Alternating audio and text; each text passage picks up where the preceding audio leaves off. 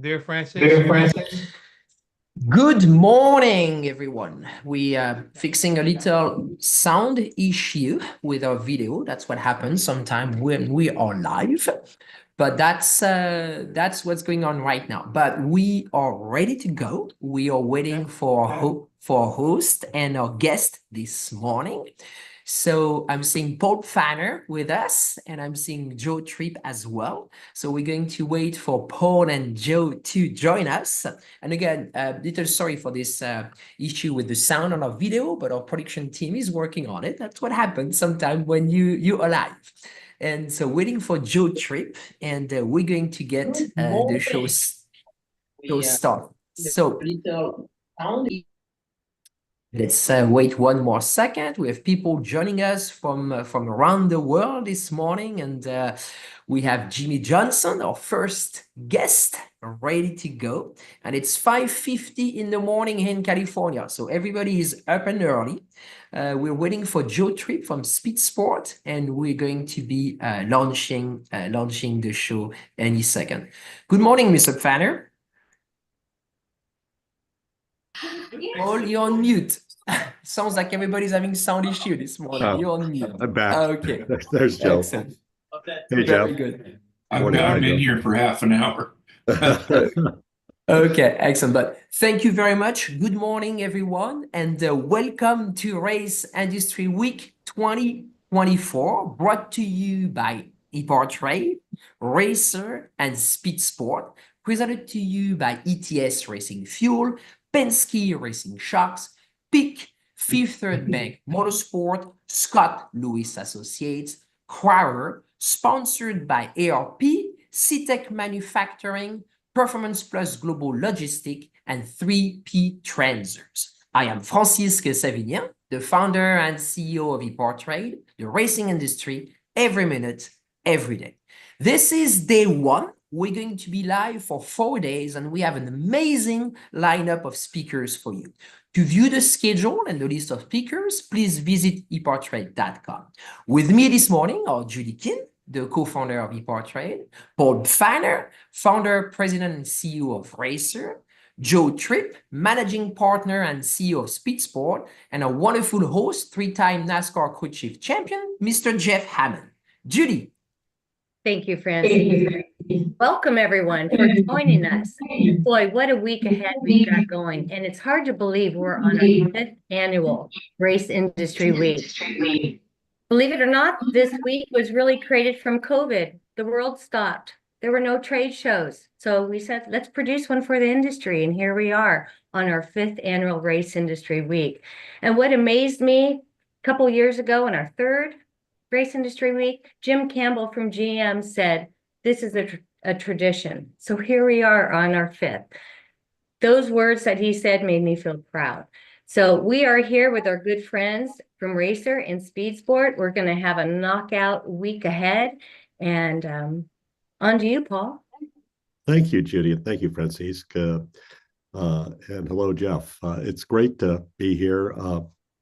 More than anything, this is the ultimate hangout if you're in the racing industry. You get to see all your friends without having to get in a car or fly in an airplane, which I seem to think is a good option these days. And what we've got lined up this week is unprecedented in terms of the quality of the speakers and panels we've assembled.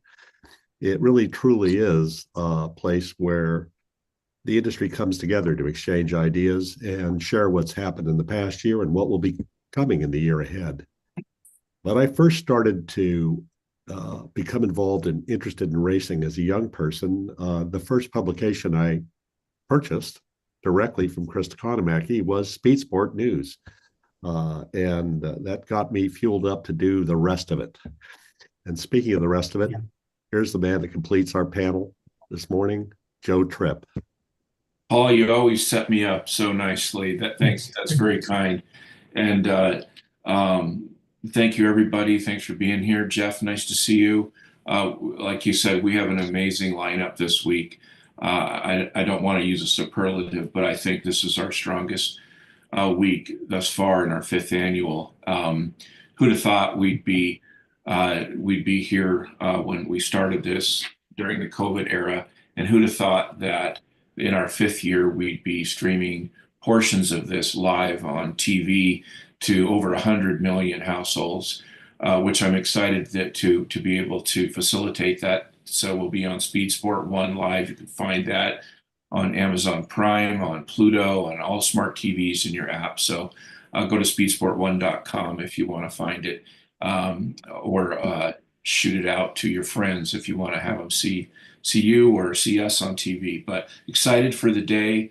We've got a lot going on, a lot of great guests and great panelists. I'm looking forward to sitting back and listening and learning. But it's going to be a great day. Thanks very much. Mr. Hammond, on to you. Wow. I mean, you guys make a tough act to follow here. And I'm just excited about being a part of this since the very beginning and inception of EPARTRADE, and the idea and the belief that we could do what nobody else had ever done. And to pop up this year and to be having these comments and folks that we have, like Joe said, 100 million. I mean, it's mind-boggling. It's mind-boggling what you just put out there, and Paul Fanner and everybody's idea and faith that if we persevere, we can prevail. And I think this week will definitely show that we are headed in the right direction ever since day one. And we continue to get stronger each and every year. And I'm just proud to be a part of it, and very excited about our first guest that we're going to have here this morning, and to have Mr. 7-time himself, Jimmie Johnson, the man who can do anything, I think, when it comes to a race car anywhere around the world. So very excited about that fact right there. I'm very interested to kind of pick his mind and go back to what Paul Fanner said. The guy, he got his start from Chris Economaki. When I got into broadcasting, he told me, kid, the one thing you got to do, you got to ask why. So we're going to ask why, Mr. Johnson. Why are you doing what you're doing? That's great.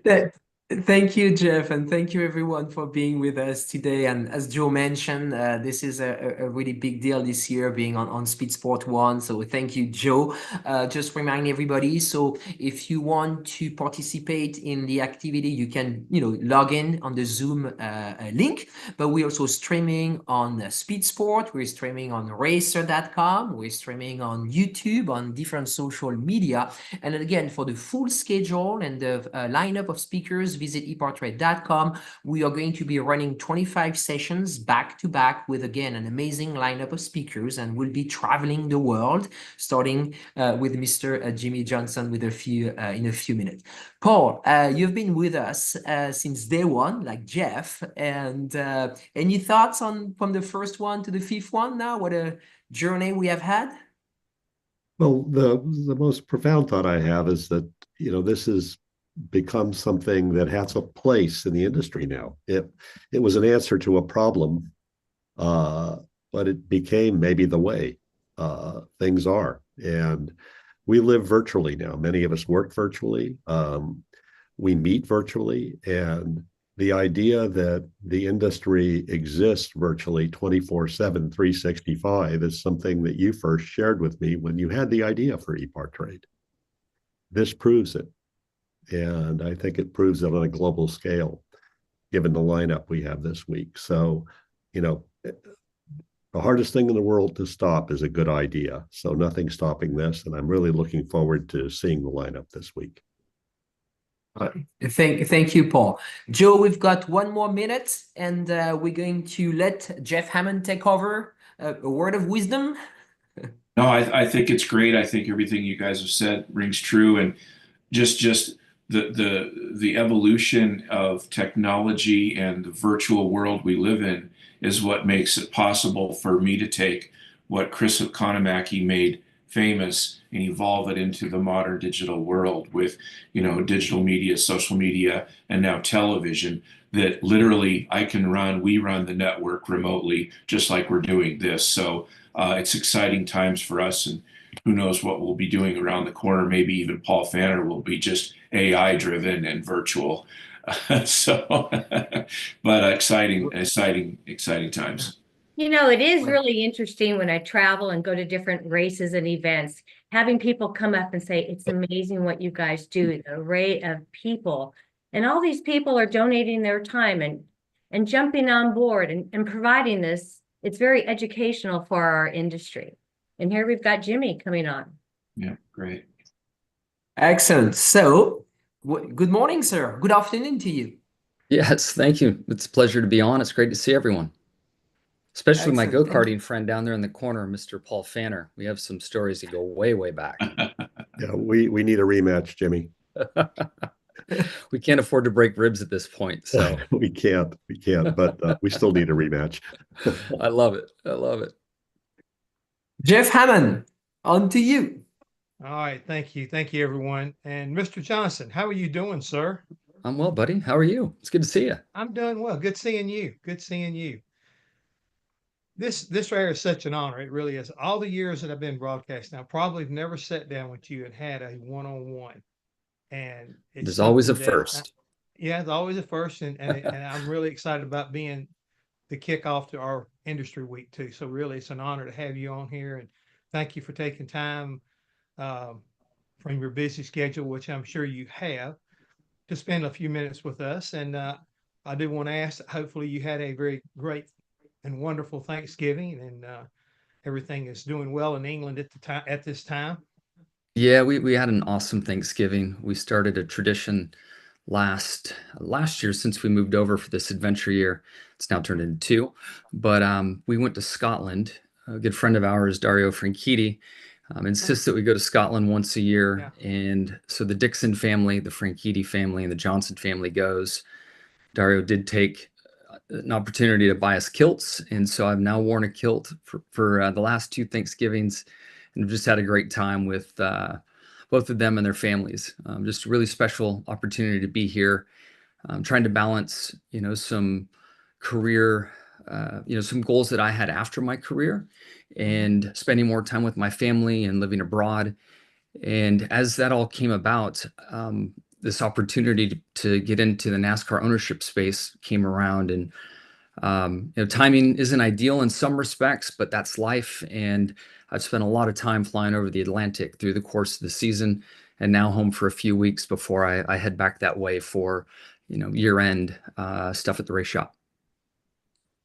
I'm glad you brought it up the way you did, because I kept thinking, I said, how do I talk to the man who, in my opinion, has climbed NASCAR's Mount Everest 7 times? I mean, you have accomplished so much. I mean, Jimmie, have you ever just kind of like look back over your past history, and do you realize how impressive it really is when they put it down in print? Because it just hit me in the face how much stuff you have done in a positive manner when it comes to the motorsports industry. Well, thank you. I have to say that in the moment, so focused on accomplishing it and then trying to do it again, I didn't savor it as much as I should. But going through the Hall of Fame induction ceremony in January, soon to be last January, that is the deepest it has ever gone. And to be reunited with so many friends from the journey, to see them in the hall that evening, and then the great after party and friends coming to town, and it just reflecting. I mean, as we all know, it's a busy sport, and we're worried about what's next and not what just happened. And I finally let it in as much as I could. I still hope that there are more of these kind of Easter eggs out there for me in life, because I enjoyed that so very much. Well, and I want to thank you for this, because when I was reading and doing a little studying on you, when I came across, I guess this right here would be your mission statement. And I love the way he's got this worded. A legacy is more than what you leave behind. It is something you build every day. And we were all, Paul Fanner and all of us, Paul brought up Chris Economaki. Yeah. I'm sure you were very well versed with him. He told me when I got into broadcasting, he said, Jeff, he said, what you've got to do, you've got to be willing to ask why. And between that statement and what Chris Economaki asked me and told me I need to do, why are you doing this? I mean, what lesson did you not learn along those these years involved in racing that made you want to take this bold move? Because again, not only are you making a bold move, but you're doing it in a direction, in a path that I think caught a lot of people off guard. Yeah, it's wild. I mean, I think timing has so much to do with life and all the pluses and minuses that come with it. And think about my driving days, and it's hard to argue that I didn't have every positive opportunity come my way. Living it, there were some negatives and some more challenging moments, but and while I was driving, I did not desire to be a team owner. That was not my childhood dream. It's very evident talking to someone like Tony Stewart that he wanted to be a team owner. And I watched and knew that it was a different game and a lot of pressure and stress that went with it. But it just was tough to look at it as a viable business. And the changes that have been made in the last 11 years with the charter system in NASCAR have really changed my point of view. In the early days, I was still in a cup car and driving, and it just wasn't sure where it was going to go. But I would say in the last 3 years, maybe even 5, if you look back far enough at some of the early signs, the interest in sports, the interest in a franchise, NASCAR is one of the few that's left, and we're watching the values grow, and that's obviously a telling sign. I still do believe that there's some scalability that's untapped within our sport, within the industry, and other forms of motorsport. I think there are some other elements. When you look at a real stick and ball club and the way real estate, hospitality, media, there's other entities that spin off of it, even like an academy of sorts. There's a variety of different tentacles that really create the business, and it's more than just what's done on Sundays on track. And that, although that is very important in the North Star, period, but I think where the sport is heading and the interest in live television and in sports, there is a moment in time for motorsports, and we're watching it happen with Spire, and Dan Tower is coming in. Now they're moving to Formula One. When you look at the PE groups looking to invest in NASCAR, now INDYCAR is moving to a charter system. There's this moment in time here that's taking place that sure, I'm making a bet on it, but this is the industry I know and love, and there are a lot of people making bets on it, so I've jumped in the pool with them. And with that being said, you also have formed your company. I think that is organization with a unique partnership with Maury Gallagher, and then having your ambassador being Richard Petty. Tell me about that. I mean, because again, I've been around the king, since I was knee high to a grasshopper, and his business perspective and his viewpoint from basically the ground up when it comes to racing has got to be in its own right, when you're having a discussion, education. Yeah, without a doubt. I mean, in his love of the sport. I mean, the guys, I think the King went to 26 or 7 races last year. And Dale Inman, his partner in crime, right there with him, going everywhere. So Batman and Robin. they are, and they're such wonderful people. And their commitment to the sport and love of it is extremely inspiring. I went and had fun in IndyCar for a couple of years, but I always knew that NASCAR, that's where I grew up and where I wanted to end up being involved at some level. I was thinking maybe TV or some other opportunities, but partnering with Maury's really just been incredible opportunity for me. And we just have these opposing needs that the other can really offer. And as we looked at the name Petty GMS and thought about, what are we going to call ourselves? I was very adamant and put a lot of time and effort into Legacy Motor Club, because I feel that the name gives us a lot of optionality, and it allows us to bring in and honor someone like Richard Petty and Dale Inman. Now in the club, we have Matt Kenseth working with us, and also Trevor Bayne and the legacies they've created. And we certainly hope our 2 drivers, and John Hunter and Eric Jones, create their own legacies in our cars. So it gives us some optionality with the name. even expansion. If we choose to race in other championships, we can still put a lot up under the name itself. And then in my heart, I feel like, the motor club piece is something that we haven't had a chance to really build out yet because we've been focused more on the motorsports, the racing side. But, there is a large fan base out there that is craving more.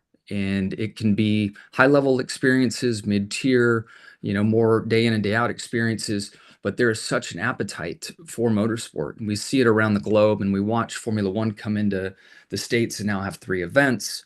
You name it, all motorsports are trending up, and there's an opportunity there for us to reach our fans and to really reach all fans. And we hope to lean into that more as the 25 season kicks off and beyond. From what I'm hearing you say, it sounds to me like, you're not just discussing stuff with NASCAR either. It sounds to me like, you got your radar up and going 360, looking for opportunities, and other venues and different types of sports that can interact with your business model. Is that what I'm hearing?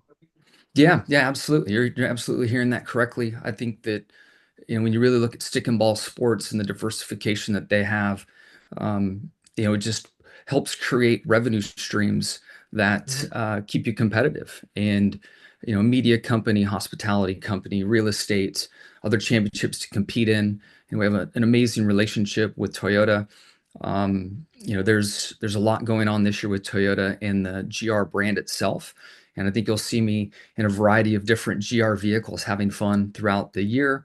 If I can parlay those opportunities into more than one-offs or, a couple races in a year and bring that inside of our walls of our race shop and figure out a logical and smart expansion program that does not hurt our core product, which is NASCAR, we'll look hard at it. And I think as you stack these things up, that's how you create longevity for a race team. It's tough for myself to look at Mr. Hendrick or Mr. Penske and think, oh yeah, I can go dollar for dollar with those guys. It's impossible. So I have to figure out other ways to make that happen. And, I think the charter system helps tremendously. The discussion around a cost cap in NASCAR would help teams like myself. The fact that we're now down to 3 full-time cars versus 4, unless you're a grandfathered team. So there are some elements here that can help former drivers be successful owners. So, again, Jimmie Johnson, the brand has not gone away. I was going to comment on watching one of your Carvana recent commercials, and I got a big kick out of you going to gas the car. Really? I said, look at him. I said, the man can't get enough driving. He's now got a big part of the pit crew and take away people's jobs, putting decals on. But I found that refreshing because it shows your personality. Because I still remember back to, and again, I'm not trying to bring up something bad, but I think it shows the human side of you of surfing on a golf cart. There's nothing bad with that, other than the pain I had for 6 weeks wearing a cast. But I love the fact that you're staying in front of the people. It's not just.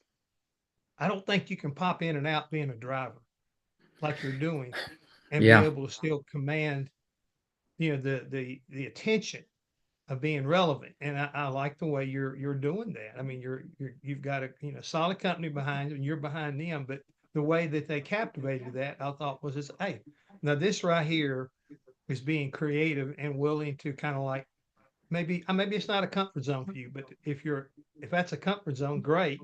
But if it isn't, you made it look easy. Well, I appreciate you saying that. It was really easy to wear like 1 or 2 hats as a driver, and you're so focused on the roles and responsibilities that are there. You don't think about what it takes to load up your 2 transporters, send them across the country and go racing, and people, airplanes, sponsors, partners, everyone you have to, have in consideration and look after and represent. And, that's something, although I drove for Mr. Hendrick for 19, full seasons, man, I took it for granted. It was awesome. I got on a, nice team plane and flew across the country and had a brand new transporter sitting there with a really fast race car out back. So, you know, I feel like my brand in the last couple of years has had a little less time and attention on it because I'm now trying to learn the business side. And Maury has been extremely helpful in teaching me the business side. We've had a lot of change, which is never fun within our walls, but as we continue to evolve and try to move in a direction that we think is important, I've learned a lot of important lessons along the way as a businessman. I wasn't bold enough to think that I was one as a race car driver. I was much more of an athlete than a businessman. And now I'm, you know, at 49 going to the School of Hard Knocks and Learning. Yeah, that was another thing too. All these years, I've never looked about your birthday and realized we were very close as far as not in age, but we're in the same month. You're born in There we go. September, and I'm September 9th, and you're I think what 17th of September. 17th, So, you know, yeah. belated happy birthday, being Same to you. 49. You know, and if you I'm not run gonna hard, but ask. maybe you'll catch me. I'm not going to ask, you know, you can disclose your own age if you'd like.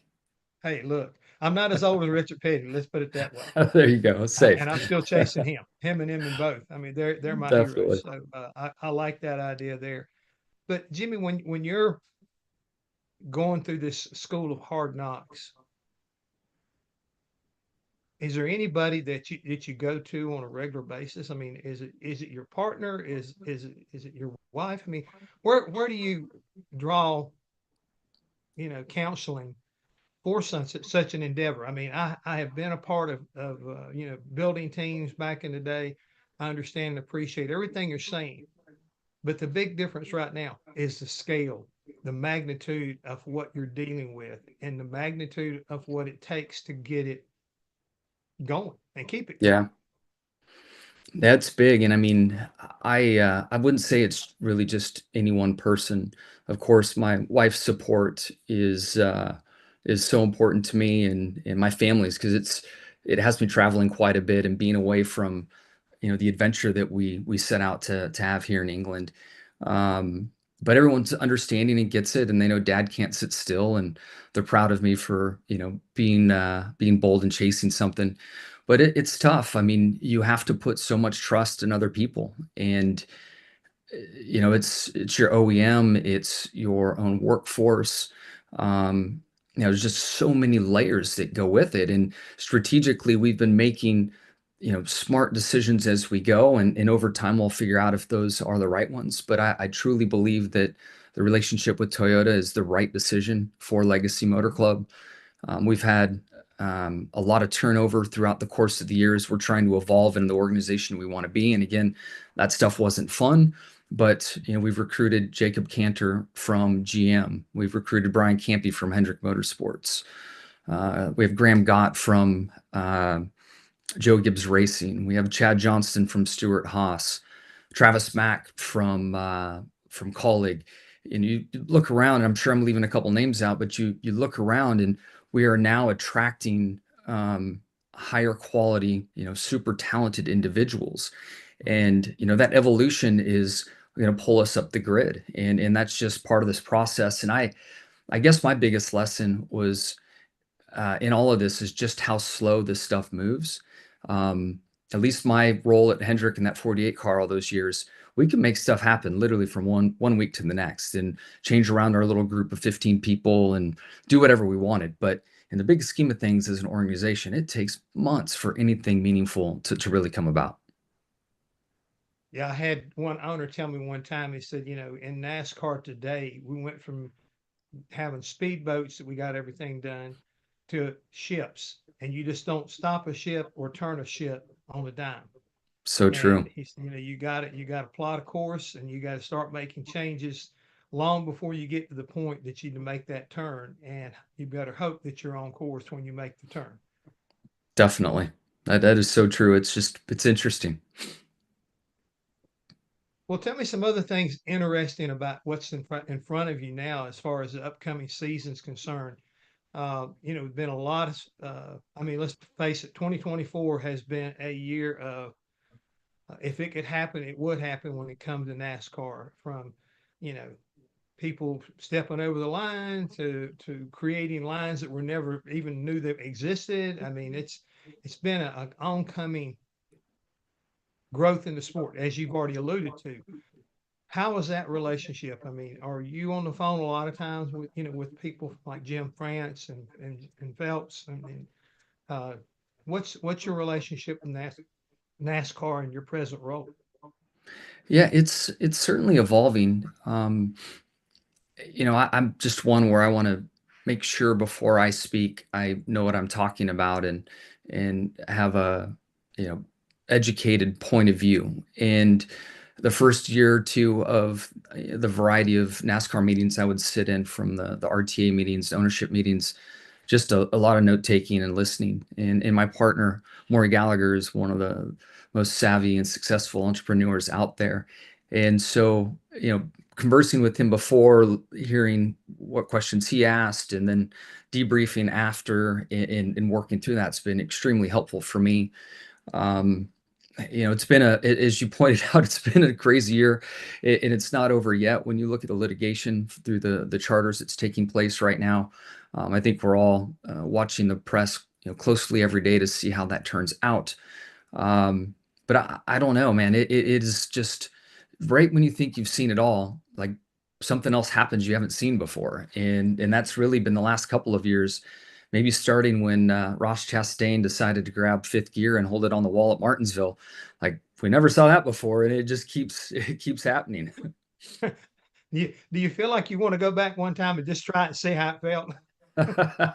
You're I so good watched at a couple marketing. failed attempts where guys were trying to pass me of all in Carl Edwards one time, and I was so caught off guard by his move that I watched him and thought, man, you might pull it off, and then decided I better go because he was going to pull it off. But what Ross did there was wild, just wild.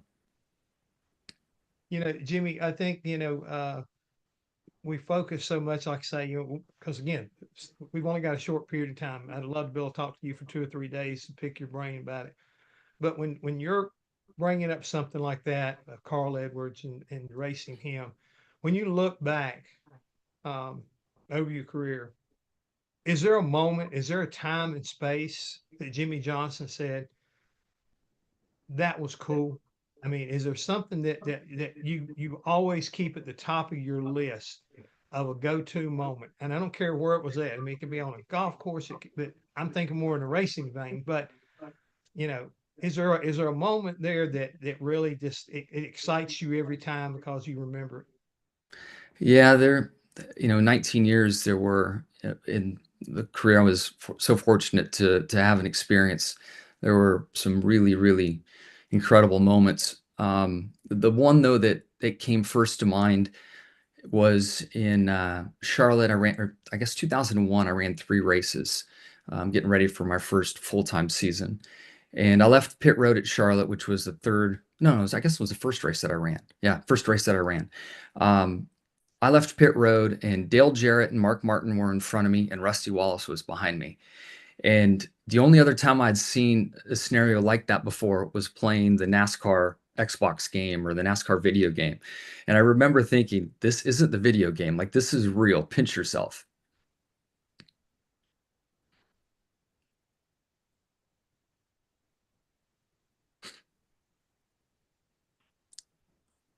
We lose you, Jimmie? Nope, I'm still there. Do you got me now? Okay.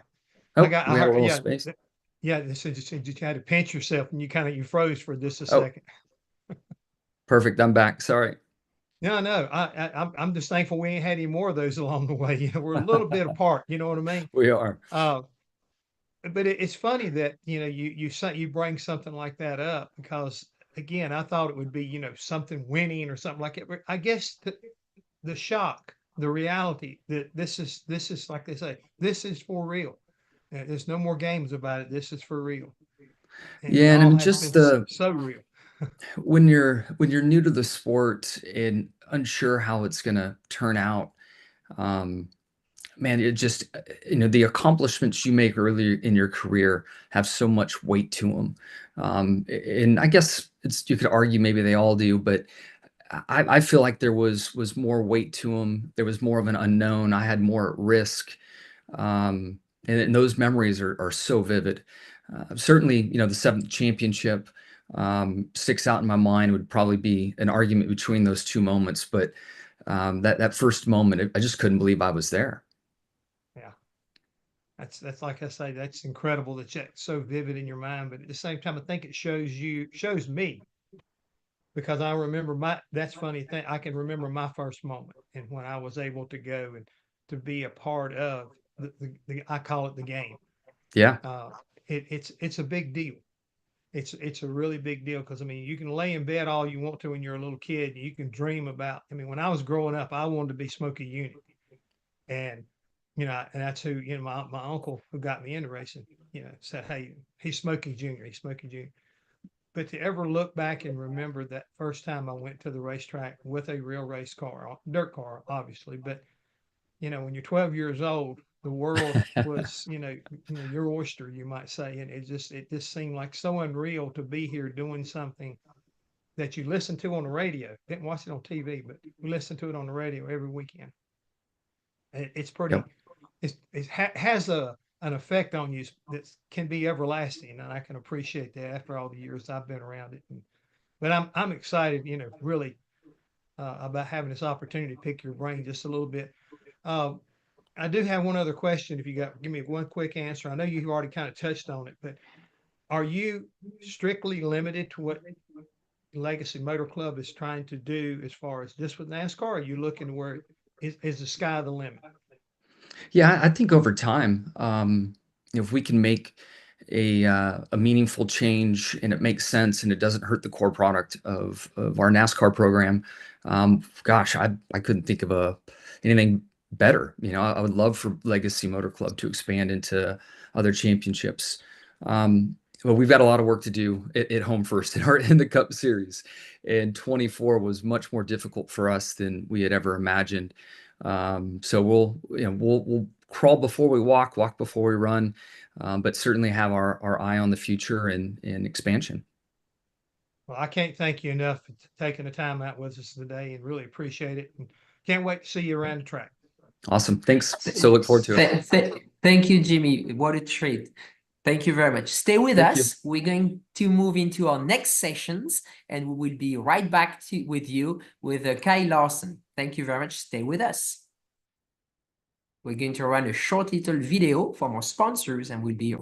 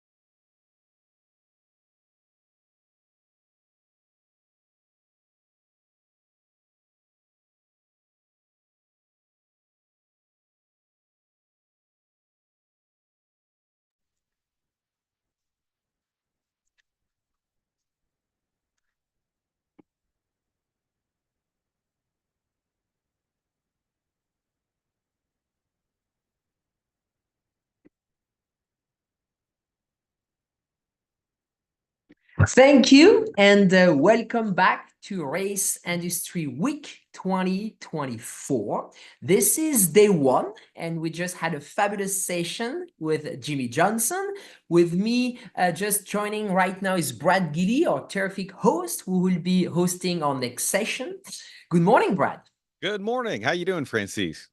Very good, very good. So I'm being told that Kyle Larson should be with us any second. Did you have a chance to watch Mr. Johnson? I did. And, just having been in NASCAR since Jimmie Johnson has been in NASCAR and been able to watch where his career has gone from a guy who won one Xfinity race to then 7 Cup championships and 83 race wins, and now a team owner. It's pretty fascinating to hear not only his journey, but where that journey is going and the origins of Legacy Motor Club and why he named it that way. And just a really interesting guy who is just simply a motorsports guy, which is awesome. Absolutely. And we're waiting for Kyle Larson, who should be with us any second. So if you're watching us this morning, if you would like to view the schedule as well as the list of speakers, please visit EPARTRADE.com. Again, EPARTRADE is, bringing you this Race Industry Week with our partner, Racer.com and Speed Sport, and of course, our wonderful sponsors, ETS Racing Fuel, Penske Racing Shocks, Peak, Fifth Third Bank Motorsports, Scott Lewis Associate, Crower, ARP, C-Tech Manufacturing, Performance Plus Logistics, and then 3P Transers. So I'm getting a note from a producer that Mr. Larson should be with us any second. Brad, while we're waiting for Kyle, any thoughts about the the lineup of speakers we've got this week? Just looking at today, for example, I do get fascinated when we get to talk to the OEMs. I know we've got Toyota and Ford coming up a little bit later on today. My passion for motorcycles. So having MotoGP and Moto America and, flat track racing and all of that coming up this week, I think is going to be neat. I am just a geek for all things motorsports. So I love things like the Dakar Rally. We have them coming up this week and, just so many different things. Stock Car Brazil. I mean, it's going to be an amazing week. And Steve Phelps with NASCAR tomorrow, I think, is going to be another big one that I really do look forward to also. And you're absolutely right, Brad. I mean, the importance of this week is bringing, promoters, a series organizer, and event promoters, and of course, big names all together to share, their expertise, their season, and their thoughts, and also wisdom. And so this is we try to make sure we cover everything, including boat racing, and from top level professionals all the way down to grassroots. And so I'm getting another signal that Kyle should be with us any second. That's what happens sometime when you we're live. We had a little sound issue this morning. We also that's being live on TV this year is a first for us. And so if you're watching us, you can be watching us on Zoom as well as on speedsport.com, on racer.com, on Facebook, on YouTube as well, and Speedsport One. So Brad, this is your fifth one, correct? You've been with us since the beginning, and we were talking with Jeff Hammond earlier, and what a journey has been, and all the people we have had. Do you have some memories that they stick up more than others? Yeah, I do. Truthfully, I love Race Industry Week because of the people that we're talking to. And you take a guy like Kyle Larson, who's involved in everything from the driver's side to a series owner side with High Limit Racing, to a team owner side, pretty much everything. He covers it all. But really throughout the year, when we do our Wednesday Race Industry Now episodes, a lot of the manufacturers and suppliers and vendors that people can find on EPARTRADE, the different people that we talk to throughout the year, featuring their new products as if we're at a trade show, and the things that we learn about, I think, are probably the most fascinating to me. And whether it's safety innovation to EV technology to powder coating and blasting and just all of the different things and engine internals, it's great to have this literally go on throughout the year, but also have it wrap up as a season with Race Industry Week. No, you're absolutely right, Brad. And again, our apologies. We're trying to bring Kyle on, and is joining us from, I believe, is in the States, and I think in Colorado or somewhere like that, and so he should be joining us any second. So they are working with him to bring him on. And while we wait I'm getting a little message here. Give me 1 second. And sorry for the delay, but we can talk maybe about the lineup that we have in the upcoming session. So we're going to be hosting Guenther Steiner a little bit later. Then we'll travel to the UK to talk with Alan Go from the British Touring Car Championship. We'll have TRD, we'll have Ford, GM, Great Life, many others, USAC. Tomorrow we'll start the day with Steve Phelps, we'll have we have also Antron coming on later today. Tomorrow we're going to have Justin Marks and Tony Stewart, and then again series from across the board, including the Dakar, a big off-road event where I grew up, basically in France. And then on Thursday we'll be opening the day with Jeff Dickerson, and then again a big lineup of speakers, and then we'll end Friday with another series of, I believe, Team Ganassi. We're going to bring Alex Palou and Mac Hall and the team that's been making Ganassi so successful, winning, I believe, 4 championships in the last 5 seasons. So again, a little apologies for the delay. We're working on getting Kyle on. I'm hearing he's having some technical difficulties. That's what happens sometimes when you're live, and sorry about that little delay. Brad, while we wait for Kyle, maybe you want to, share a little bit. I mean, you follow NASCAR the whole season, and I mean, Kyle has been a contender for all these. I mean, just like an amazing driver and the promoters. And any thoughts about his achievements? Yeah, I mean, you go back and look at 2024, 6 wins and literally ups and downs along the way. Obviously, one of the biggest weekends that we were all anticipating in motorsports was seeing how he was going to be able to pull off the double, running the Indianapolis 500 and the Coca-Cola 600. Mother Nature got in the way of those plans, but I hate to take away from really how fascinating that was in everything leading up to it, and some great coverage. And Kyle is on. Brad, Kyle is on. So there you go. We have Kyle. Good deal. Kyle, welcome. How you doing? Hey, I'm good. You guys got me finally? Yeah, we do. And thank you so much. Appreciate you being patient with us along the way as well. Man, we're going to cover everything that you've got going on as well. I know we were just talking about the double. We'll get to that. But, we're literally talking to racers from every background. And, and talking about what you do, unless you start actually building cars, I think you pretty much cover everything from a driver to a team owner to a sanctioning body owner and all of that. But, give us an idea of just what your normal world is like, because I know it's not normal by comparison to the rest of us. Well, my normal world is very busy with racing, and as you said, I'm not building race cars, so all of it's driving. But even my kids are racing, go-karts a little bit here, and Owen, he's progressed into the micros a little bit. So most every day's filled up with racing of some sort. So it's fun, and the high limit stuff too has been enjoyable and fun to kind of see that grow and work on what it takes to continue to grow to where we want to be. So it was a good 2024 season between racing and high limit and everything else that we had going on. So hoping for more good things next year, and already excited about getting the year started. Awesome. If we could talk about high limit racing, first of all, if you don't mind, let's talk about the origins of this series and you and Brad Sweet and everyone getting together and starting it. Why you started it and how it's going now. Yeah, well, so a couple years ago, we just did some midweek racing. I think that we got 11 races in, and I think that really opened our eyes to kind of how we could grow the sport a lot. And Tony Stewart had reached out to us about wanting to kind of move on from the ownership or series ownership side. So we saw a good opportunity to try to elevate the national scene even more than what it already currently was.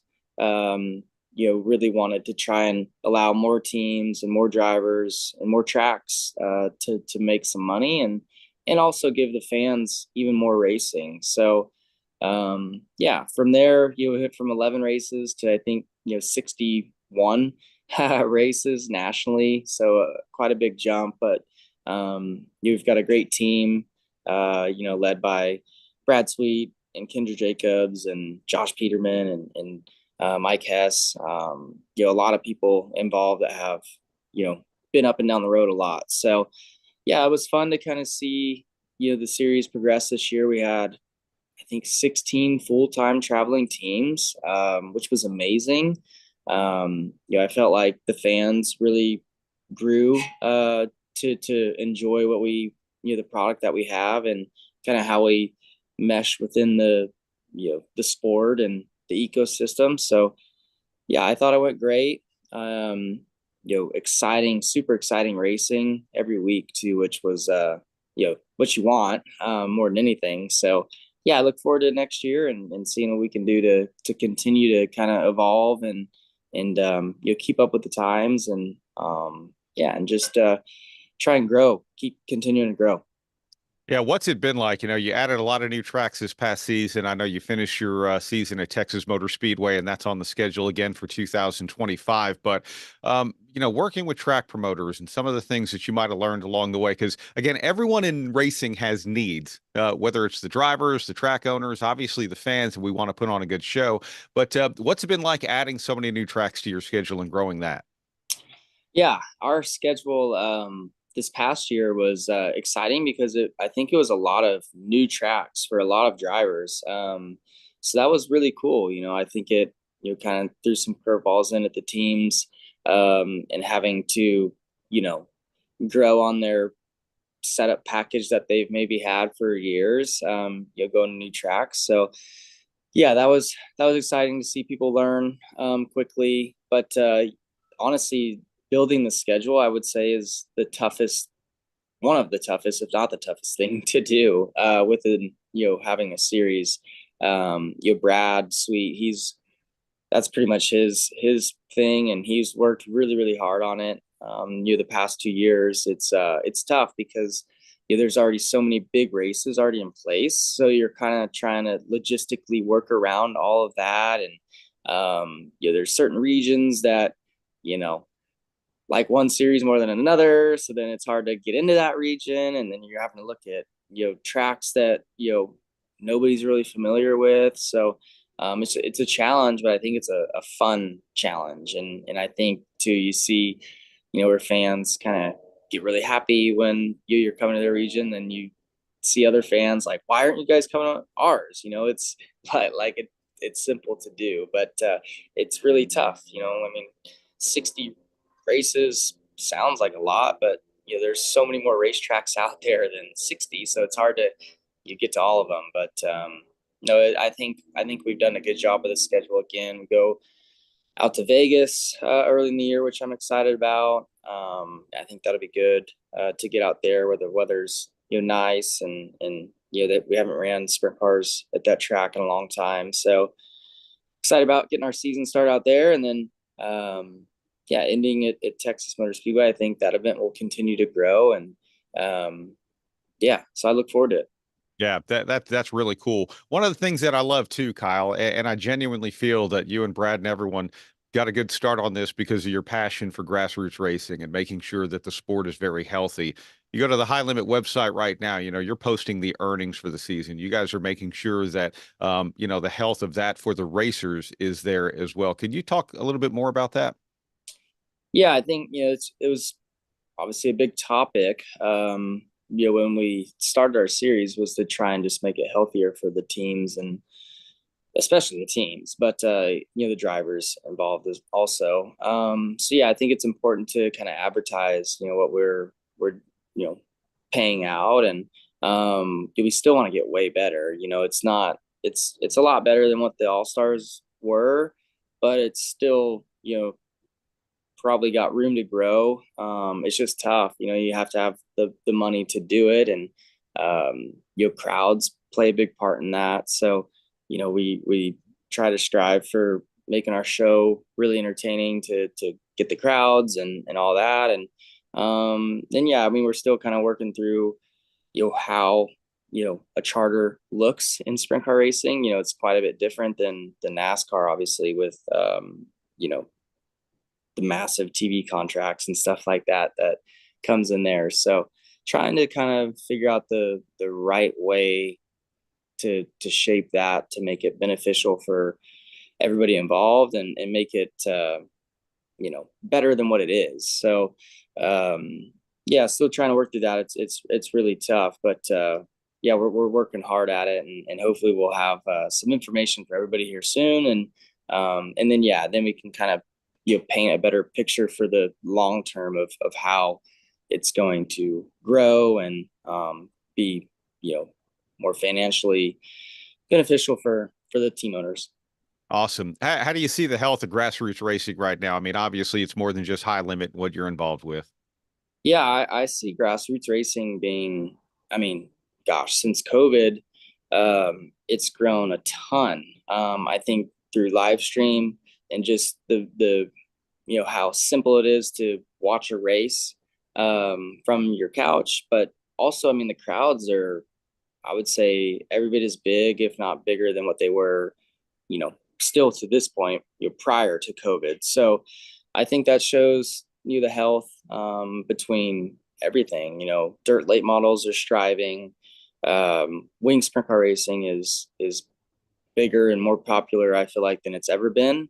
Lots of young, successful, talented drivers, lots of team owners, great racing. You see purses continuing to grow. It's just in a great spot right now. I think, I don't know the numbers off the top of my head, but I mean, the top 10 earners, probably top 15 earners from last year compared to this year is probably way more this year. So I think that that's awesome. I would say, high limit has been a massive part in the growth over the course of the last couple of years. I think just, the Outlaws have been the bar for so long, and they haven't really felt much, competition, so to speak, or reason to, change and progress. But I think, with us being added into the scene and us, adding, a safety vehicle at the tracks and safety team and all that, you see the Outlaws doing that. And then the purse also fluctuates, all that sort of thing. So it's good. I think it's good to see, little bits of change for the better. And I think you have to do that as a business and as a sport, especially if you want to, get to where you want to be someday. Yeah, well, thanks for everything that you do to contribute to that. It's certainly moving the needle quite a bit. All right, let's shift gears here a little bit. Talk about one of the big things in 2024, and that was doing the double. And I don't want to define that experience for you or anyone who watched it as what happened with weather. I'm more fascinated with everything that led up to that. I mean, literally watching you go back and forth and seeing you go from a helicopter to an airplane, going back and forth from Indy to Charlotte and everything. What was your experience like with everything leading up to that day? Well, I mean, as far as like the logistics of it, it wasn't really any different than what I'm used to. I'm flying around like all the time, getting to the racetracks, last minute. So yeah, none of that was like, surprising to me or any different. I feel like the craziness that I've kept my schedule like the last, well, gosh, probably since I've gotten into Cup and gotten to race sprint cars still, it's kind of helped prepare me for the hectic back and forths to go race and jumping in different cars on same day and stuff like that. So yeah, that was fun to do that, but it wasn't any different. I think a lot of fans were surprised by that, but yeah, the overall experience though was amazing. I loved every bit of it, mostly every bit of it. The weather kind of killed a lot of it at the end, but everything prior to that was awesome. You're getting to, it's been a while since I've gotten into a new race car and not knowing what to expect. So I liked that feeling before the rookie test of, not knowing what to expect and what's this going to feel like, what's it going to sound like, all that. So yeah, going through that was fun, just learning, quickly and trying to learn, and lean on the engineers and teammates and stuff was a lot of fun. The atmosphere at the Speedway is unmatched. It's crazy, for practice days, like there's 50,000 people there, more on some of the days. So like it's incredible. The amount of pictures and autographs I took throughout the couple weeks was wild. I've never experienced anything like that. And I wanted to, take time and enjoy, all that, the fan stuff. So yeah, I made sure I signed for everybody. You know, qualifying day was, well, days were awesome. That all went a lot better than I expected. And then, yeah, and then you're getting to go back and forth. The All-Star race was really cool with the weather being great that weekend. And, you know, qualifying 5th for the Indy 500, then jetting out of there and, you know, being wheels up before they were even done with qualifying. And then, you know, getting to North Wilkesboro and just, you know, hearing the crowd, you know, cheer for me, you know, as they saw me arrive was really awesome. So yeah, I just felt the support from everybody, which was great.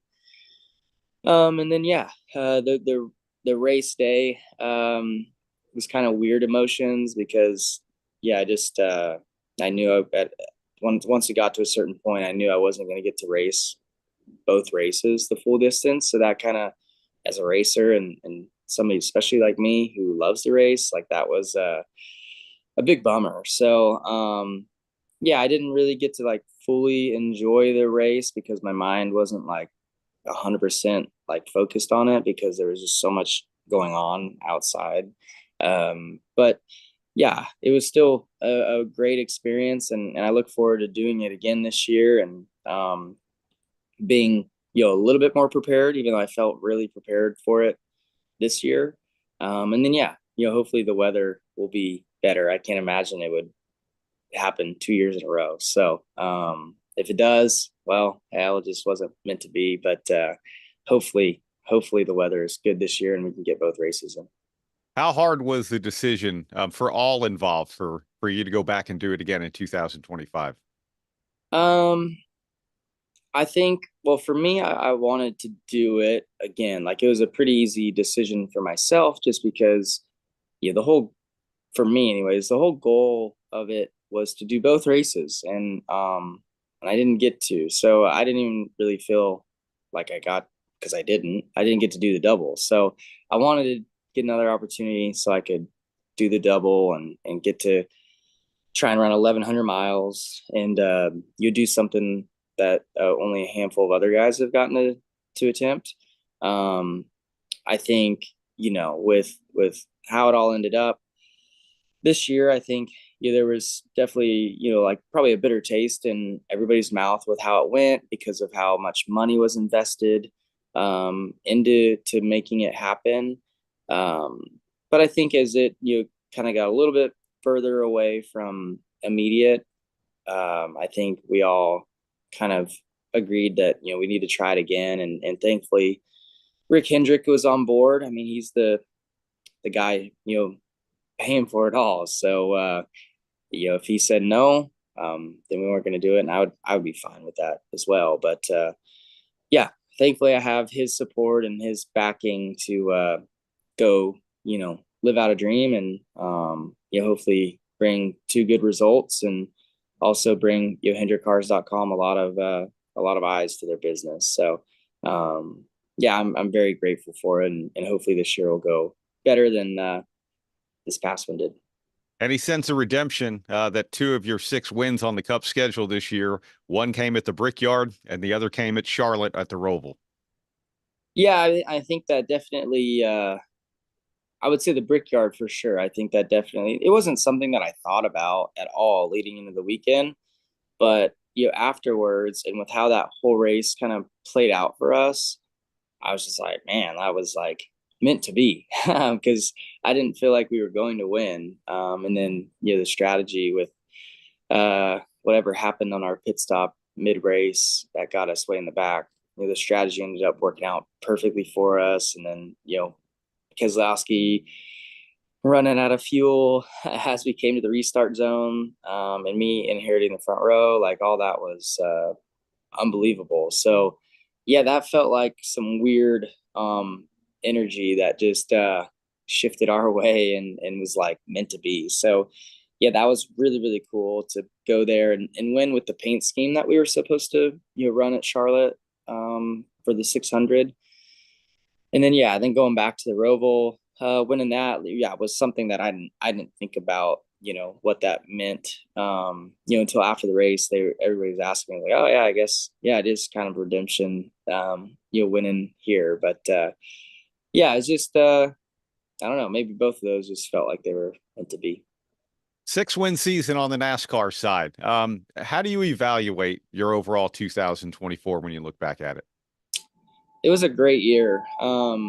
Yeah, I was super happy with the performance of our race team all year long.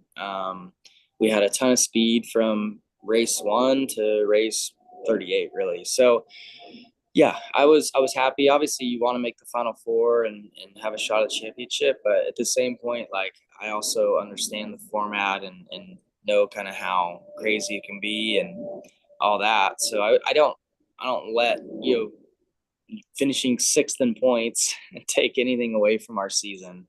I know we had, one of the best, if not the best season. We led the series in most every category. So really proud of the team and their hard work. And yeah, and I think we left some out on the table too. So I'm excited about next year and hopefully we can continue to evolve and get stronger as a team and win some more races, lead more laps, and who knows what the new format will be. So maybe it'll benefit us somehow. Yeah, real quick, we're exactly 2 months away from the time you're back in your Cup car for the Clash at Bowman Gray Stadium. So what does Kyle Larson and the Larson family schedule look like for the next 2 months? A lot. Our off seasons the last couple of years have been pretty calm. This year it's getting, although we're going on a couple of vacations with some racing mixed in, we're just never home. We're not really home much. So we've already been on one vacation. We got another vacation coming up in like a week and a half, and then I have some more racing to do too. So I'm excited to go to Australia. I'll go there. We leave Christmas night for Australia. I go there just for like 5 or 6 days to race the sprint car at Perth. It's promoted by High Limit as well. So we're going to pay $100,000 to win, which is by far the largest paying race in Australian sprint car racing history. So excited about that. I think the crowd will be huge. I think the competition will be great. So really looking forward to getting to that side of the country. I've never been to the western side of Australia, so excited to get there. And then we'll head back for the Tulsa Shootout. Owen's racing there for the first time, so gonna go support him. And then not long after that, it's media days and production days and all that, getting ready for the Clash and getting ready for the new season. Thank you so much, Kyle. We appreciate your time here today. Yeah, thanks for having me. Thank you very much, Kyle. It was a true honor to have you on, and then have a nice time. So long flight to Australia. It really is. Thank you very much. So stay with us. We're going to run a little video from our sponsors, and we're going to be right back with you. So again, stay with us, and we'll be right back. EPARTRADE is a digital platform that we've created basically to make life easier in the business community of auto racing. EPARTRADE, there is no e-commerce. It's literally a connection just like at a trade show. So now, any time of the year, a buyer could reach out to a supplier. When you see a product that you're interested in, all you need to do is click on request more information, and then from there it is forwarded directly to the buyer or to the supplier. EPARTRADE really eliminates having to travel, closing down your shop. Now you have a place to showcase globally your racing product and technology.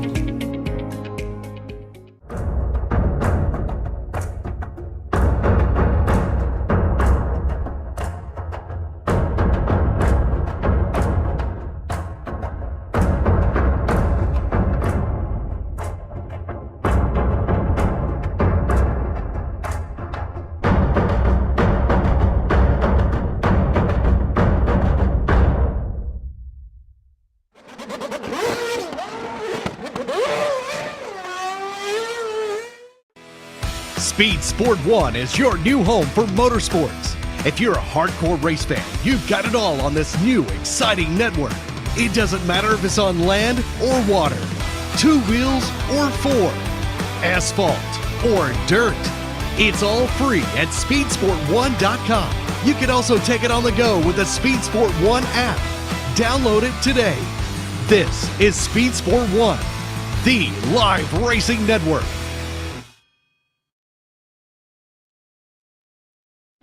Thank you, and welcome back to day one of Race Industry Week 2024. We're going to be joined by Chris Medlin from Racer. Chris is in Qatar right now. He just covered Formula One for Racer. Good morning, good afternoon, good evening for you, because it's the evening over there, right? It is, yeah. It certainly is evening. Good evening, everyone. How are we doing? Excellent. Thank you for being with us, and you're bringing with you a very special guest. I'm certainly hoping to, yeah. I'm chasing him up right now. A very busy man in Formula One, Mr. Guenther Steiner. So I was speaking to him yesterday. He was ready to go, and here he is right now. He's like me. He pushes it right to the very perfect second. It's the F1 timing. Excellent, excellent. So we're going to ask him to start his video, and we're right on time. And so you had a really exciting race yesterday while we wait for Guenther. It was full of drama, full of talking points, full of things that would annoy a team principal. I can tell you that. So I'm sure Guenther will have plenty of opinions on that, but also just on the wider world of motorsports. So we've got plenty to get stuck into over the next half hour. Hello, Guenther. Welcome to the program. Hello. Good morning, good evening, wherever. I don't know where you guys are, so whatever it is. Well, I'm in Qatar still, Guenther. So it's very much evening here, 6 p.m. It's very much Where are morning you in my place. I'm in the US. I'm flying to Abu Dhabi on Wednesday. There we go. A late arrival to the exactly. To the race better late than never. Yeah. Thanks so much for joining us here on Race Industry Week. We've got plenty we can chat to you about, and I think there's a lot of people that maybe don't understand or appreciate just what it is that you've done in this sport and continue to do, because Formula One was the headline, but that's not the only thing you've ever done. But we will start with kind of your last 12 months, because it's been a pretty hectic 12 months you've had, quite a turnaround, I guess. What have you been up to since you've left Haas? Yeah, I've been up to, it's, how much time have you got? And as I always say, I didn't expect this when I left Haas. I wanted to take some time off and just like, tone down a little bit the speed, because I did a lot in the last 10 years. Now I've done TV work this year for German TV, French TV, Australian TV, Austrian TV, everybody a little bit. I've done corporate events. What else have I done? I'm ambassador of the Miami GP. I'm ambassador of Buffalo Trace, the biggest bourbon maker in the States. I'm keeping very busy, to be honest, so it's good, but I didn't expect, and it was not what I wanted to do in the beginning, but then I liked it, and I kept on doing more of it. I was going to say, were you pleasantly surprised by some of the opportunities, I guess, that were available outside of Formula One? Absolutely. I mean, they have to do all with Formula One, to be honest. But I was very surprised, as I said, pleasantly, because I didn't expect it. And I mean, a lot of good things came to me, and a lot of new opportunities arose. Well, we will get stuck into like the here and now, but also the future as well with you in a little bit. But I am going to take you back to the Haas days slightly, and just kind of that whole period. I mean, the whole journey you were on there. Can you believe how much the demands of Formula One changed in the 8 years you were racing? Yeah, I mean, it's Formula One, and it keeps on changing. But I think the last 8 years, I would say the last 5 years since Liberty Media took on the sport, it has changed at a different rate. I mean, but you don't see it. You're not only seeing it within a team or within the sport, actually, but you see it with what it has done to the audience. I mean, the demographics, the new demographics which came in. How many people now are watching it, and I will put that one down. It happened. There were two elements: the Liberty takeover, and then COVID hit. And F1 was very good in being back as the first sport going live again. So that made it attractive to a lot of people, and they stuck with it, and then I think we have to mention Drive to Survive, which opened it as well to a lot of new people which never watched it before. Well, Drive to Survive is one that people bring up around you, I know, all the time. But let's start with actually that first season of that coming out, because you mustn't have known, or did you know how big it could be? Did you have any inkling that it could, I guess, make you this global superstar?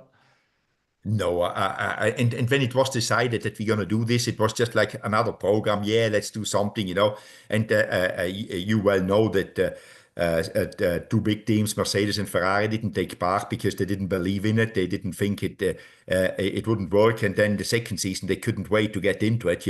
Once they saw what it did for the sport and for the people which were in it, or for the teams which were in it, not for the people. So, but I think nobody had any idea how much it would change the sport, and obviously now with hindsight, I knew this was going to happen. I had no clue about it, and I was just like, we were the smallest team, the latest team which came into it, and there was no point to say no. It was, yeah, let's do it. If it doesn't work, you cannot lose, So that was always my opinion. In investing something where there is no negatives, it's better you do it, So, and not overthink it, just do it. If it works, fine. If it doesn't work, fine. Was there any, I guess, difficulties, though, with Ferrari? Because, as you say, they didn't want to be involved in that first series, and you're a Ferrari customer. Did you have any kind of crossover with them about that? No, honestly not, no. The Ferrari is very good. Was always very good with Haas, And as long as it didn't, because we didn't harm them at all, it didn't do anything bad. So they had no opinion, and they didn't have any vote in what we are doing. And they didn't want to have any vote by no means. Yeah, but as you say, though, you were open to it. You saw no downside. You were always very good and kind of open about new ideas with the sport and how it could try and grow.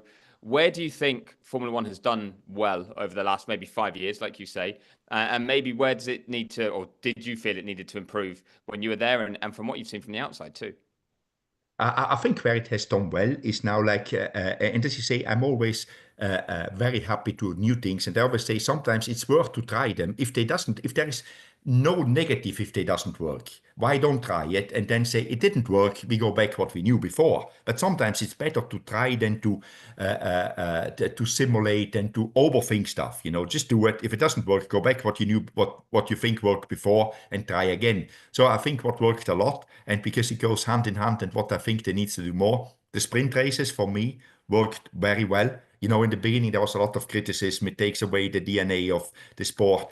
Yeah, but the DNA changes well if you go into it, over periods of time, The DNA of people changes. Everything changes, the DNA. And I think we need to adapt. We need to stay current. And people, and maybe this sounds critical, but watching a free practice in 2024, I don't think you will attract a lot of people. It's like, how many people go and watch a training sessions of a football club? There's not many, So I see it the same thing, and I think Formula One did well, and I think Stefano kept his foot down when everybody opposed it and got it done. It was from 3 to 6, and I think the next step going, what should be done better, should be that there should be 12 in future, because I think it makes the weekends a lot more interesting for whoever watches, and you're just attracted more to it. You've got action already on Friday.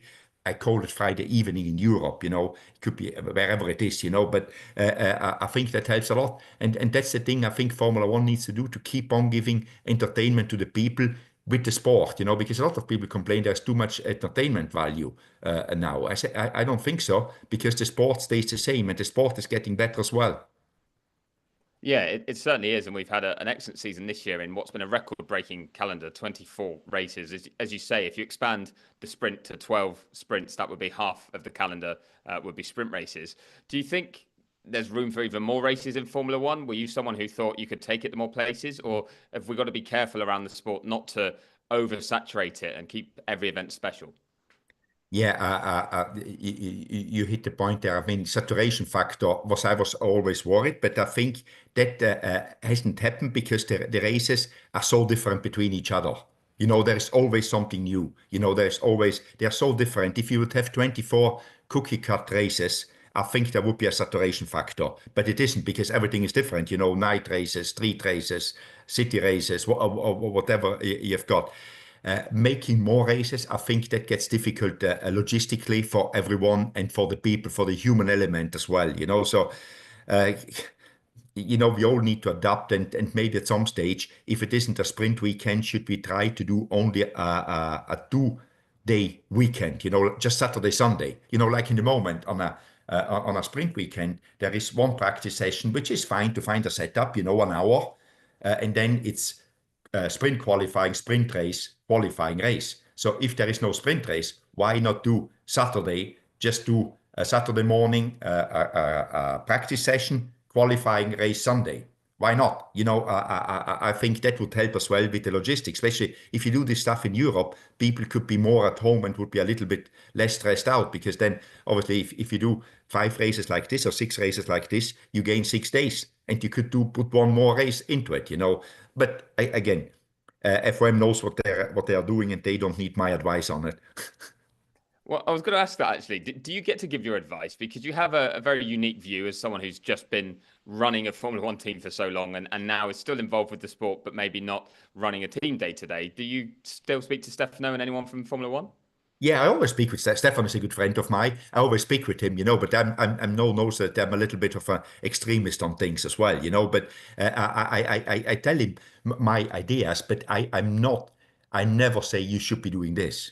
I said, this is an idea I had. I tell you, you do what you want with it, because I think that's the right approach. Because I don't know the detail with the contracts and that stuff, and I'm not the guy which tells people what to do.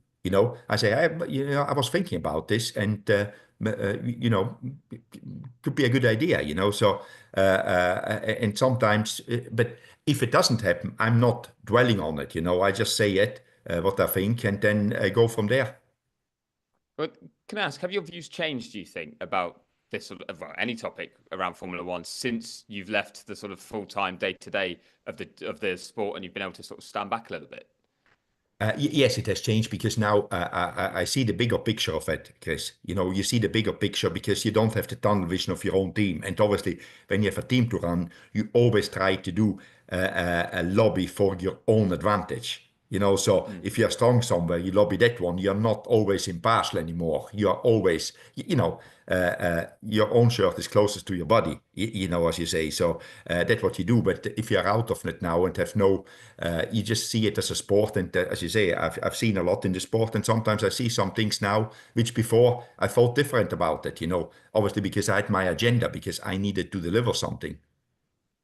Well, that brings me on quite nicely, actually, to the fact that the majority of the teams weren't exactly happy about the idea of expansion over the last couple of years. So what do you make of the news that General Motors will be allowed to join as an 11th team in 2026? I think with now being a works team, with being Cadillac General Motors, I think that has changed the approach a little bit. And as I said, I don't have the internal details what they presented to FOM, but I guess they explained to FOM how they could balance the shortfall for the other teams, which is coming by the pie is the pie. If you share a pie by 11, everybody gets a smaller slice than if you share it by 10. But maybe Cadillac, GM, has explained how to make the pie bigger, so for everybody it's the same size of the slice. That I guess what happened. With Cadillac coming in as a works team, and I think having manufacturers in. As we always say, manufacturers are good as long as the sport is good. But the manufacturers are the first ones to leave. We all know that story. We don't need to go back a long time. We go back to around 2009, 2010, when 3 manufacturers left all in 1 year. But obviously, Stefano and FOM know what they're doing there, and for sure they have got assurances from the manufacturers which are coming in now, like Audi in 26, and now it seems Cadillac as well in 26. Yeah, we also have had Renault pull out this year as well as a power unit supplier. I know it'll be 26 when they leave, but it does show how it can be the manufacturers that make these decisions and kind of sometimes do move away from the sport. But what do you think that General Motors would bring to F1? Where do you think the growth would be? Is it only North America, or do you think this can benefit the sport globally?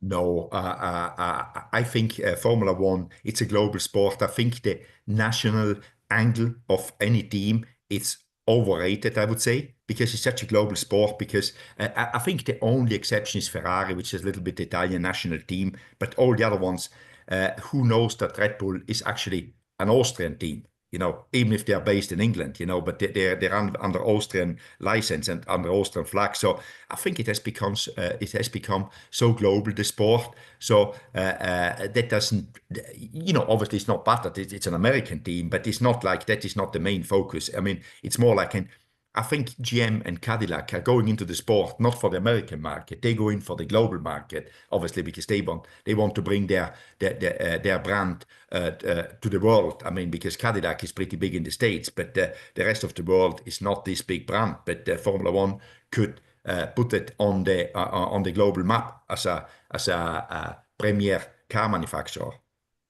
Well, I've firmly got my racer Formula One journalist hat on right now when I ask if a new Formula One team was looking for someone with good experience that might know the sport and has run a team recently. Have they reached out to you yet? No, with your hat on, no, but I think they need to define what they want to do. And I'm no hurry. I don't apply for the job, to be honest, Chris. I've got plenty of other things going on in my life. So, I've done this job. And for me, it needs to be a project, not just a job to do something, And I think there's enough people around which they need to find their own way to do things. But if they did reach out and say, can you consult on this? Would you like to be part of this? I guess, do you feel like you have the skill set for anyone in Formula One where you can really give them good direction if they're wanting to come in? Because you not only have run a team, but you helped set up a team in 2016 with Haas. I would say I've got the skill set, but again, as I said before, for me, I think the time is over to go in at 7 o'clock in the morning and leave at 10 o'clock at night, 365 days a year. Not that I don't want to do it, but if I do it, it needs to be different project, I would say. But to consult, obviously, I always listen to people because I'm respectful of people, so I would listen to it, but by no means I would be desperate to get a job.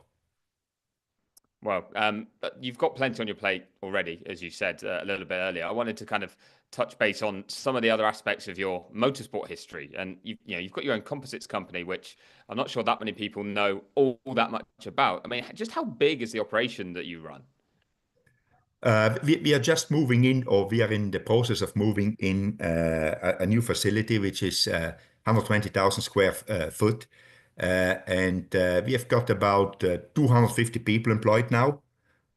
So it's pretty good. But I must say my business partner runs it.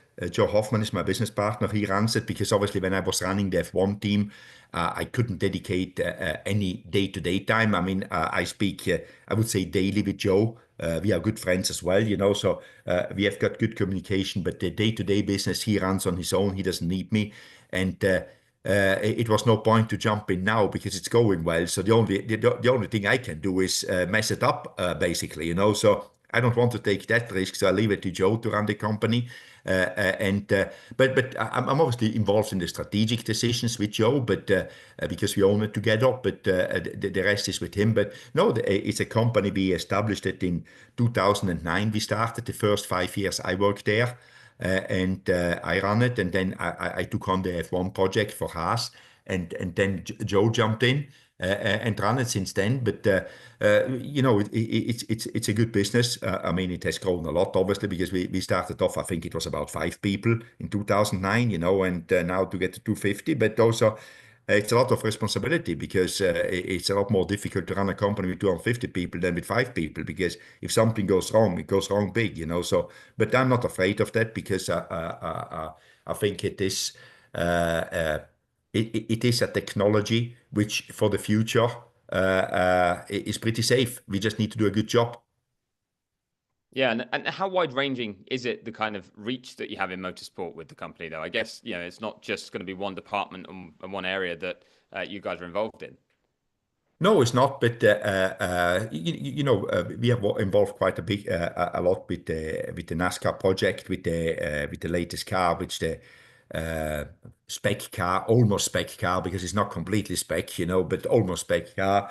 And we do jobs for different racing series, but it's not only racing cars. I mean, we are in defense and aeronautics as well, because I think racing, there is a limitation to it. the volume of it. It's obviously it's a market which is quite you can figure out quite quickly, and you cannot. I always think nobody should ever have the whole market, because that doesn't make you good. You need competition to run your own company good, So, so we do not want to have all the racing market. We want to be in other fields. There's so many fields which use composites, but the racing market for sure, it is very important because it pushes always the technology. Because in racing, you always try to do more, and the technology you develop there, you can then use for different applications in different industries. So it's a very good market, and especially talking about F1. F1 in these days, the supplier base is less and less because of the budget cap. All the teams invested in their own manufacturing facilities, and the departments, capital expenditure, and people. So they do a lot themselves, but it's still, there's work out there, and it always pushes the technology, as I said, for composites. Yes, absolutely. And speaking specifically about what you've been involved in there, though, you said you did the first 5 years there. 15 years now the company's been going. To grow that much is very impressive. How have you seen the demands of the motorsport industry change in that time, if at all? Because, do you feel like it's actually not evolved that much, or has it changed a lot? It changed a lot. I think it got all, everything is much more engineering driven. Everything has now got, these days when we started, a lot of things were just, were still made a little bit, as I say, put together, practically by now everything, because all the racing has got CAD systems. Everything is there. Everything it has evolved quite a lot. And one of the big aspects is not only the performance and the response time of a supplier, which is important. It's also the price gets more and more important year by year, because everything gets more competitive, and you need to keep up with it, But it has changed a lot in a good way, in my opinion. It has become a lot more professional, a lot more advanced, and a lot better for the people involved in it, because you can plan a lot better. And if you can plan a lot better, you make a lot of companies, industries, more sustainable for the future, gives job security for people and things like this, which I think it's very important. Well, having seen that, I guess, increase in professionalism in different aspects of motorsport, where does Formula One stack up compared to them? Is it a totally different world, or is it just a refined version of other motorsport categories? Something in between, because it is a different world, but the different world, you can adapt them. But Formula One, this always pushes the envelope, because there is money there. We can say what we want. We always try to do the impossible to make it happen. And once you have developed the technology, then you just have to try to find a way to make it the price better, get the price down, because Formula One, and also the quantities in Formula One, they are relatively small.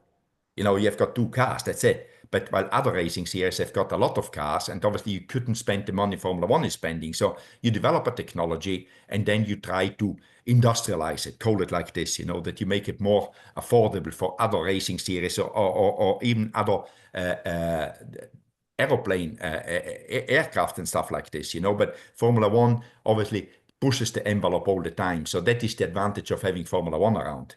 I mean, materials which are developed in Formula One, just to be quicker with making parts, to make them lighter. I mean, it's always make them stronger. It's always the demand from Formula One which pushes the envelope.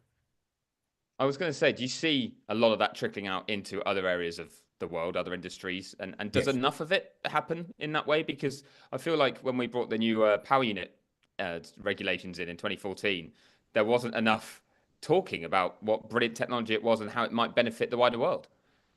I think in manufacturing like composites and stuff like this, it's a little bit more, and it takes a little bit of time. It is not like a Formula One does it, the next year somebody else does it. But if you go and look for something, then all the supply chain tries to make the materials which they develop for Formula One, because they need to keep on selling. So the supply market, they then sell it on and develop it further and making it cheaper, because the first time when you make it, it costs a lot of money because you've never done it. And then you think about it, how to make it cheaper. I think with the power unit, it's actually unfortunate. I think that was just a too complex of a technology for a road car. I think the technology is fantastic because the efficiency. It's never anything like this happened before. But it's just like, I think it was a little bit too complex. And then it also moved into this EV hype at the time. So it was a little bit pushed aside, in my opinion. If the EV hype wouldn't have come up, I think some people would have tried to, industrialize it to make it affordable for road cars as well. But at the time, everybody just jumped into EV. And now I think we are past the stage, and I think they can, in the new combustion engine, they will find the same advantages by making them simpler and not this expensive. The efficiency of the combustion engine will go that way, like the F1 power units in the moment. But the thing what we learned, it is actually doable. Before, nobody would have thought this efficiency of a combustion engine will be ever achieved. It was achieved. Now we can look at it and say it was achieved. Now we need to replicate it and make it available for the mass market. Yeah, it's certainly. I think that's a very, very good point. Now, we've got a few more minutes left, and I want to kind of bring it back around to you and your position.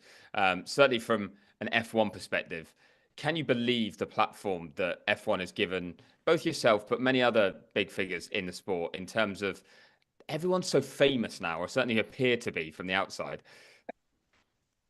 Everybody's so famous. Wow. That is something. Everybody's so famous. You are now famous, Chris. You put me on a spot once. Where both of us got famous. For something I didn't say, by the way. But anyway, well done. For you getting famous. How should it's nobody would have expected it, and you could not try to do this. This is things which happen in life. They happen because if you have a plan to do this, I think to make it happen, nobody could come up with a plan like this. It is just like there was a few instances which helped it, and I say COVID. I'm not saying COVID was good. COVID was a very bad thing for the world. A lot of people died. But what it helped, some of the things it helped, and one of the things with this Drive to Survive, which a lot of people watched under COVID because they were bored of watching everything else because they watched it already 3 times, and I think Box to Box, the company which did the series for Netflix, they did a good job. I didn't watch it, but they must have done a good job. Otherwise, not millions and millions of people watched it, And I think that is what TV does. If you are in this series, it happens. There is a lot of TV series which I think when they were launched, nobody expected to get this to get the people this famous, But it's one of these things happen. So and unfortunately or fortunately, I was part of it, and you were part of it as well, So I have to blame you as well, Yeah, sorry for my part, but definitely would say fortunately for the platform it has given. And using that then, looking ahead, 2025, you've probably got a bit more scope and visibility to plan out your next year than maybe you did 12 months ago. So what's the future looking like for Guenther Steiner? The future, I'm now negotiating the TV contracts. As you well know, they are only done in December, January. That's your TV industry, being prepared for it, well organized. But for sure, I do some of that. I'm already committed to the Australian GP with Network 10 in Australia. I'm Miami GP ambassador again for next year, doing already some work for them this year. I do a book tour for my second book. I forgot. I forgot the name now about it. Isn't it? Well, it was Surviving to Drive, wasn't it? No, it's the second book. Your unfiltered one. Unfiltered, yeah, came out 10th of October. I did the first book tour, which I just finished 2 weeks ago in the UK. I do a second one. We do a leg in Australia. And then we do another more than 30 events in the UK again from April to July. So, I'm getting scared now just talking about how busy I am, because it's like, wow. Yes, that's what I'm going to do, Chris. Don't worry about me being unemployed, I'm pretty happy. Well, it does sound like you're going to be very, very busy. So I think on that note, I should let you get on with your workload, Guenther. But thank you so much for joining us here on Race Industry Week. No, thanks for having me. Thank you, guys. Thank you. Thank you, Guenther. It was a great pleasure. Thank you very much. No, Chris, thank you so much. We'll see you back tomorrow, correct? So stay with us. Indeed. We're going to bring our next panelist and our next host. We're going to actually travel back to the UK. And we're going to bring Lawrence Foster with us. Lawrence from Racer is going to basically hosting Alan Go, and we're going to be talking British Touring Car Championship. So this is the second or third time we're hosting Alan on Race Industry Week. So my understanding, good morning, sir, and good afternoon, Alan. Oh, you're on mute. Alan, you're on mute. That's the same thing everyone has said since 2020, isn't it? You're on mute. So apologies for that. There we go. Excellent. But before we start, Lawrence, my understanding is we have a short video of the BTCC. So we're going to share that video to get a little bit of the action. Okay. Let's roll it. 15 laps stand between us and the 2024 champion and knowing who that is going to be. The Brands Hatch Grand Prix circuit has had some epic showdowns in the past. The 2024 Quick Fit British Touring Car Championship final round is ready to go. Lights are red. We're racing for the final time this year. There's a lot of wheel spin off the grid. There's a good stop by Turkington, who then can't get through the traffic. Jake Hill also charges up behind the front-wheel drive cars, and Ingram has not been able to find a way through, but he's on the inside of Hill. Look in the background. Ingram goes ahead of Hill. There's a sideways forward that is just about corrected. Ingram finds himself blocked by Turkington now, and Jake Hill now getting a bit more interested in getting ahead of Ingram. He's sat there, he's assessing what's going on, and he makes his move on the outside line. The two championship fighters go toe-to-toe, but Jake Hill, I think, has got the pace right now, and he's going to be able to get the drive. Jake Hill fighting back in the championship, absolutely level. They're on the hybrid, and Ingram doesn't have a lot to use, don't forget. He's just got his nose in front, but the road should come to Jake Hill, and it does on the inside. Jake Hill goes through. It is right now. This is the replay, watching what went on ahead. So there was the contact between Cook and Taylor Smith, and a little bit like in race one, the road opens up for Jake. Yeah, perfectly, and then he spots the opportunity to use his preferred line on the outside. This is a reaction in the West Surrey team, NB Motorsport. So much support here for Jake Hill, who is now in front of Josh Cook. He's in second place. Absolutely right. So not only is he second, he's also put a bit of daylight between himself and the Toyota. Jake Hill may have run out of hybrid, but it's not affecting him, because here, the mistake by Cookie, a bit of a wobble at Graham Hill Bend. Again, the road opens up for Jake. That's Camish, who's up alongside him and gains a place.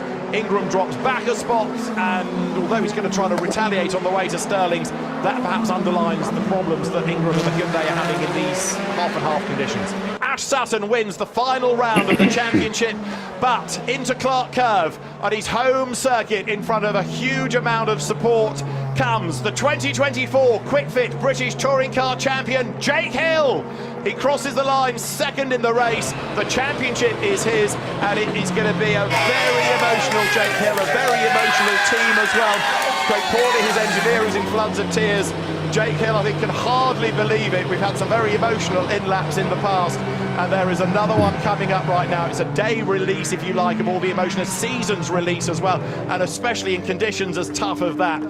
It's so important, and you can understand why Jake is absolutely beside himself in the car. Well, Alan, that sets the scene nicely for a chat about the British Touring Car Championship. Good to see you again. Not seen you for a while. I haven't seen you for a while, Lawrence, and you actually haven't picked up the American accent yet. That would be too much of a stretch. So, Alan, just putting the BTCC into a little bit of perspective. Obviously, we got a taste there of the action. We got a taste there even of the good old British weather in October. But just where does it fit into the overall British landscape, sporting landscape? Okay, so without thumping our chest too hard, the BTCC is by far the biggest championship in the UK by any measure. It has been for a very long time, as you know. It probably came of age from about 1991. It overtook the traditional Formula 3 and open wheeler type categories that were dominant in the UK scene then. So probably since about 1990, 91, it's been the biggest championship in the UK. So it has the highest profile, it has a huge media presence, as you know, and a huge TV presence. So, yeah, as I said, without beating my chest, it is by far the largest championship in the UK, with the biggest crowds and everything else. And a lot of that has been down to the fact that, Alan, over the years, you've not been afraid to evolve, you've not been afraid to innovate. You've sort of been able to capture the sort of almost, this is what the fans want, but at the same time, keeping it where there is a viable, cost-effective base for teams. Just looking ahead to 2025, again, a few changes that I think will be fairly significant. Just walk us through those. Yeah, well, for 2025, we're going to 100% fossil-free sustainable fuel, which is a bit of a landmark for not only our championship but for British motorsport. And we'll be the first major championship of its type in the world to go fossil-free. And we've done that on the back of coming off of hybrid. We were the early adopter of hybrid technology, certainly into saloon car type racing. So we've had 3 years of hybrid use in the BTCC. And whilst others are now only just starting to introduce hybrid or coming into hybrid, we've done that, ticked that box and moved on, and we're going into pure fossil-free fuel. But you're right, it's something we have done all the way along. Go back to the early 90s, we were the first championship of its type to introduce catalytic converters and unleaded fuel and all these sorts of things. So we've always seen, over the course of the last 25 years, we've had, diesel, we've had LPG gas, we've had biofuels, we've had hybrid, and now, 100% sustainable fuels. So we've always been at the forefront of making ourselves as relevant as we can to what is going on around us, and that's the important part. And always remembering as well that, in the end, this is a show. This is why 40,000 people pack Brands Hatch or Alton Park. I mean, how much of a balancing act is there in terms of, making this thing, have some relevancy for participating teams and manufacturers, but also knowing that the bottom line is this is the show. This is a British Touring Car Championship. And that is the overriding aspect of the whole lot. We don't go down the technological exercise just for the sake of ticking boxes. It has to also add to the show, and the show is everything, if you like. We as you know, we have 3 races on a Sunday, 3 short races. They're 25 minutes in duration. It's a lot of work for the teams. But that's what the people come to see. The spectators come to see races. And we could have a 2-hour race. We could have a driver change. We could have a refueling race and everything else. That's not going to add anything to the spectacle. Notoriously, BTCC spectators and audiences have quite a short attention span. Maybe we have taught them to have a short attention span. And every time we talk about doing a longer race, an hour race, by most of our spectators and fans will come to us and say, please don't do that. Don't meddle with what you've got. And likewise with the TV. The TV want short, sharp. Everyone wants to see a race start and a race finish, and plenty of action in between. And that's what we deliver. So yes, that's a long way of answering your question, which is everything we do has to improve the show. If ever we introduce something which has been detrimental to the excitement and the entertainment of our racing, we'll quickly drop it, because that's the most important part. I know Bernie Ecclestone was a great one for keeping them wanting more. I mean, one of the philosophies of the BTCC as well is it's one of the more compact seasons in motorsports. Obviously the British weather kind of defines that to some extent, late April until early October. But yeah. Alan, you've over the last few years, you've really stuck to your guns on the fact that there are there are 10 rounds, as you say, each with the 3 races. I mean, is that how do you arrive at that optimum championship length? It's you've got to be aware of the team's budget. I could easily go to 11 or 12 rounds if I wanted, and certainly my broadcast would be happy doing that. But that adds another 10 or 20% budget to the teams, and they can't always get that back. So, if the teams all came to me and said, "Look, we'd like to run another event," we will run another event. There's no doubt about that. But we've gone through a few hard years. The world has gone through a few hard years of cost controls and everything else. And the last thing I want to do is impose a cost on them, which they can't retrieve. So if they can't get that extra money out of their sponsors and everything else to do extra events, why would I impose that cost on them? So I stick to my guns as far as, you're right about the weather. The weather is a huge constraint in the UK, as you know.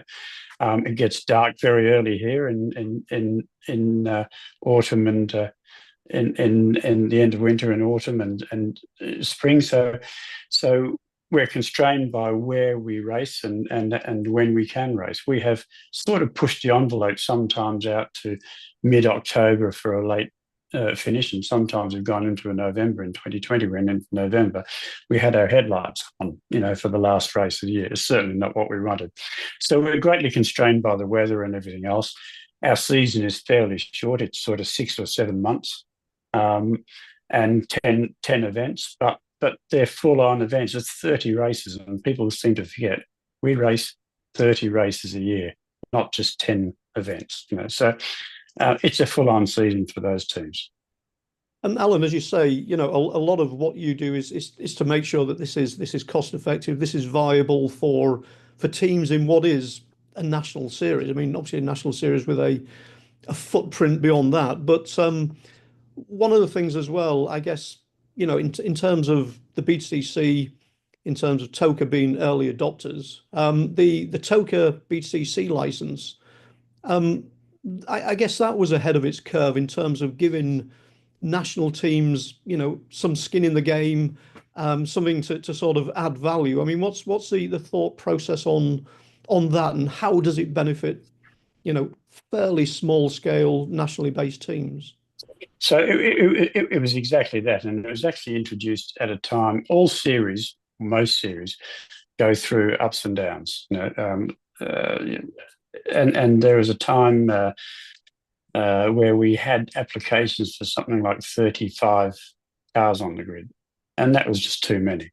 So that's when we started introducing the license system, so that the existing teams had a it's a franchise, if you like, where it gives them the automatic right to put a car on the grid.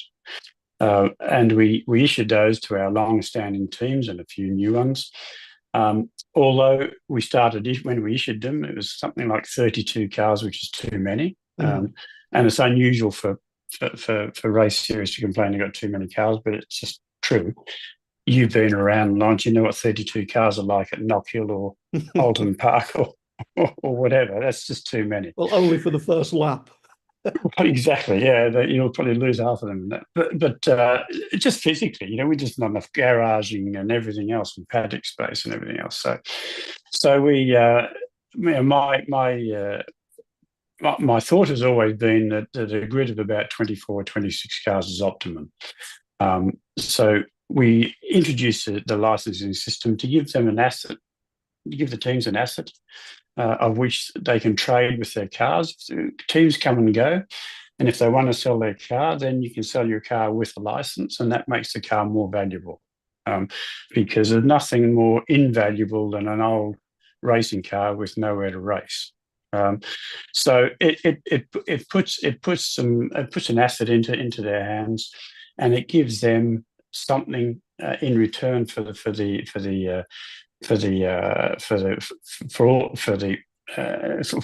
put into the BTCC and for their commitment to us. So it's a commitment to them. One other thing as well is the incredible stability in the basic rule set. I mean, obviously, as you say, hybrid has been added, hybrid has been taken out, but the NGTC rules, which have been the the core of this series. I think they're going into their, is it the 15th 15th, season? yeah. So they were introduced in 20, well, like the rule set came out in 2010. They were introduced fully in 2011. In 2010, some cars ran into that rule set. And there's been 5 yearly updates since then. And they've been an incredibly, obviously, a very successful rule set. And all we've done in that period is do minor upgrades to it as we go along. Nothing that ever gets the junks a car or gets rid of a car or makes a car uncompetitive. It's just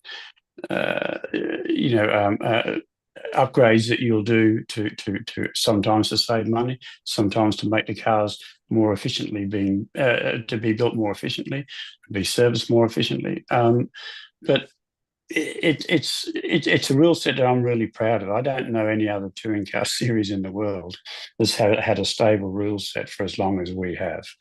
And we're going into our next rule set, which comes out in 2027, and that will be a continuation of what we've got. That'll just be the NGTC rule set, which will be updated to take us into the next 5 years.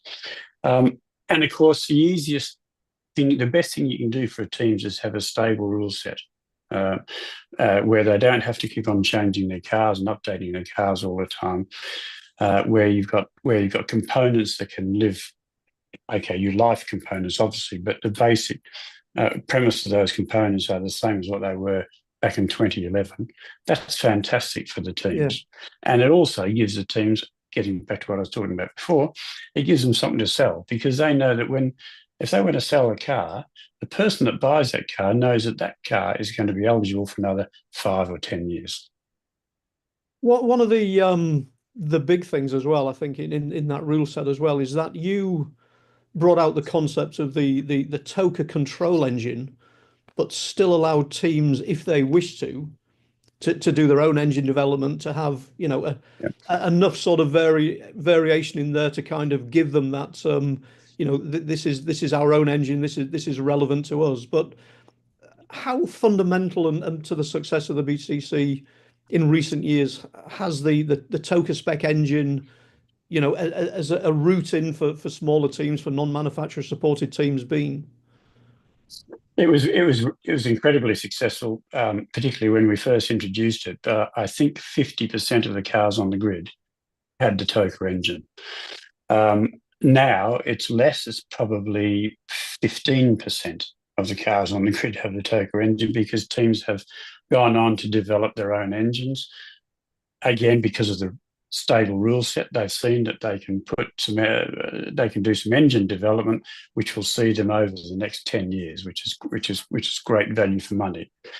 But the TOCA engine is still there for particularly for new teams that are coming in, until they establish themselves and establish where they want to go as far as engines and everything else goes. It's a great a great engine to use. It's built by M Sport, Malcolm Wilson's company. It's a fantastic, reliable engine, and it's also the benchmark. It is the engine that we use, on which we base all the performance parameters, and on which the boost and everything else is based as far as the other cars go. So when it was first introduced, I sort of explained it as the Cosworth DFV of Formula One. So back in the days of Formula One, you're a chassis builder, you couldn't afford to build your own engine, you bought a Cosworth DFV, and that's what our TOCA engine is. You've also brought in an engine. Well, you will bring an engine freeze in the spring of 2025. Again, another concept for parity and for stability until the new rules kick in. Yeah, all the engine builders hated it, obviously, because they make money from updating their engines every year. But the reality is that we equalise the engines every year. And it was nonsense to allow the engines to keep on being developed every year, for us to keep on equalising them every year. What are they achieving apart from spending a lot of money unnecessarily? So we brought in an engine freeze. That'll take us through until the next rule set to the end of 26 for the 27 year. As I said, I'm sure the engine builders hated it. I didn't get any congratulatory emails from them, but the teams loved it because, of course, it stabilizes their engine builds for the next 2 years. And one other thing about the BTCC as well, the bane of so many series lives is balance of performance. You know, the vexed question of sort of maintaining parity through, you know, the constant tweaking of regulations. Alan, you've had something more fundamental in the BTCC, basically from decades back, which is trying to get rear-wheel drive cars and front-wheel drive cars to basically be on a par. I mean, how much of an ongoing process is that? And you know, in terms of sort of the to and fro between them, how do you sort of maintain parity without sort of impinging on the show? Yeah, I think as you'll know, Lawrence, from your experience around the BTCC, we've got great experience in ensuring that the cars are equal on performance. If I go back to the 90s, at one stage we had 4-cylinder, 5-cylinder, and 6-cylinder engines. We had front-wheel drive, we had rear-wheel drive, we had four-wheel drive. We had saloons, station wagons, estates. We had all sorts of different body styles. Can you imagine what we went through equalising the performance on those? And if you can equalise all of those different cars in one season, as we used to do, then actually just equalising front and rear wheel drive at the moment is actually really easy, comparatively speaking. But we have all the tools in the box. You know, it helps that we have a lot of common components. You know, the subframes and suspensions are the same for each car. So and the electronics are the same for each car. So we know exactly what each car is doing, and we can equalise the performance quite easily. Having said that, we hardly ever tinker with it now, because the rules set is so good that there's very, very little tweaking. I think the last time we tweaked the difference between front and rear wheel drive might have been 3 seasons ago. And that was a very minor tweak regarding acceleration off the line. And I think where the weight is placed in the car, I can't remember exactly what it was, but it was a fairly minor tweak. But we don't make big changes from year to year. We don't have to, because I think we've got it absolutely right. And the results show it by, you know, having a look at the results of between the different types of cars, both front and rear wheel drive, and all the different front wheel drive cars. I think the results absolutely proves that we've got it spot on. On the sporting side, 2025, you've never been afraid to sort of mix it up in terms of, you know, tweaks, little sort of changes to the sporting regs. If they work, they work. If they don't, you're not afraid to pull them out. A couple of interesting ones for next year. Just talk me through the boost that replaces the hybrid, and also this sort of hiding it from the teams, but allowing us on TV to actually see what the heck's going on. So for the last 3 years, so hybrid, when hybrid was first introduced, we used only the hybrid to perform the push to pass and push to defend and everything else. And in the first year it was only hybrid. In the second year, we introduced a bit of boost into it, and this year we added more boost into it. So we found out where the right level is that we need to make the cars react and perform the way we want them to. Now, with the dropping of hybrid, what we'll do is just replace that hybrid boost with pure turbo boost. So the push, and that's a much easier thing for people to understand, because a lot of series do it. So you press the button and the turbo boost gives them that performance that they had this year, but with no hybrid element. Probably making it sound more complicated than it is, but it's really not. So it's just a turbo boost. So in the sporting regulations, depending on where you are in the championship or where you finished in the last race, is how much boost you get. Right. So if you've just won the last race, you'll get 1 second worth of boost. Good luck with that. If you're 12th or 15th or whatever, you'll have 15 seconds of boost. So the amount of boost is dependent on where you finished that previous race.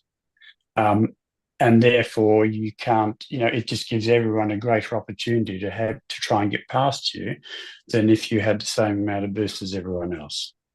Perhaps I'm not explaining it too well, but I'm sure you understand the philosophy of it. So we start the new season end of April. Start with Donington. You've got 24 cars registered, which is as you say, an extremely healthy amount in terms of it's the right number. It's not too many. Looking ahead to the 2025 season, and looking ahead to we've got a first-time champion with Jake Hill this year. We've got some real sort of a new wave of superstars, the likes of Ingram, the likes of Ash Sutton, your Colin Turkingtons. Have we got the optimum blend for 2025 BTCC in your mind? I think we've got fantastic drivers in fantastic cars, and there's a couple of there's a couple of exciting announcements to come out over the next few weeks or whenever the teams are going to do it. I'm privileged to know which drivers are going where, so there's a few driver changes, quite a few driver changes happening in the off season, all of which means that yes, next year we've got the right people in the right cars, and it'll be a fascinating season to watch. It'll be so hard fought. You have teams, for example, like Napa Racing. They really hurt this year because they had such a dominant season last year. Perhaps they sort of sat on their hands a little bit too long over winter, and everyone else caught up. I can tell you they'll be out swinging next year because it really hurt them. So will BMW because, as you know, West Surrey are just one of the most incredibly competitive teams around. So Accelerate, with the Hyundais, Speedworks with the Works Toyota, they've got a point to prove. There's a lot of changes that'll happen in the off season with drivers, teams, and their equipment that'll make absolutely 2025 another nail biter. Well, Alan, that starts on April the 26th. 27th. That's my old stomping ground, Donington Park. Just one quick wrap-up question now. I see the grown-ups have entered the room, but putting your other hat on, and I want to sort of stay clear of maybe some of your FIA stewarding duties at the moment. But looking at you as the head honcho of the FIA Touring Car Commission. Just give us a quick take on the global landscape of touring car racing. We've got GT3 and GT4 sort of on the up and up. So where do dedicated national touring car series fit in? Do you see it? So it's a bit fractured, to be honest. You have the BTCC has its own rule set, one of the biggest touring car countries in the world. Australia has its own rule set, one of the biggest touring car countries in the world. There's a rule set called TCR, which is customer racing, which happens for those nations that don't have their own rule set that want to race customer cars, and you have a world tour attached to that. But then below that, the FIA put in two new sort of categories, which work on the Rally 4 and Rally 5 basis. So they're grassroots touring cars. I don't think there'll ever be a top of the pyramid touring car pyramid that is the same rule set all around the world. I just don't think there will be, and I think there has been for maybe 5 years in my lifetime that I can remember, because it's a cultural thing. Australia is always going to be different to what the UK is going to be, and America will always run different cars to what they will in the other countries as well. So it's fractured as far as the top of the pyramid goes. But the middle of the pyramid is fantastic. When you have a look at all the great championships around the world and the great cars that are racing in the world, it's a great time for touring car racing. Well, on that note, I think we're going to hand back to the main panel. But Alan, fascinating as ever. Thank you for that, and looking forward to Donington. Well, not the weather, but looking forward to Donington in late April for the start of another BTCC season. Me too, and thanks, Larson. Good to see you again.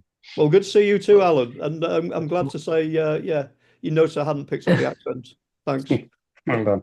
Well, thank you, Alan. Great honor to have you. And we've been on a few times, and big fan of your series. So wonderful to see you. Stay with us a second, Lawrence. Thank you for this morning, and then I think we're going to have you back a few times this week. So got a stay busy day with. tomorrow. Looking forward to that. Yeah.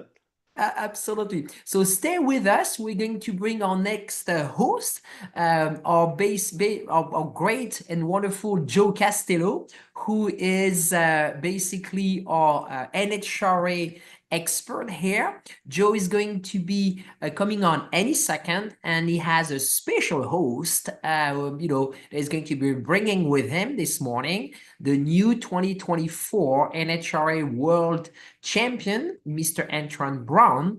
So, Mr. Castello, good morning, Joe. Welcome back to the show.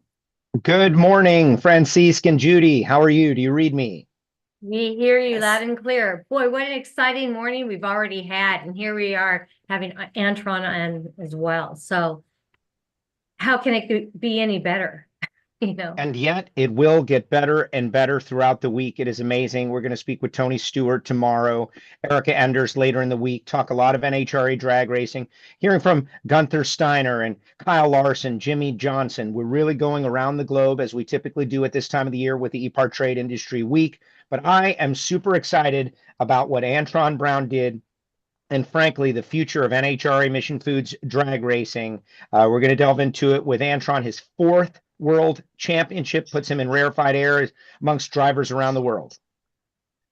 Absolutely. Good morning, Antron, and thank you for joining us today. Good morning. Good morning. How's everybody doing? Good. It's nice to have you on again. Thank you. It feels good to be on. I'm with my co-part here. I got Wild Joe on here. That's right. That's right. No, we're going to do it again. We're going to do it again. I love EPARTRADE Industry Week, Antron, because and when we talk on WFO radio, everybody watching is a fan of drag racing. They're diehards. But on this venue, you've got sports car people from around the world, dirt track racers, and it's a great opportunity to showcase what's going on in NHRA Mission Foods drag racing, a sport that I love. But Tony Stewart has said it himself. It's its own bubble. It's its own world. And we don't want to pop the bubble, but we definitely want to expand it and showcase it to some other folks out there. So let's start off talking about this 4th World Championship and what it means to you as a driver and a team owner. You're first as a team owner. And I think Antron is frozen. At least it appears to be. Perhaps it is just on mine. There you go. How about now? You back? Yes, I am. You're back, baby. Did you hear my question? 4th championship. You talked about the 4th championship, then you cut off on me. Well, that's it. Go into it. Talk a little bit about what it means to you as a driver and a team owner. Well, one big thing for me is for one, it's a dream come true.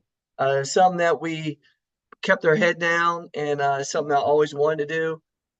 And to do it for us, man. And we formed AB Motorsports. I formed it back in 2019, and we hit the track running with it in 2022. So it's been one of those deals where you go, all right, man, we've been with the monster, the big powerhouse with Don Schumacher Racing, and we won 3 championships there. And then to go out on our own, to be a single car team. And this is all we do. We race. We work hard. We just work as hard as we do off the racetrack as we do on the racetrack to keep all of our partners happy and to make their business successful and to keep striving forward and to literally get here to this moment and to win a championship, which I will call one of the most competitive, super ultra competitive I think our sport has ever seen in Top Fuel. And to make it happen and get it done, where we came in the final and you had no idea who was going to win a championship. Like Justin Ashley had the 40-point lead, but you had Doug Coletta still in the wings. Sean Langdon was still in the wings. I was there. Steve Tarrant had a shot. The top 6 cars had a shot on making this happen. Like Clay Milliken was there. Tony Schumacher was there. And Brittany Force was still in the picture. And to come out through all those names and to win the championship, man, it's mind-boggling, man. But it was a testament of never losing faith and putting everything in the right perspective and taking it one step at a time. And the Lord knows that we never gave up, and we gave it all we had. And at the end, we were standing there strong, man, standing there strong. So, as a four-time champion and soon to be, and once again, the face of NHRA drag racing, as someone who has taken the plunge to be a team owner, and you laid it out for everybody, this is all you do. You do not have car dealerships, yet. Maybe the folks at Toyota can make that happen real soon. But what are the opportunities in NHRA drag racing, starting out as a team owner, and where do you see this sport now, and where is it going? Well, one thing I can tell you for sure is that I put all my eggs in the NHRA Mission Food Drag Racing basket, Joe. And it's a reason why is because I see our sport really taking off and growing. I just see the whole sport of drag racing on every end of it. You know what I mean? Just growing from the sportsman ranks all the way through to the the RVW stuff, pro mod stuff, everywhere, the drag illustrated stuff, everywhere you look at it. The no prep kings, everywhere you look at drag races, everywhere. And people love it because they relate to it, because you can go to a drag strip no matter what you got and you can race it. And you're seeing it from the youngsters coming up to all the tuners with all the fuel injection to everything that you got. The sport right now has got so much interest and so much love, and you can see every walk of life coming to it. Even like Tony Stewart coming in from NASCAR. Like, you look at our sport, you got everything, man, going on right now. The Gary Pritchett story, the guy that was a clutch guy for all those years. I saw Gary when he first started at David Powers on Hot Rod Fuller's team. He was a young buck driving Bernie Burkett's car to look where he's at now. Like, he raced and won his first round of racing in a car that had an 028 light. I mean, good Lord. I mean, you're looking at all the storylines of everybody coming in this sport, and then you see the sport just really, really starting to launch and take off. It used to be like the best kept secret, but when I get on airplanes now, I got people sitting next to me, and they sit down next to me and go, "Hey man, how was your race last week?" And I'm like, "What?"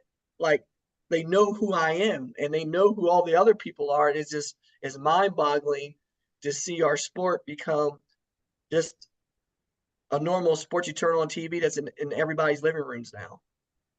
NHRA on Fox has been a big part of that. They continue to grow their programming. And you referenced the Tony Stewart story. It depends on Tony has his own fans that have followed him from the dirt tracks to NASCAR to INDYCAR, Eldora. They are fans of Tony, and we've seen many of them follow him to NHRA drag racing. Can you talk about what that story has meant to NHRA? I think that story's been really, really huge, because you got somebody that has come, literally from the sport of NASCAR. You know what I mean? And to see Tony come up from where he's at and come over, and not just come over and do it. The man came over and he fell in love with the sport. That's the difference. You know what I mean? Like, he literally came over and fell in love with our sport. And now this is all the man eats, sleeps, and breathes. You know what I mean? He's at every race event. And his dad is even getting into a sportsman car. Like, his dad wants to get drag racing now. His dad used to do circle track racing too. And it's just so cool when you see people come over and their whole demeanor changes, because they see how intense the sport is. They like the excitement of it, and they like how when people could show up with any kind of pass, a ticket, and they have all access right up into the pit, and they're in there cheering you on, and it just brings a smile to your face when you see other people fall in love with something that you fell in love with a long time ago, like myself. I fell in love with it ever since I was a kid. Let's talk a little bit about the the round track or road course racing, professional to drag racing, and it has been commented often, and I know that the highest level of any athlete is not going to decry anybody, right? But like, they're just going straight, Antron. You're just going straight. Like, how how hard could it be? And so this year, Tony got Rookie of the Year. We'll talk to him later in the week on EPARTRADE. But there's a lot more going on. Talk a little bit about that. Take some of our viewers into the cockpit of the race car. And, you're staging up finals in Pomona with a championship on the line, first round against one of the best reaction time specialists in the business. A plane crashes at the top end of the racetrack in the pit area. We got very lucky that no one lost their life, but you had to deal with the emotions of that. You're not doing anything in that moment, and then you have to stage up and you have to win a world championship. Just talk a little bit about some of the things that are happening in the cockpit of the race car that you have to manage that maybe aren't similar to turning left and apexing a corner and hitting a braking point, but must be done perfectly if you're going to be successful. Yeah, well, the thing about it is when we lined up there, Joe, of course, everybody knows Justin is really quick on a tree, and he's very consistent, very good. And but the thing about it is, I think a lot of people forgot that's what I always made my bread and butter on. A lot of people forget that, you know what I mean? I leave all the time, you know what I mean? I've been doing it for years. But the thing about it is when you go up into a match like that, I'm going up there against a competitor he's the new kid on the block who's sharper than anything, man. His knife is sharp when it comes to that start line. And for me, I had to go back to my mindset of where I have to show up. I have to show up. And the only other thing is that we know how good that car is with Tommy D and with Mike. Mike Green over there is no joke. And we had to look at ourselves. We said we had to go out here. We had to put out a good lap, and we know we needed to run a high 60. And then we had to be on time on a tree. We had to keep the car in the groove but a lot of people forget Pomona is a very tricky track to navigate. A lot of people leave that out the story. A lot of people don't never talk about it, say nothing about it. Pomona is a tricky track to navigate because it's an old school track. You know what I mean? So it's got its character. The track likes to pull you one way in one lane, likes to pull you the other way in one lane. You want to be on the outside, and you want to be on the inside. The other lane, you want to be here, then you want to go to the outside. So you gotta know how to navigate the lanes that you race, and then also you gotta know what lane you're going to be in because the sun influences. It could be in your eye when you're in the left lane at one time of the day, and then it's not in the right lane. You know what I mean? So we had the right lane, but it's the time of the day the sun wasn't in none of our eyes, so we didn't have that going for us. And then when the plane crashed, you're already set. Your mind's made up. You know what you want to do. And we're sitting in the water burnout. And that was the craziest thing for me where it just stop, pause, timeout. It's like you're about to kick the game-winning field goal and somebody called a timeout. And we had to get out the race car. And we're like, all right, we might be here for about 30, 40 minutes. Didn't know the extent of it. And then they told us to go back to our pit.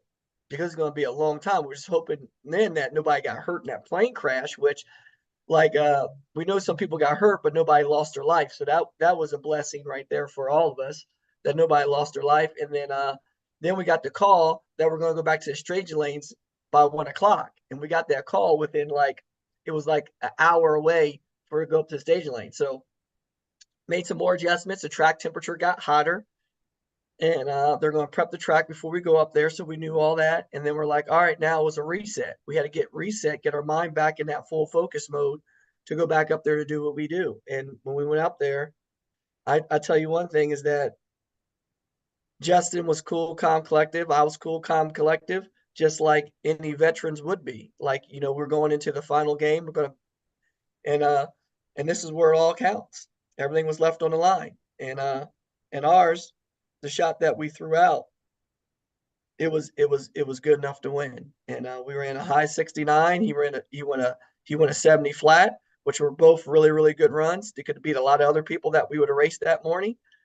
And he was 45 on a tree, and we were 43. So we got him by a couple thou. Our main focus was that we just didn't want to leave nothing there. So they didn't gain no advantage there, and we didn't gain advantage there on the start line. And it was up to what the race cars were going to do down the racetrack. That's the best case scenario that we could ask for. And that's what happened.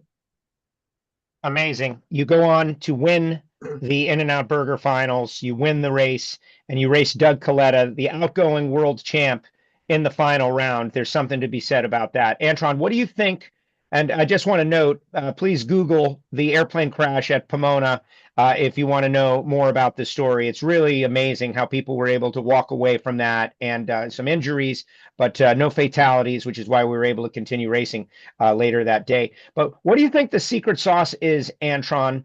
I hear a lot of other people talking about competitive, fair, equal playing fields in other sports. Like, how do we balance the competition and achieve parity? In NHRA Top Fuel and the Nitro ranks, just because you listed 7, 8 names that were in the championship running on the final day. What is the secret sauce? Why has NHRA done such a good job achieving parity? And now there are so many people that can contend all the way to the end for a world championship at the highest level. Like, everyone is figured out how to be fast, how to run well, and allow you guys, the drivers, to do your thing from the cockpit of the race car. Why is that?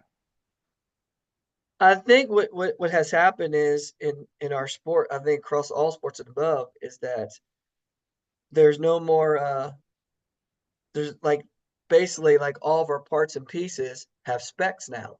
There's no more ingenuity, you know what I mean? Where before, I remember when I first came into Top Fuel, it was like an open box. You could do whatever you wanted to do. You could make different parts, different pieces. You could modify your manifolds. You could change your cylinder heads.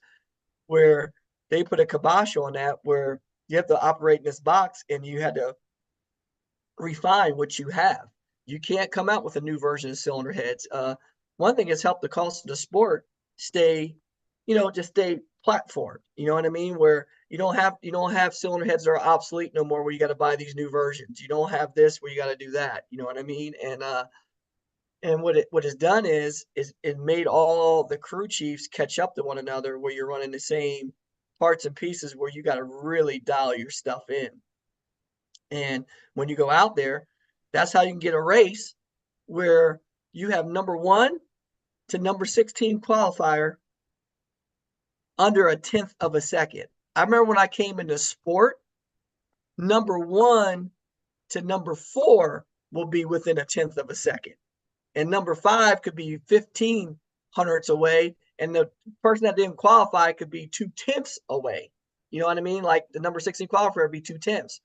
Now you can go up there and number 1 qualifier runs 69, and number 16 qualifier will go up there and they'll run a 77 or 78. I mean, the field is that tight now. So when you have that, I think you got more people doing their homework, more crew chiefs have grown up, like assistant people that were on the teams or assistant crew chief, car chiefs become crew chiefs under one umbrella and they separate. And you have more teams under other teams' umbrellas that have made the teams better. And I think that's why you have so much more parity and so much more competition. And now everybody makes a difference. Like the car has to be on point. The team has to be on point. The driver has to be on point. Like everybody has to be really, really good to make the outcome to win. And if you want to win multiple times, the team and everybody has to be in sync to make that happen. Tony Stewart wasn't the first NASCAR guy to come over to NHRA drag racing. Rick Ware along board, Clay Milliken's team owner. But prior to that, Slugger Labby with Toyota, and you're a Toyota driver, and Toyota won their first Manufacturers Cup this year. People might not know how much Toyota and their engineering staff helps you. Can you talk a little bit about what Toyota brings to the table in drag racing, especially on a Top Fuel dragster, and how they helped you achieve your championship? Well, Toyota, I've been with Toyota now my whole career since 2008. And all they have done is pour more and more knowledge and more technology out there on all kinds of different fronts. When we have part failures, they analyze them and could take them back and then tell us why it failed. If it was a material issue, machining issue, or just a standpoint of the way it was designed, period. And they've helped us along the way, and also just on different stuff of structures, aero work, wing work, making our stuff cleaner and better, helping us not just from a car standpoint, but from a driver standpoint. They have a Toyota Performance Center in North Carolina where I can go to, and I have my own trainer. You can, on a diet, like they got nutritionists. They have a wellness center where they can make you well. They do blood work to make you perform as a top tier athlete. They have different training rooms Oh, man, they do so much things from the human body perspective to the race car perspective to the engineering design perspective, performance to deal with our engine to help us make it more efficient, more powerful. They have given us the whole realm to make us the best that we can be as a team, period. And my hats are down, man, from David Wilson just retiring this year, the head of TRD, and then Slugger comes out and helps us out in a given deal. Our track analysts and specialists at the racetrack that tells us about the track surface, to weather, to parts nutrition, parts awareness.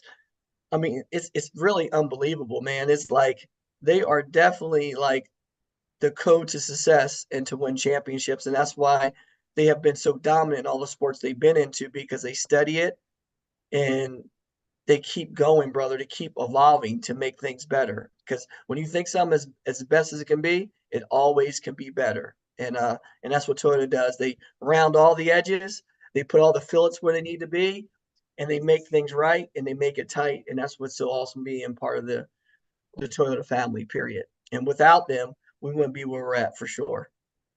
No, excellent to see them out there, and it's great to see all the manufacturers involved in NHRA drag racing. Let's talk a little bit about the future. You have won your 4th championship.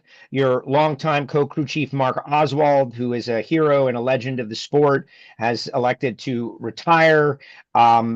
We've learned for many years that the scale of running one top fuel dragster, to add one maybe is beneficial, since your opportunity costs of going over the road aren't that much more. What lies ahead for AB Motorsports, both in the short term and in the long term? Man, right now we're just branching out. We're working hard as we can, and we want to develop and we want to grow the team. But to grow the team, it takes partnership, of course. So we've been working full time on finding new partnerships and getting creative on that end of tying B2B business together. That's how our big deals with Hanksters is right now. We work with Hanksters a lot and tying them in with other companies, and we're forming and building a team bigger where Hanksters is going to be the primary sponsor in A Fuel this next year for Angel. And then we're just going to keep building that program up to where we could take it. Hopefully we could take it to Top Fuel and to develop that program and then paved the way for my son coming up, Anson. My daughter Ariana has shown a lot of energy of racing also too. So we're going to start her in the sportsman ranks with super comp and stuff of that nature, and we're going to grow it. And we have other drivers like Corey Mahalik, who is going to be a teammate of Angel's this year in A Fuel. So we're going to have 2 A Fuel cars out there. He's trying to put together we could race a full-time race program, but he's going to be out there for several racer. And he's a heck of a talent too. Really, really quick on a tree, great spokesperson, a very dynamic guy. And we have other people out there like Grace out there, and Grace Rowe, who actually is another sportsman racer who's underneath the umbrella, who's racing really good. And we have a couple other people in the quarter midgets, the Brooks family out there, Cash and Macy out in Northern California, and they're tearing it up racing quarter midgets. So our whole focus out there is to grow the sport and to grow and cultivate new drivers and just try to help them achieve. And that's what our Accelerate program is all about here at AB Motorsports. It's not a driver development program. That's one of the facets that we do, but it's just an overall team development program where we help people develop their teams. We help them with the tools they need to be successful, to go out and chase and get partnerships. And once they get them, we have the tools to help them maintain them. That's the whole key, is not just getting a partnership, but how do you keep it going and grow it? And that's where our whole focus is to help grow every facet of motorsports. And as long as we got the people that have the want to, the determination and the desire, and they have to have the work ethic to make it happen, we're here to help them cultivate and make themselves better. Excellent. All right. So next year, the official season start for the National Hot Rod Association is the Amalie Motor Oil NHRA Gator Nationals, March 6, 7, 8, 9. But you guys are going to start a month early at the Pro Superstar Shootout in Bradenton, Florida, which is very interesting because that is an event that is put on by the professional racer organization, Pro, that you're a member of. and it's put on by the racers, which I think is super cool. Talk a little bit about that leading into the start of NHRA 2025. Oh man, I tell you, I always get excited about that when we go to that pro shootout race. That pro shootout race is it's like kind of like a cavalcade. It's like the all-star race starting the season off where we're just drumming up and say, hey, we're coming. And it's a full week of us testing, 3 days of us testing, and we go into a race for the fans down there in Southern Florida and engage them to give them a taste of what the Gator Nationals is going to have. You know what I mean? So that's the whole build up for. It's like the beginning of baseball season where they always have the big all-star game in the warm ups to go into the league when it starts. It gets everybody's juices flowing to see what's happening. And it's a great little track down there, Braden in Florida, where Victor and all them guys down there do a great job, and they have a nice facility, and it's the premier spot to be that time of the year. It's cold everywhere else. So the sun is shining, and we get to bring up some of the Southern Floridas down there from Miami to come check us out because that's one of the closest facility to them. And then while they're up there, we say, hey, well, while you're up here, all you got to do is go a few more hours up the road and catch us at Gainesville in about another 3 or 4 weeks. So that's what it all boils down to. And that's what we love doing, is bringing our action to another section of the world and showing them what we're all about, but doing it in a true all-star format like we do. I love it. And I see Francisque and Judy are on. One final question for you. You're going to be driving a pro modified car. And I think it's super exciting that you are not just going to sit on the shelf during the winter break and work on books and next year's Top Fuel, but the word grassroots racer has been thrown out there hundreds of times today, and that's a perfect example, right? You can't sit tight for this winter break. You're going to be in a pro mod car, a suspended car that makes 4,000 horsepower. They're wild, wicked beasts, and you want some of that. Tell us. Well, I always loved the series. I got down there and dabble a little bit with the Pro 275 down there in series, but now Drag Illustrated has a winter series, a 3-race series at Bradenton, one in coming up this next weekend before PRI, and then we go back in January, towards the end of January, we go back at the end of February. So I'm really excited about it because when I get to go race there, it helps keeps my skills sharp and hone it, and it's with other racers, and there's some mean racers out there, brother. So Top Fuel is mean, but I love going pro mod because you get to see a little action. Like Erica Enders is going to be out there. You're going to have Stevie Fast out there, Lyle Barnett, Melanie, Salimi. You're going to have Preston Tanner. You're going to have all these great pro mod guys out there and gals, and it's going to be a lot of fun, brother. It's going to be a lot of fun, and I'm just excited to be a part of it, man, and go out there and see what we can do. Antron, thank you so much. Appreciate it. You got to represent for the Top Fuel guys against those pro mod guys. They're going to be gunning for you. Oh, I already know it, Joe. They're already talking some junk. They're always talking some static, but I'm going to go down there and have some fun. I'm just going to let them know that we could play too. There you go. AB, thank you very much. Congratulations. Thank you all so much. Thank you, Antron. A great honor to have you on, and congratulations again on the championship. Joe, stay with us. We're going to run a little video from our sponsors, and we'll be right back with you with IMSA, John Doonan.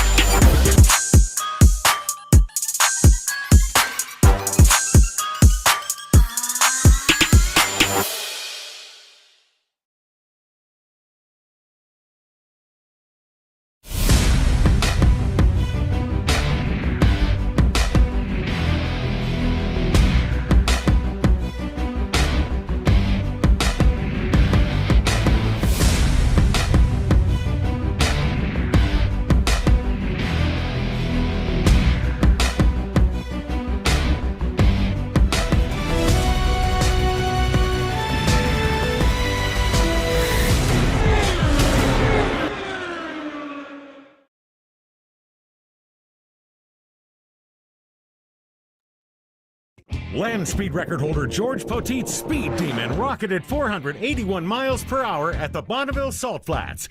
You don't go that fast without ARP fasteners. There is no way that we could go the speed that we've gone, the number of times we've gone, with a lesser quality bolt than ARP supplies to us. And we absolutely wouldn't be where we were today if it weren't for ARP. When failure is not an option, it's ARP-bolts.com. We're Performance Plus Global Logistics. Our team of dedicated performance industry and logistics experts get valuable cars and components to the track on time in top condition.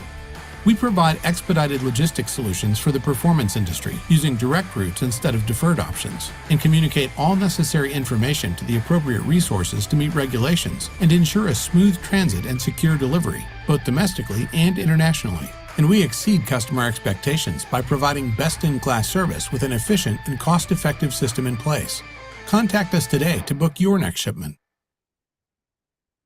Thank you, and welcome back to Race Industry Week 2024. Richard James from Racer is with us this morning. Richard, good morning. How are you? I'm doing well, Francis. How are you? Very good. I think we have John Doonan with us. He should be appearing on screen any second. So my understanding, Richard, is we have a little video from IMSA that we would like to share. And so we're going to say hello to John. Good morning, John.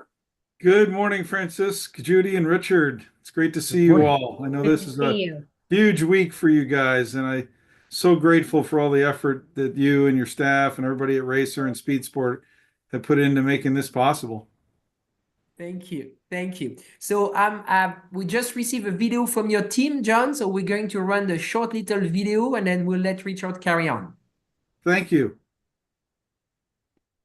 Oh, I guess it should be, sorry, we're going to try again and stay with us. I'm getting a signal from our producer that the video should be on any second. And if not, Richard will carry it. So we'll give it another second or two, and we'll well, I'm getting us into. Why don't you carry on, Richard, and then we'll pop up. Ah, there we go.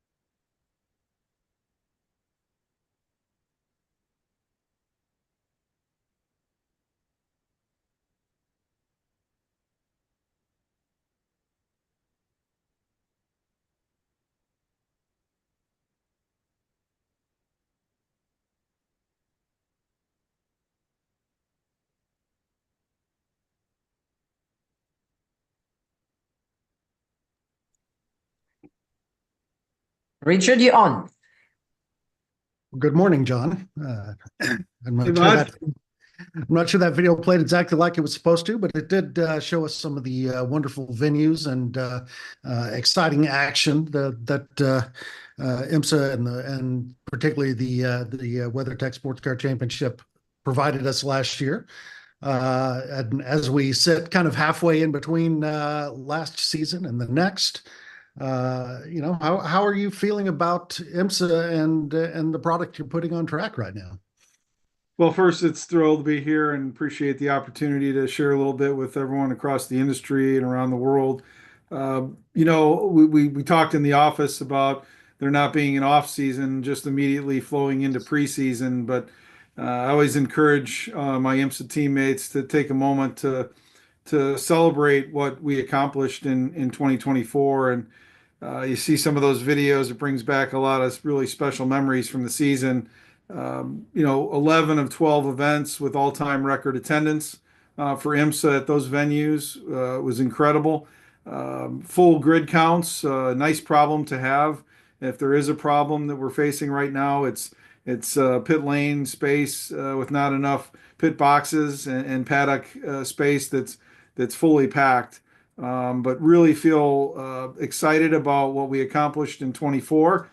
But immediately, and I looked at the ticker clock this morning, and it's 45 days until the roar before the 24 at Daytona. So a lot of excitement coming out of the year.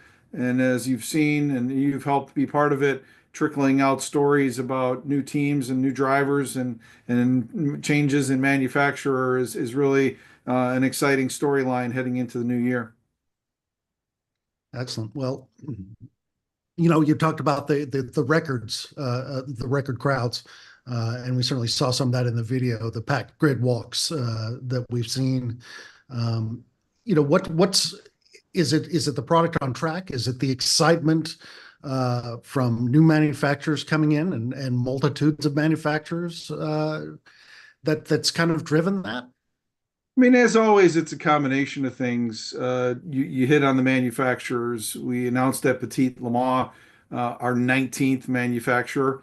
We're incredibly proud to provide this platform for the auto industry. So we added Cupra to a host of 18 others that have been with us for many years. So I think fans of the sport, longtime fans, certainly identify with their favorite brand. At the same time, new fans coming in have essentially Auto Row, which you have here in any town that you live in, that dealership row to choose from when it comes to your brand of choice. I also think our access has been incredibly expanded over the years with a grid walk that allows anybody with a general admission ticket to come out and see the cars and certainly the drivers and teams from the WeatherTech Championship, from the Michelin Pilot Challenge, as well as the VP Racing Sports Car Challenge. So when people get that opportunity in an open paddock to get up close to the cars and the people that make it happen, and then right before they roll off, they're gonna be able to see everybody right on the grid. We did a video, sights and sounds, and it just gives me so much hope. There's a little boy that says to his dad, "Daddy, that's a Cadillac." And when you get that kind of brand identification through sports car racing, especially in a prototype, it warms your heart. And so I think our audience has spoken with joining us at the races, and they've spoken by tuning in on the NBC sports platforms, Peacock. Our YouTube growth is incredible, and certainly engagement through all of our social channels. Well, as you mentioned, there's been some real growth in the audience, not just at the track, but elsewhere. When the Weekend has been a popular YouTube series for you. Incredible. And the fan engagement has really, it looks like IMSA has really stepped that up in recent years. Yeah, you're right. And we're grateful. The announcement we made back in June of our NBC relationship extending till 2031, coupled with the fact that we announced WeatherTech till 2030, Michelin till 28, with some great discussions going on now about the future. VP Racing, also a partner of ours till 2030. that provides stability. But back in June, we announced an extension of our NBC relationship till 2031. That, of course, is NBC Network, USA, Peacock, which we're seeing over 50% growth. I think 54% this year in Peacock tune-ins, which is really a statement about how IMSA fans take in their content. They're sophisticated. They're multi-screen viewers. They may watch the broadcast. They may watch scoring. They may watch an onboard camera. And then, of course, back in March at Sebring, we took a flyer, as they say, on YouTube. While it's geo-blocked in the U.S., we added 250,000 YouTube subscribers to the IMSA YouTube channel this year. Now 115 million video views since we established that space in 2013. So it just tells you that our fans are taking it in a variety of ways all around the world. When you have that many manufacturers and brands like WeatherTech, Michelin, who are recognized globally, that's come maybe to be expected. Socially, 2.1 million followers across all of our channels. So we're really excited about being able to provide the full-length races as well as short-form content that the fans seem to be really attracted to. Excellent. Well, you kind of alluded to some new teams and things coming in, and we'll get to some of that. But why don't you, from the preview that you had at the test a few weeks ago, what's most exciting you about 2025? Well, as you know, the cars tend to be the stars in IMSA with 19 manufacturers. So to add the Aston Martin Valkyrie to the mix in GTP is going to be incredibly exciting for those at the test, and you were one of them. Hearing the sounds of the V12 were really special. I know also when they come to Sebring is going to be an extra sound because they had to run a bit muffled at Daytona due to homologation standards, but we're thrilled with that. Obviously, they made it public, but Genesis is coming to the top category, not necessarily in 25, but you're going to hear more and more news about their entry. The Hyundai brand has been a staple with 5 manufacturer championships in a row in TCR, but now to bring the Genesis brand to the top category, incredibly special. Of course, when we had GT this year, the year of the GT, if you will, adding Mustang back into the mix is really special. The Dark Horse is an awesome piece of machinery, and they performed very well at the December test, I think leading all sessions there in GTD Pro. But what about Ayao Racing? When you look at what they've accomplished, not only on track with Rexy, Roxy, Spike, but in the paddock, and you probably got caught up in the crowds during the autograph sessions, Richard, because I know you do interviews at that time. But what a special marketing effort. They were recognized with the IMSA Marketing Award at the banquet at the WeatherTech Night of Champions at the end of Petit Le Mans weekend. So really incredible things to celebrate for 24, but new cars, new drivers, and new opportunities in 25 are coming. We're going to add TCR, the Cupra, as you know. We're excited about that. We're also adding GT3 cars to VPRC. So there's some really neat opportunities, and doing that at the events and adding those things are great. But one of the things I'm really excited about relative to the NBC partnership are 2 network shows that happen to take place when races are not going on. And that's the first one in January, which will be a 1-hour NBC network show to kick off the season on January 4th. It's a great opportunity for us to set the stage and storylines and personalities and characters for the season, but also educate some new fans. As I said, we're seeing tremendous growth from new folks. You mentioned Win the Weekend. 80% of those people had never been to the IMSA YouTube channel before. So we're really seeing an influx of new, exciting and energetic fans. But those network shows, the one at the preseason and the one before Petit Le Mans in October next year, end of September is really going to give us an opportunity to build some storylines and to educate those who are just tuning in for the first time. Excellent. That's cool news about the preseason show. You mentioned Ayao Racing, and I want to go back to some from this last season and just, the nail biter that the GTD Pro Championship was at Petit Le Mans. It went up and down the whole race between Ayao Racing and Heart of Racing's Aston Martin. What does that say about the competition environment? You raise a good point, and obviously 5 years ago I cared a lot about who won when I was operating a DPI program for the Mazda brand. But nowadays, I come to the races and hoping for big crowds and great racing. But then you fast forward to the end of 24, 18 manufacturers before we announced Cupra. Every single one of them stood on the top step of the podium in the 2024 season, whether that was in the WeatherTech Championship, Michelin Pilot Challenge, or VPRC, the VP Racing Sports Car Challenge. So that's a report card for me.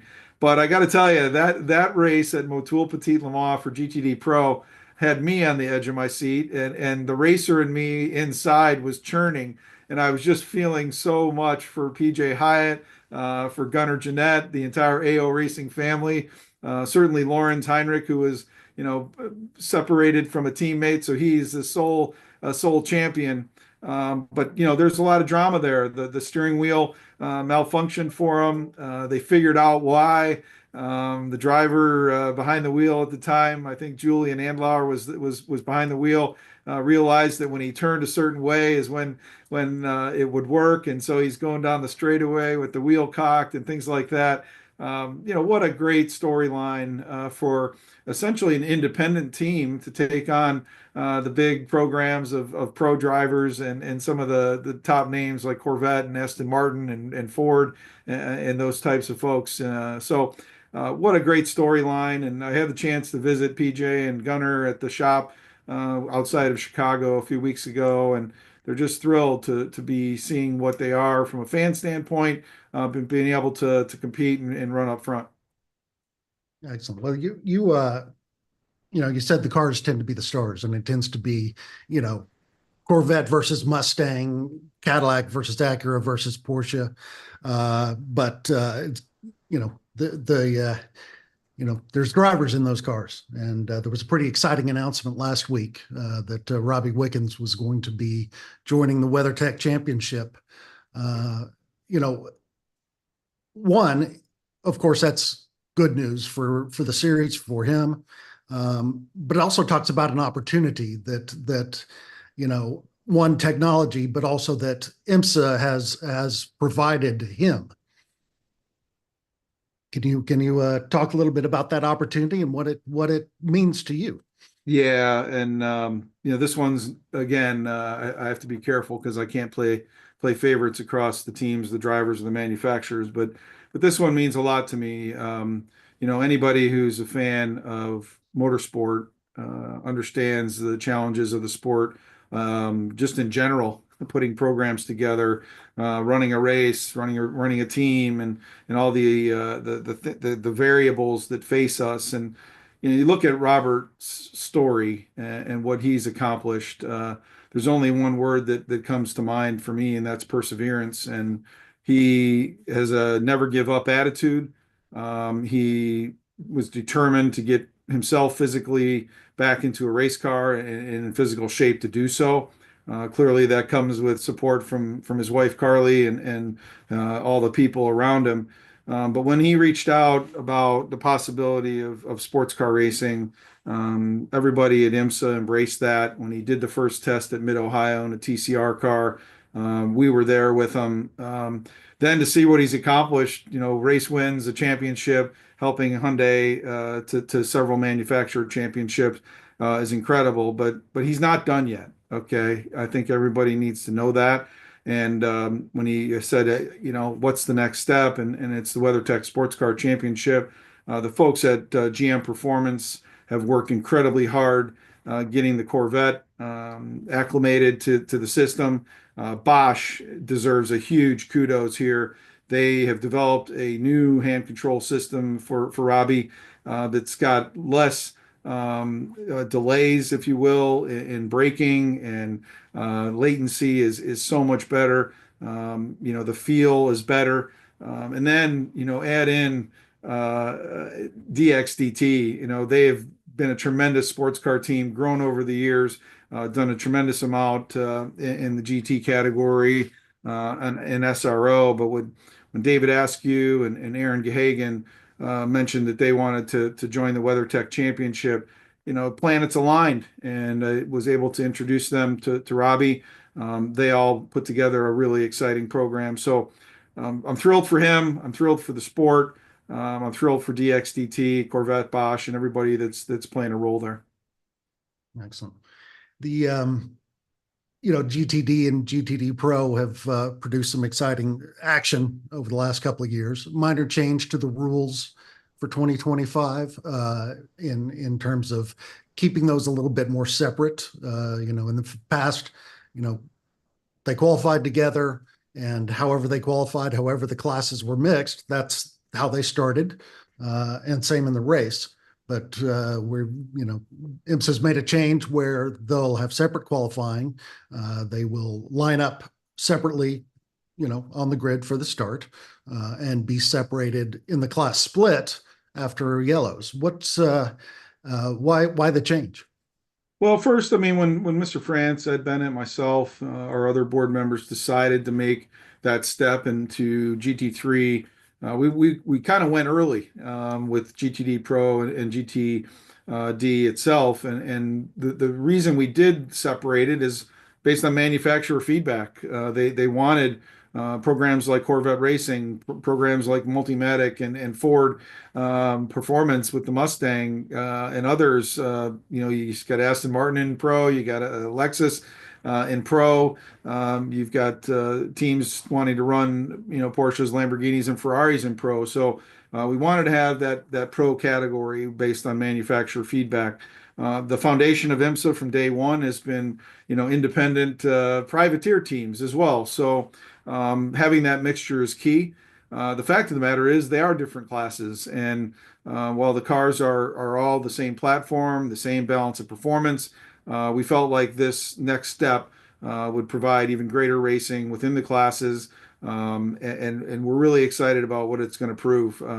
It's a challenge for our race control staff, getting those full course yellows sorted out quickly, getting wave buys done, getting all the pit stop cycles completed. But they've got a good plan. I think we're excited about it, and talking to the drivers and teams at the test at Daytona last month, they were excited about this change. And of course, torque sensors come into play. This year we waited on that while we were early and going with the GT3 platform for our category. We were a year late, if you will, but a year delayed, and we wanted to see how that unfolded with the WEC using torque sensors. Essentially, it's another tool in the toolbox for balance of performance. We want good racing. We want equity across the platform, and I think that's going to prove to be a really nice tool as well. We put a lot of focus on the WeatherTech Championship, and for good reason. The excitement of that level of competition and the technology of the GTP cars is impressive and crowd drawing. But IMSA's got a lot of other series going on, and really the leader in one make championships. From Wayland Mazda MX-5 Cup, Porsche Carrera Cup North America, Lamborghini Super Trofeo, and sanctioning Ferrari Challenge as well, which just had its race on the streets of Las Vegas with F1. How important is it to cultivate those series, especially given how many of the stars of those series are going to end up in the WeatherTech Championship at some point? Well, one of my favorite sayings is that these single makes, in our mind, are the prized possession of these OEMs. You look at the cars that are represented, of course, the Porsche 911, the Mazda MX-5, also fondly named the Miata, the Ford Mustang, the Lamborghini Huracan, and of course the Ferrari 296. So these cars are the prized possession or the icons of these brands. So for those brands to entrust us with running those championships means a tremendous amount to my teammates and I. As you say, we definitely have quite a few of them. It makes a bit for a challenge on the weekend with schedules, but when a fan comes to an IMSA race, they're going to see cars on track from 8 a.m. in some cases all the way to 8 p.m. or in the case of the Rolex all night. So we're proud to provide the entertainment. But you hit the nail on the head. I mean, you look at some of the teams that are now in the WeatherTech Sports Car Championship or in the Michelin Pilot Challenge. They started out in single make racing. McCumbee McAleer is a tremendous example. You know, they're MX5 Cup team for many years now. Ford Mustang Challenge. They've been running a Ford Mustang Dark Horse GT4 and Michelin Pilot Challenge. So that's just one example of many where these teams have developed drivers, engineers, crew members, people in the PR and hospitality space. So for us, I think the single makes are a tremendous pipeline to the future of participants on track and in the different championships. And you couple that with a STEM education program that we announced at Petit Le Mans, that'll be kicking off in January in 25. And then, of course, our partnership with SCCA. We've got a tremendous corner marshal, race official training set of modules up now. So I think in our case, we're trying to build this with a pipeline for the future. And where does Michelin Pilot Challenge and VP Racing Sports Car Challenge kind of fit in there? I mean, those are important parts of the pipeline as well. Yeah, no doubt. I mean, if someone's in a single make platform and then they're looking for multi-class racing, which if someone is aspiring to be in the WeatherTech Sports Car Championship, multi-class racing at a sprint format, where you don't have to do pit stops. That's what VP Racing Sports Car Challenge represents. And then, of course, anybody that's watched a Michelin Pilot Challenge race knows that the TCR and GT4 combination is just tremendous. And those races also usually on Saturday before the WeatherTech race on Sunday have produced some incredible shows. And once again, teams, drivers, people at different levels of the sport have come in there and used it as a springboard to realize their dreams at the top level. Well, as you mentioned earlier, it's 45 days until we get back at it again. You know, there's of course been a flurry of announcements. Can we expect any more surprises in terms of teams and drivers? I think so. And as always, those announcements are theirs to make from a team or from a manufacturer standpoint. But first off, it's, you know, so much of a blessing for us to be in the situation we are with record counts on the grid. There is more to come in terms of announcements. We're really, really excited for the 63rd running of the Rolex 24. The Roar is going to come, but there are going to be more announcements. I think there'll be a few more tests for teams in the final days of this calendar year. But we're going to kick off 24 or put a bow on 24 here now and kick off 25 with a lot of momentum for endurance sports car racing. And we're just proud to be the caretakers of it and the stewards of it. And we're going to continue to grow it every way we can. Excellent. Well, thank you very much. I see that our time is about up, so I will look very forward to seeing you in Daytona in a few weeks and seeing what surprises await in terms of teams, drivers, and the renewed competition. Well, thank you, Richard, for all the storytelling you've done, and as well as all the other journalists and Francisc and Judy. Again, thank you so much for all the effort that your team puts into making this happen. It's, as you know, now become world recognized, and you all deserve a tremendous amount of credit for what you're doing here and putting all the stories and the industry on notice as we turn the corner into the new year. All right. Thank you. Well, Thank you, John. That Means a means a lot to us, and you were one of the pillar of this event, 5 years ago, and you'll be on every year since. So thank you so much for sharing your expertise and your wisdom and your passion for racing. So stay with us. We're going to run a very short video, and we'll be right back. Scott Lewis and Associates, the sales, marketing, and branding specialist for the automotive performance industry since 1988. We get our manufacturers on track by opening an extensive distribution network, providing product training to sales staff, creating fully integrated sales and marketing strategies, building successful industry partnerships, attending trade shows, events, and races, offering first-class support to customers. SLAI delivers solutions that win you sales. To get in touch with an SLAI representative, call 516-378-6100. Go to scottlewisinc.com or email info@scottlewisinc.com. With roots in the Midwest that date back well before the Model T, Fifth Third Bank has a long history of serving the needs of automotive companies. While much has changed over the years, our passion for helping businesses put cars on the road and on the track has not. Today, we are more committed than ever as a member of SEMA, a founding member of PRI, and a sponsor of multiple race teams across several racing series. For over a decade, Fifth Third Bank has been a staunch supporter of our industry and a great partner for many companies in the motorsports field. Our business has been growing extremely fast, and really we could not be where we are today without Fifth Third. They provided amazing strategic advice, the capital we need to support our phases of growth. They are true partners for me now, and what they do with their involvement in motorsports is untouched in this community. Where can we take your business? Fifth Third Bank.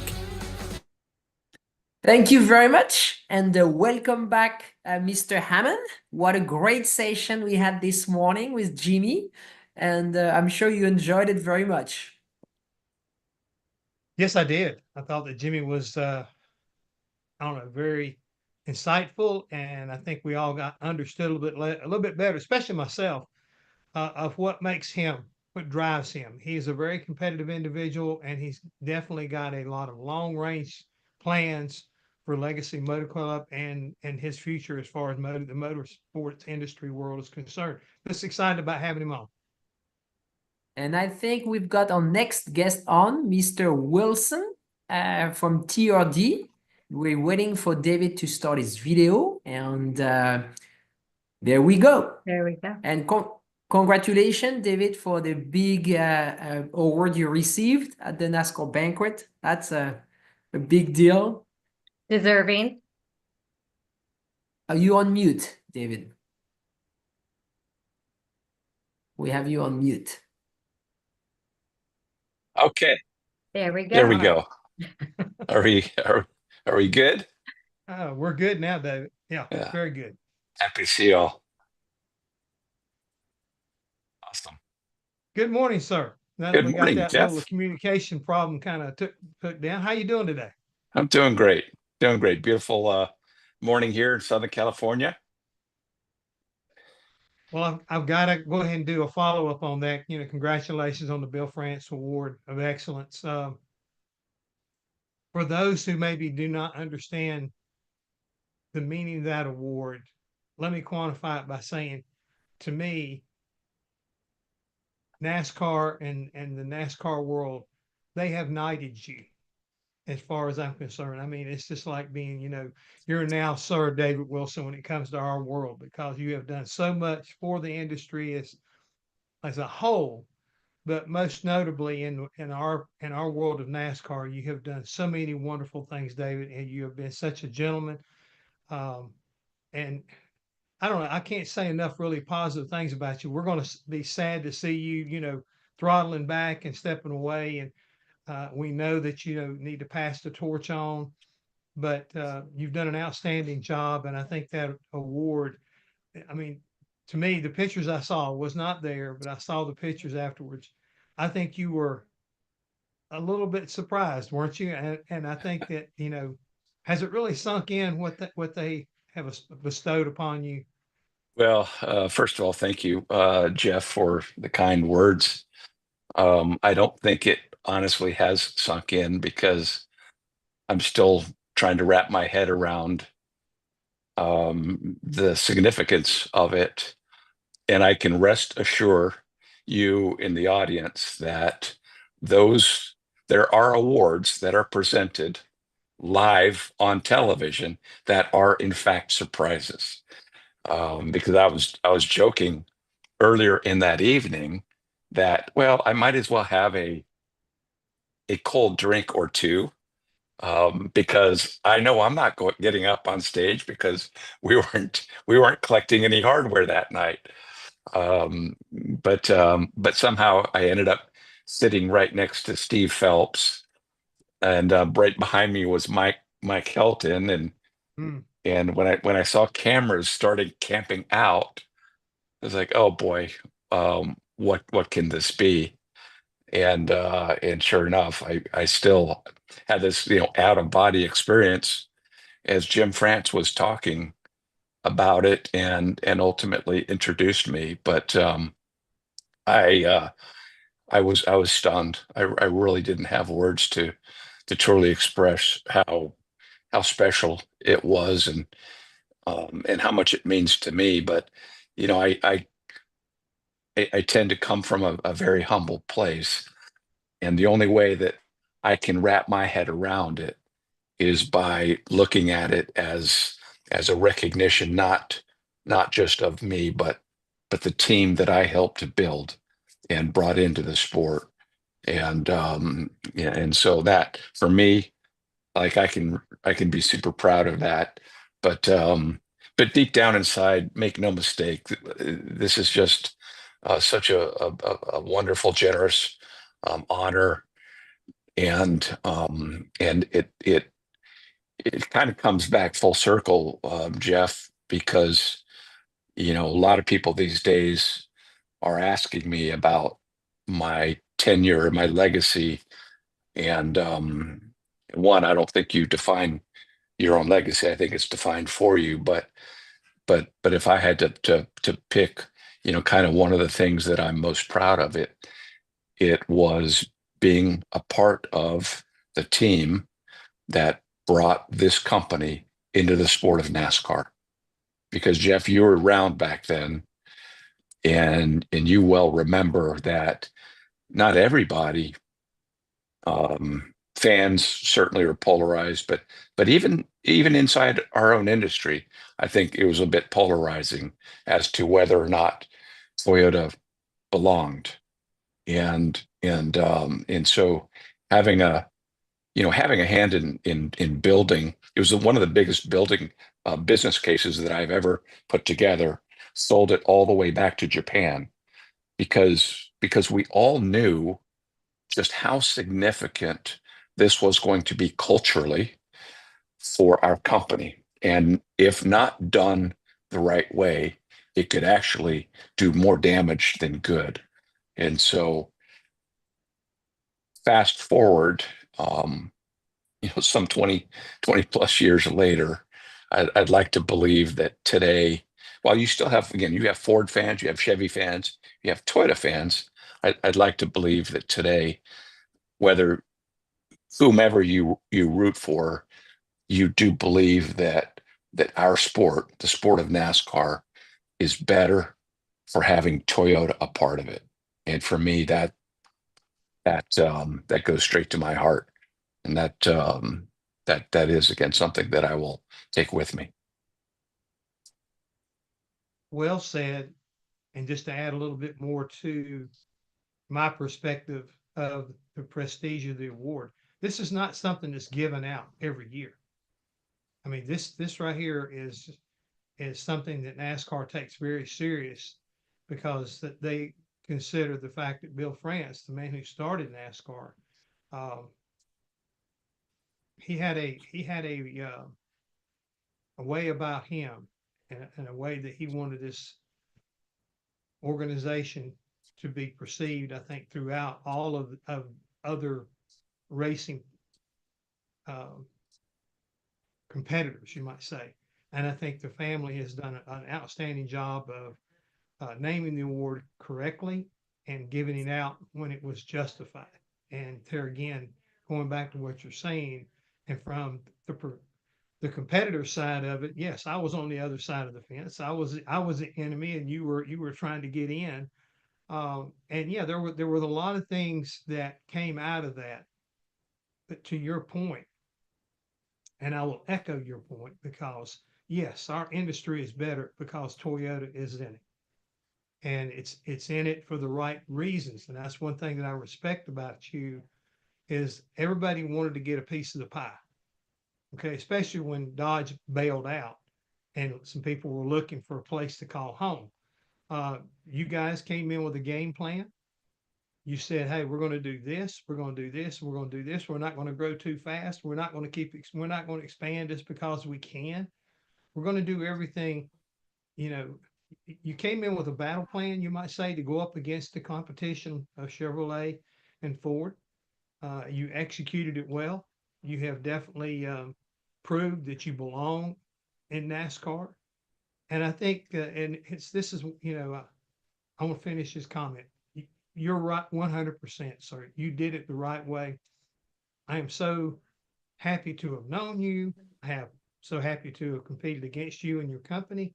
But more importantly, right now, to know that it's going to be left in good hands, and that you have laid the foundation for the future. And I think that's what's some more I want to get into after I shut up here a second, because I want to hear what you got to say about that. But again, from my heart to yours, I really, really am happy for you. Well, that means the world to me. It means the world to me, Jeff. Yeah, appreciate you, kind of underscoring, some of those highlights and how we did it. But, just looking back in that day, we, and I've shared a little bit with this as I've reflected on our career, but, we did well before we turned a wheel in anger on the racetrack. We wanted to really understand and learn about the sport, and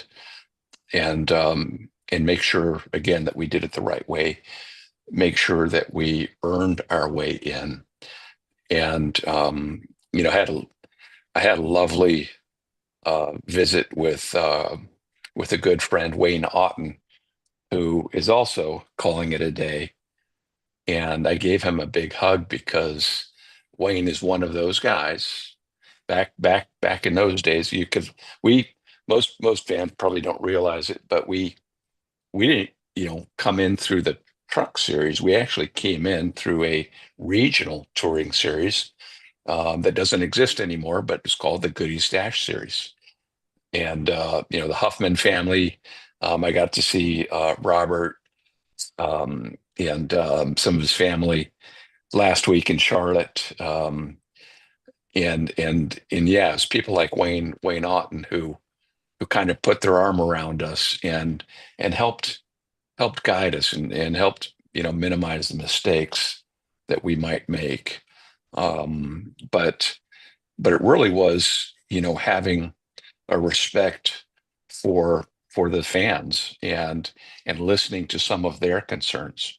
One of the widely held beliefs was that, a company like Toyota was just going to come in here with briefcases full of money, and we'd buy our way in, and we'd win, and then we'd leave. And one of the biggest challenges I had in trying to articulate what that means to our top management is that the power of the sport and the power of the fan base, because at the time when we came in, I call it, I think it was the bubble of NASCAR around 2005, 2006, where Fortune 500 companies, everyone had to be a part of the sport. And there was, the fan base was roughly 1/3 of the population. And so if you didn't do it the right way, it could really work against you. But we understood that this was a driver-centric sport. Like, the drivers were the stars. Now, over the years, working with NASCAR and our colleagues from Ford and Chevrolet, Dodge back in the day, we've done a lot to help promote each of us and promote the rivalries between the OEMs like it was back in the day. But no mistake, the drivers, carried the most influence, and that's a big reason why we were, and still, I'd like to believe, are pretty selective about who are our ambassadors. Who are the drivers, the team owners that will carry the Toyota, the TRD badge on their fire suit, because we know how influential they are. And it was largely guys like, Michael Waltrip back in the day, who said to his fans that these guys are okay, right? And just got them to give us a chance. And then, of course, when we came in, we struggled. We got our butts kicked. Back there were no charters back then, Jeff. You remember? Oh, yeah. We our first Cup race in 2007. We didn't know if we were going to run the race because we had to qualify our way in, and there was drama that weekend because of some shenanigans that were going on in one of the Toyotas. But by and large, it humanized us by us getting our butts kicked, right? And the president of Toyota US, a gentleman by the name of Mr. Funo, he understood the social aspect of it so well that when we would come home and after a weekend getting our asses kicked, he was like, "Good job," right? Because he had he fashioned on his own this Rocky Balboa mentality. Like the early rounds, just it's okay. You're gonna get beat up a little bit, but just keep fighting through it, and you'll our day will come when it's okay to win, and as if we did as if we didn't try the most we could from day one, which of course we did. It's a tough sport. It is a tough sport, and you do have to earn your way.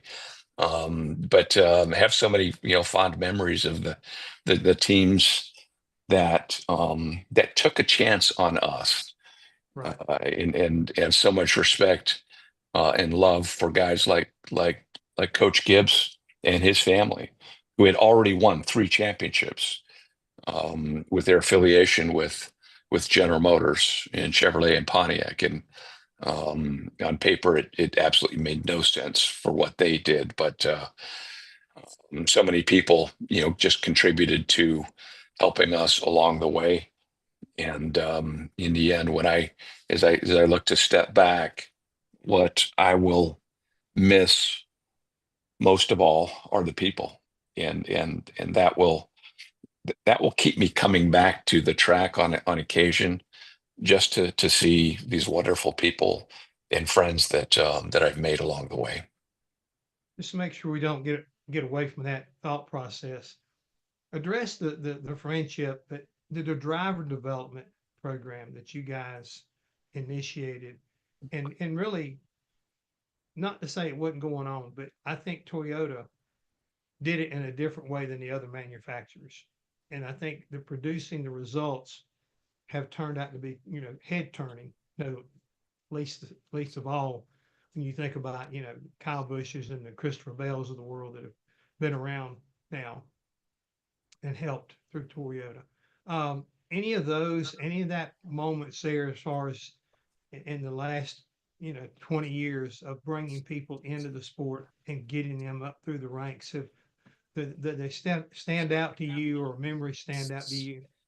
Well, I'm glad you gave me the opportunity to share that story with you, Jeff, because I think it was an interesting origin story, and I love origin stories because they always tell you something that you may not know. But our origin story, when it came to driver development, and there there was bits and pieces of it, but principally the paradigm was the team owners. The team owners are ultimately responsible for driving, for driving their driver development, and that's why a lot of them had, Xfinity teams or may have had truck teams to help with that. And in fact, my predecessor, you may remember Lee White. I do. Lee, who was an old school racer, right? And Lee White, anytime we mentioned that, he would say, nope, manufacturers have no role in driver development. Drivers will either break your heart or they'll die and break your heart. Leave that to the teams. Let's focus. And we don't own racing teams. That's the other side, right? So we kind of came from that place. Now, Lee White retired. I stepped on board, and here's a great factoid, and that is the gentleman that will succeed me, and in 14 days from today, will take over the mantle as president of Toyota Racing Development. A young man by the name of Tyler Gibbs. Tyler and I have had the pleasure of working together for nearly 30 years, some 28 years. And it was Tyler Gibbs and a couple of his lieutenants, Jack Irving, Trent Rodriguez, who had been hanging out, at places like the Chili Bowl, and looking at some of the things that we were doing, because we were involved in grassroots racing back in the mid 90s. We worked with Steve Lewis on, he ran a Toyota Midget back in the day, and we saw this really special talent like on dirt, and Tyler came up to me one day and he laid out a proposal of taking a step towards driver development. And it was very, very well constructed. It wasn't about Toyota writing a big check. It was about building a partnership of sponsors like Safelite, like Gear Wrench, like Exxon Mobil, like Mobile One, JBL, who for not a whole lot of money, we pool those resources and we start investing in some of these young men and women that we're watching running on dirt or in late models. And long story short is we are fully vested now. We have a number of team that do everything from scout every weekend and virtually every dirt track in Middle America you can think of, to nutritionists, psychologists, trainers, sports psychologists. We have relationships with the Texas Rangers and a couple of other stick and ball sporting organizations, because we wanted to understand like what is best in class. How do other sporting enterprises build resources and tools to make their athletes better? Because if there's one thing that we've learned, Jeff, across this endeavor, is it's not teaching a batter to hit a baseball. It's not teaching a race car driver how to drive a race car. It's working on those 6 inches between their ears and giving them the tools they need to handle pressure, giving them the physiological tools they need to handle intense heat, and along the way helping them develop their own social skills. Because of a lot of young up and coming drivers, what is the first thing they do? They drop out of school and they leave that environment where they socialize with other kids of their own age. Well, we run a school now. And guess what? We don't have drivers train alone. We always are partnering them up.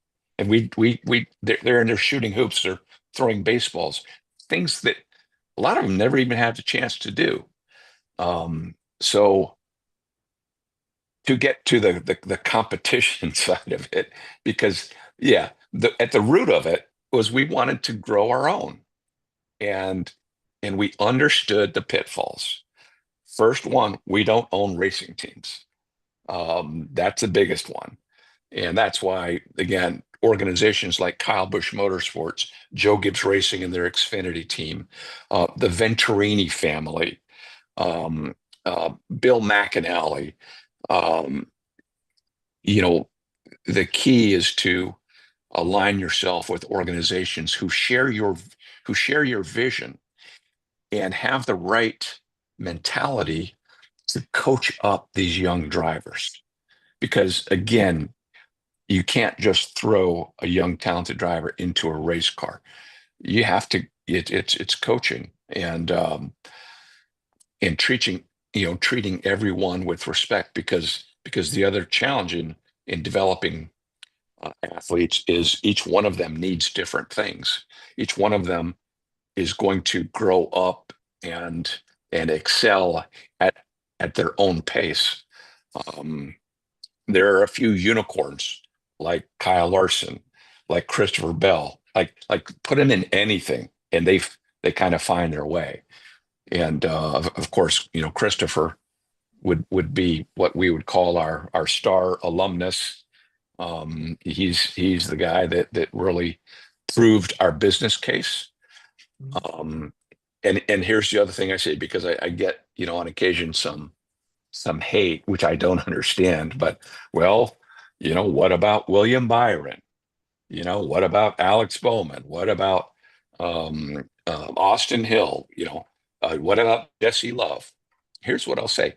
Every one of those kids we spent some time with, every one of those kids know who we are and know the type of people we are. When I walk down pit lane at any given race, I can bump fists with about 30 out of 36 drivers on that field, because somewhere along the way they touched our company. And racing is a small sport. You never know when opportunities leave somewhere. I'll venture a bet that any one of those kids, given the opportunity to come back and drive a Toyota, would come back because of that relationship and the respect that we showed them at a very early age. So while the endeavor was focused on, kind of selfish, going fast for Toyota, it's turned into as much of an altruistic, it's part of the way that we give back to our sport. And I love that, Jeff. I don't, some days we're racing against, we were racing against one of our alum, William Byron, in the championship finale this past 2 weeks ago in Phoenix. That's okay. He's still a good kid. I love his family, and I'm proud that he drove a Toyota one day. Well, we started this off by saying the reason why NASCAR recognized you with the Bill France Award of Excellence. For those of you who had the pleasure of listening to what I've just done, you understand why this man has gotten this award. Mr. Wilson, the sport is better because we've had you in it. We look forward to seeing you around the racetrack. And thank you so much for being a part of our Race Industry Week and sharing your story. And once again, we're going to miss you on a weekend basis, but I know, like you said, we'll see you on pit road somewhere along the way. Thank you very much for joining us. Jeff, thank you again for visiting with me. I've loved this tradition.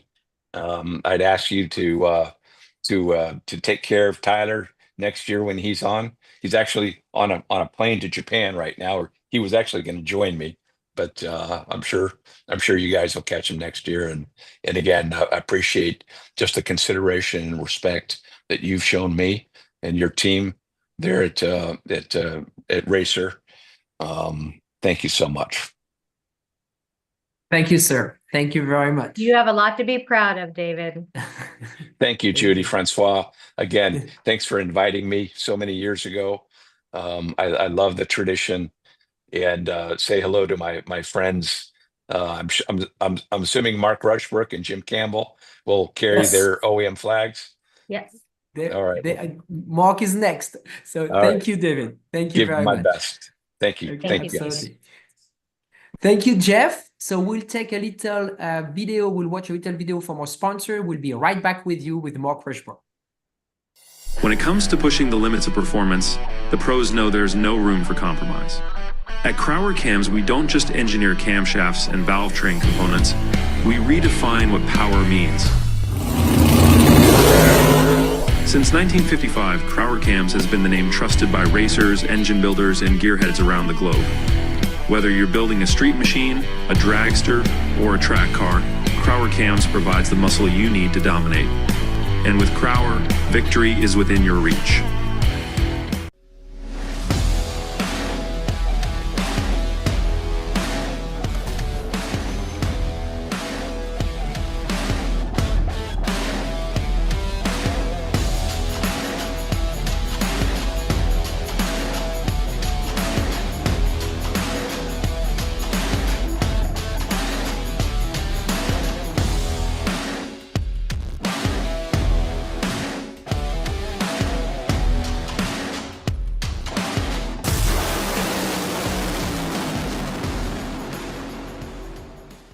For over 25 years, Wisconsin-based C-Tech Manufacturing has been engineering and manufacturing the toughest, most accessible aluminum tool drawers, cabinets, carts, and tactical storage solutions for America's hardest working professionals.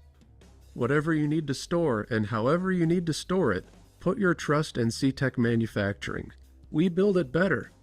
Visit our new website at ctechmanufacturing.com or give us a call at 715-355-8842. If you're watching this video, you might be wondering, what is WPC? WPC is a surface treatment designed to reduce friction and increase the strength of metal parts. As much as it might seem like a coating, WPC is actually a surface treatment. Think of it like shot painting, but the media is much finer, like talc. So what you're left with is a super hard, smooth surface that actually has some proprietary dry lubricants embedded within it. For more information, visit WPCtreatment.com. Thank you and welcome back to Race Industry Week 2024. We had so many sessions this morning already, and we're almost half through it for the day. What a great first part of the day. So Brad Gilly, welcome back. We're bringing Mark Rushbrook with us. We had a terrific session with David Wilson. That was a treat, right, Judy? Oh, such a treat. You know, I'm so happy for him. He has done so much with TRD in all forms of racing. Happy for him, but I'm going to be sad not seeing him at the racetrack. So I'm sure I'll see him now and then. I think Mark is with us, so we'll wait for his video and for his microphone to be on, and then we'll let you take over, Brad. Good morning, Mark. Good morning. How are you? Good to see you again. Good to be here. Thanks for having me. Well, wonderful. We'll see Francisque and Judy here in just a few minutes. Mark, first of all, I want to say thank you again for joining us here on Race Industry Week. I know you got a lot to talk about, a lot to brag about as well. It's been a pretty good year for Ford, hasn't it? It's been a great year. We love racing. We love competing. We like it even more when we win races and championships. So had our fair share of wins this year and championships at the end. That's really cool. Well, you are the global director of Ford Performance. And, you know, a lot of times here in the United States, we get caught up just in the NASCAR world. But I mean, gosh, so many more things even happening here in the U.S. with NHRA and a lot of different things. If you would, Mark, give us a quick overview of everything you oversee worldwide. Oh, wow. We only have half an hour. No, we have a lot of great things going on for sure. We have a great team of people here inside of Ford Performance, and we partner with the best teams in all the different racing series.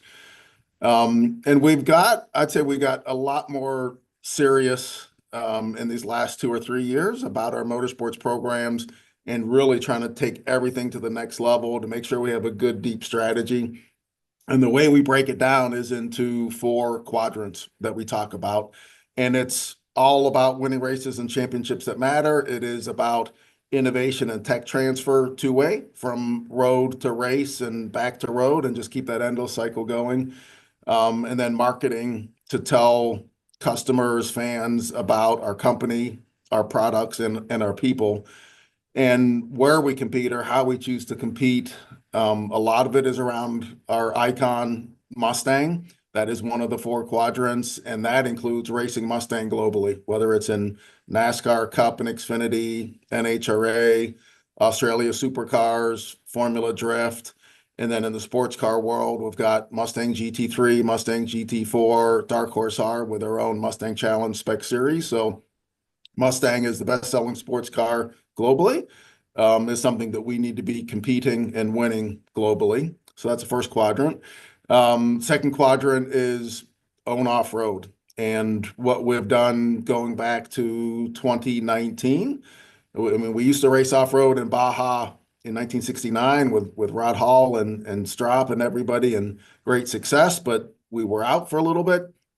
And we came back in 2019 to prove that Bronco, as we brought it back to market, was a real capable off-road vehicle. So own off-road became one of our mantras, and we've been racing at Baja these last 5 years, 6 years, at King of the Hammers, with Bronco winning the stock class the last 3 years.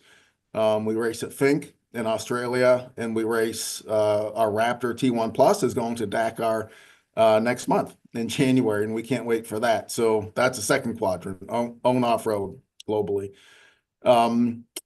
The third quadrant is around electric, where we looked for a full electric series. We didn't find one that really provided what we wanted in terms of reaching the right fans, the innovation and tech transfer that we were looking for. So we created our own, effectively, by the ability to build these one-off demonstrators as literally rolling test beds for learning and innovation, but also to go do these spectacular events, whether it's Pikes Peak or setting a lap record at Bathurst, or competing at Goodwood. Those have been incredibly beneficial for us, both technically and from a marketing perspective. And then the fourth quadrant is Formula One. Stands on a quadrant all by itself. The announcement that we made in early 2023, the partnership with Red Bull Racing to together develop an all-new power unit for the 2026 regulations, hybrid power unit using responsible, sustainable fuels. So we're 2 years into that partnership, still about a year away from racing. Still a lot of work to do. We've made great progress, but still a lot to do in that last year. But we're super excited about coming back into Formula One in the right way as a technical partner with Red Bull on the power unit, and then together on the racing team with Red Bull and VCARB as well.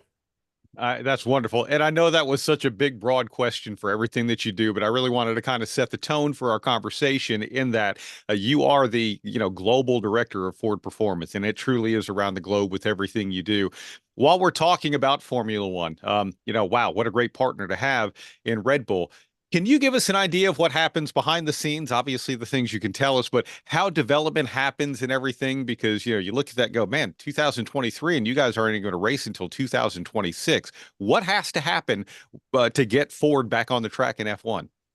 Yeah, I mean, the power unit rules for 2026, they're all new. It's ground up, a new power unit, including the combustion engine, turbocharged combustion engine, all new battery, all new motor, all new hybrid control system around it. So that's a very long project. So from the very beginning, when I sat down with Christian Horner about the potential partnership, even in that very first meeting, we put down a list of things where for sure Ford would be able to contribute, areas where we definitely wanted to learn. And I'd say there were maybe 8 to 10 items on that list from the very first meeting. And every time we meet, every time we go there, that list just gets longer and longer because there is such great opportunity. It is, in terms of the motorsports world, the ability to really innovate there with so much being built individually with each team or with each power unit manufacturer. It's an endless list. So we're making parts here in Dearborn at our additive manufacturing place that are going over. We're making parts daily. They're getting shipped over there daily to contribute to the development cycle, such a fast iteration, but then ultimately to production as well. We'll be racing with some of the parts made here in Dearborn. And there's so much learning from it, and the pace is so much faster than what we see in other places. So we're excited. Like you said, they're a great partner. And I think with any partnership in motorsports, you have to approach it with what can we contribute? What can we learn? How can we make each other better? And that's been the mindset for these last 2+ years together with Red Bull Racing. And like I said, we're excited about it. We can't wait to go racing. And it seems like it's a long way away in 2026, but it's effectively tomorrow in this world. So much going on so fast. Yeah, for sure. I'm glad you mentioned making parts in Dearborn, because I was curious about the development and how global that is. And I know you yourself have an engineering background, but just how many people are really contributing from all around the world? Yeah, well, it's the number of people that all the work is centered in Milton Keynes in the UK. That's the Red Bull Racing campus, and that's where the powertrain business is set up. And it's a staggering number of people. Like, it's close to 2,000 people in total on campus for the racing and for the power unit development. And they work so hard, like in any form of motorsport, and just the endless cycle with that. When we started this partnership, we gave them a full review of our company and what facilities we have in all parts of the world. And they came and visited many of those facilities to really see what would be useful for the program or not. And we've chosen a lot of those places and a lot of those people. But again, yeah, very regular meetings, very regular visits there. I was on site there last week, as was Jim Farley, our CEO, which shows the level of interest in importance of that program. But it's all on the table, whatever it takes to win. That's really cool. Well, let's get back a little closer to home and let's talk about more recent successes. You actually took over this role in 2018, if I'm not mistaken, correct? That's right. On the NASCAR side of that, Joey Logano and Todd Gordon won a Cup championship that year. Since then, there have been 3 more, which includes the last 3, 2 with Joey Logano and the 1 with Ryan Blaney. And that's just on the Cup side of things. Obviously, there are successes on the Xfinity side and on the truck side, where if you combine, let's just take the last 2 years alone, 6 available NASCAR championships in the top 3 divisions. Y'all have won 5 of them. It's been a pretty good run here recently, hasn't it? Absolutely, it has. I mean, in the United States, NASCAR is our bread and butter in motorsports, and we've got great teams and great partners that make that success possible. But we provide technical tools and support behind them. But great drivers, great team owners. To see what Penske has done, especially in Cup, with the last 3 Cup championships with Joey and then Ryan and then Joey again. All of that with Roush Yates Power, with Doug Yates in the engine shop and the great work that they do. Xfinity didn't get the championship this year, but Cole Custer got it last year, and Stewart Haas have been such a great partner with us for 8 years. They'll look a little bit different next year with it being Haas factory team replacing Stewart Haas, but such a great ride we had with Tony and Gene and Stewart Haas Racing. But then trucks, we love trucks, F-150 and Super Duty trucks that we have, but to be able to race trucks in NASCAR and to have Front Row win a championship 3 years ago, and then these last 2 years with Thor Sport, with Ben and then Ty, it's just absolutely incredible when we had the opportunity for Thor Sport to come racing forward again in trucks. Immediately took advantage of that opportunity. Duke does such a great job, family team, and great people there to be able to get those results. Yeah, and looking ahead, really with the strength of the Ford supported teams this year, you guys added Front Row on the Cup side as one of yours with a partnership with Team Penske. We have the Wood brothers that are a part of that as well. RFK Racing expanding to 3 cars next year. Plus, you mentioned the Haas factory teams, Cole Custer coming back into Cup, and there's a really nice tight alliance there. Could you just kind of give us an overview of the way you start to shape what are going to be, say, your premier partners when it comes to the teams and how all of that comes together?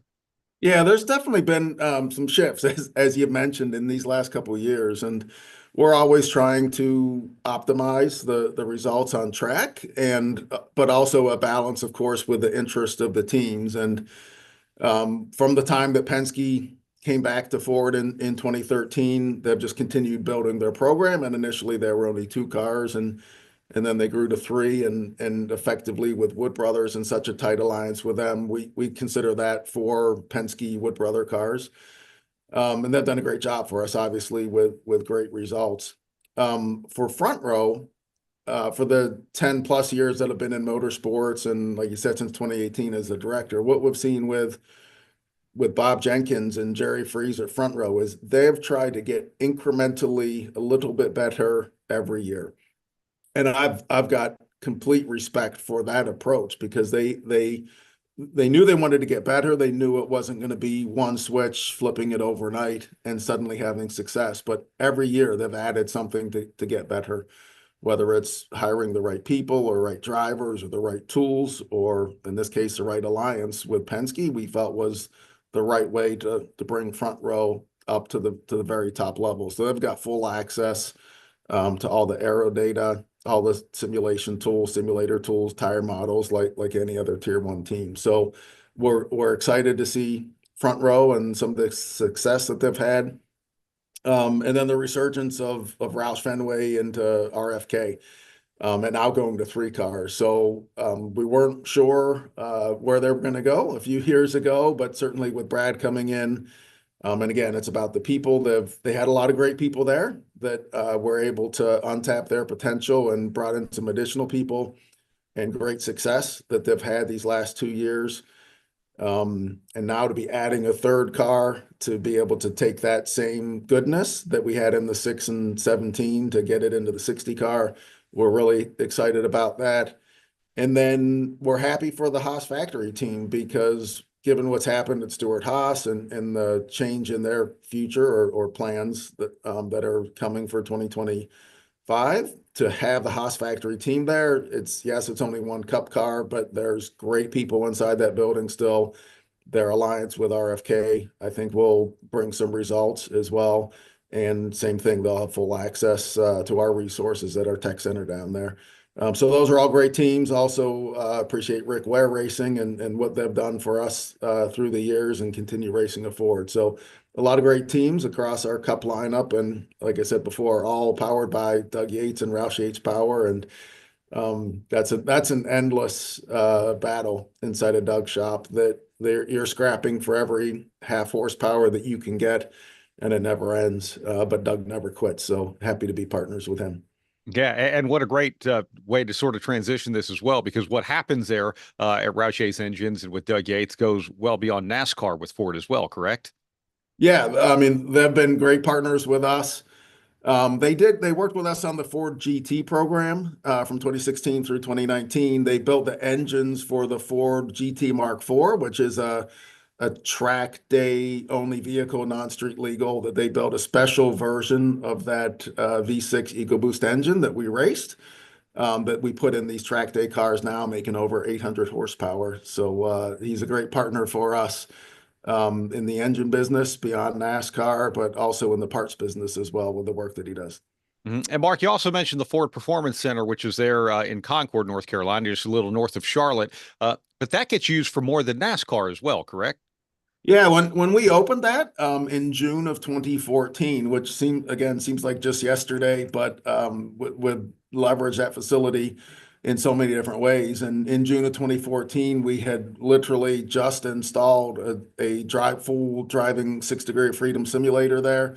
We now have 3 of those driving simulators, or actually they're all better now than the one we had back then, but we've got 3 of those. Of course, they get used by NASCAR teams, whether it's Cup, Xfinity, or Truck, but we also use those same simulators in other forms of racing, whether it's sports car with Mustang GT3, GT4, Dark Horse R. We use it for WRC, for our rally program. And we also use it for road cars and production vehicles as well, where the production team will come into the tech center there and use those exact same simulators to develop road cars that people can buy and drive on the road and park in their driveway and garage.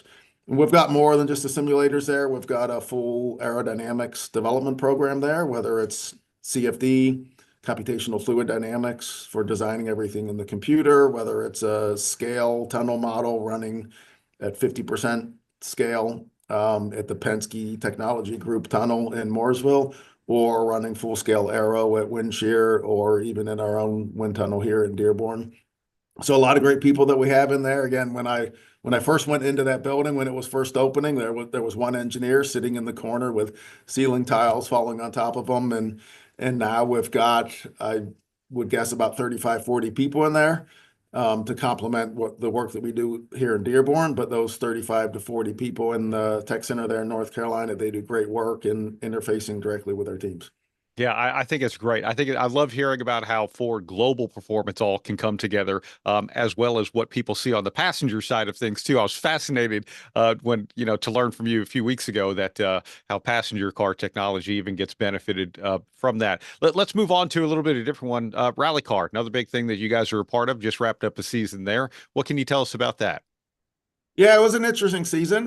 We had several podiums. We didn't get any wins. It's a very competitive series with Toyota and Hyundai, so congratulations to them on the drivers championship with Hyundai and the team championship with Toyota. They had a lot of success, a lot of good competition. It's very much a series with a lot of spectacles, with the way that the cars compete. They look fantastic, they sound fantastic on roads, whether it's, some of them are tarmac paved roads, some of them are gravel roads. But a lot of excitement, a lot of opportunity. It's a global series, which has a lot of benefits to it. We compete there with our Puma. And we've learned a lot actually with the hybrid technology there. Yes, it's a spec hybrid system, the motor and battery, but our own combustion engine. But we've learned a lot from the software and the calibration in that series that has been able to also transfer to our road cars as well. Yeah, that's really cool. Off-road, we know Dakar's coming up in a month, like you mentioned. We're actually going to have them on a little bit later this week, which I'm very excited about. But with Score, and you mentioned the Broncos and everything, what can you tell us about, all that you have going on within that? Because I know it's a lot. Yeah, we love Baja, and we consider that a proving grounds for especially our Raptor. So in order to earn a Raptor badge, there's a lot of technical DNA that needs to be met in terms of what gets designed into it. But at the end of the day, it needs to be able to, as a stock truck with minimal modifications to meet the rules with safety cage, fuel cell, etc., a Raptor needs to be able to finish Baja. It is such a tough test. So when we take these stock trucks down there and compete and finish, it's a badge of honor to be able to say that a Raptor can compete and finish it at Baja. This last, well, just 2-3 weeks ago, we had a Ranger Raptor competing there, finished and won its class, and then a Bronco DR, same thing. That's a turnkey race truck that we build and sell to customers that they can buy the truck, take it home, put a number on it, take it to Baja, and go race with it. So that's been a great proof point for us. But globally, the big off-road race is Dakar. It is such a massive challenge. We've partnered with M Sport to design an all-new truck, and it embodies everything that is Raptor. So it's a Raptor T1 Plus built to FIA rules and homologation. And we'll have 4 of those going and starting with the race, the prologue on January 3rd in Saudi Arabia. And it is such a massive challenge. It's a test not just for the trucks, for the vehicles, but for the drivers, the people, the teams, because it goes for almost 2 weeks. Not a lot of sleep, a lot of prep work going on through the night to rebuild or fix anything through the night, and then they're off again early the next morning. So I'm excited. I'll be there myself, as will our CEO, Jim Farley, which again shows the importance of these programs to us, to be there and wish the team success and interact with them as they get started. I'm jealous of that. I think that's really, really cool, and we wish you great luck with that. Mark, let's shift gears because in talking about all of the different series, we've talked about a lot of different in F1. It's called the power unit. We talked about hybrid. You mentioned not finding an EV series, so creating your own. We know when we start to talk about the future of moving forward, let's just call it that. There's anything from electrical to alternative fuels to any combination or hybridization of all of that. Where do you see us going in the future, be it short term or long term? Well, that's a tough question. All these other questions are easy compared to that.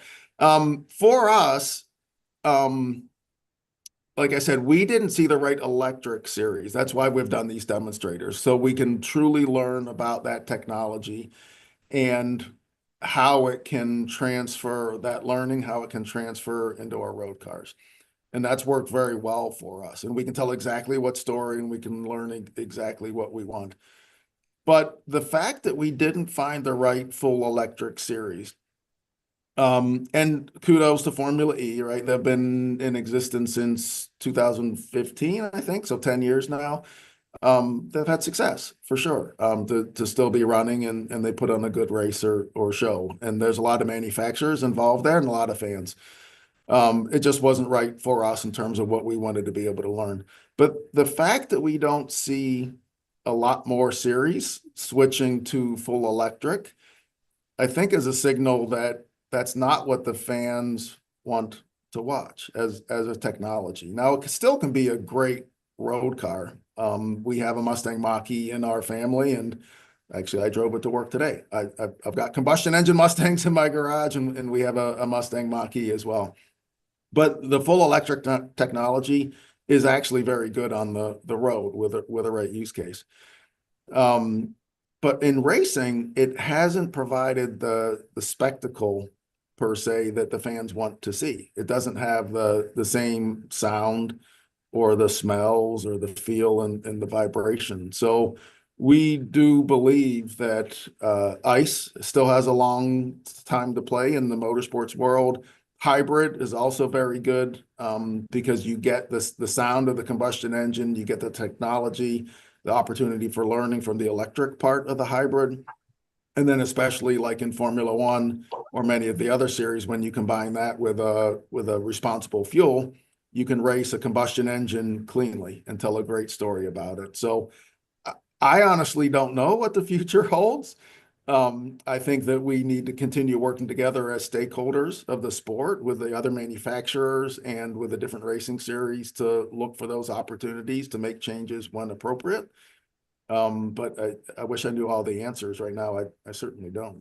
No, that's okay. It's actually probably more of a great way in your answer to showcase that what Ford is doing is involved in every part of it. So if it does turn one direction or another or somewhere combined, you guys are right there on the front end of it, and being a big part of it. I know we didn't mention the NHRA. We know you're very involved in that too with John Force Racing and the Mustang and all of that. But we appreciate you giving us some time here today, Mark. It's great talking to you and catching up with what Ford has going on in motorsports. Yep, absolutely. I enjoy being here. Thanks for having me. Thank you, Mark. Thank you. Stay with us. We are going to show a little video from our sponsors and partner, and we will be right back with you.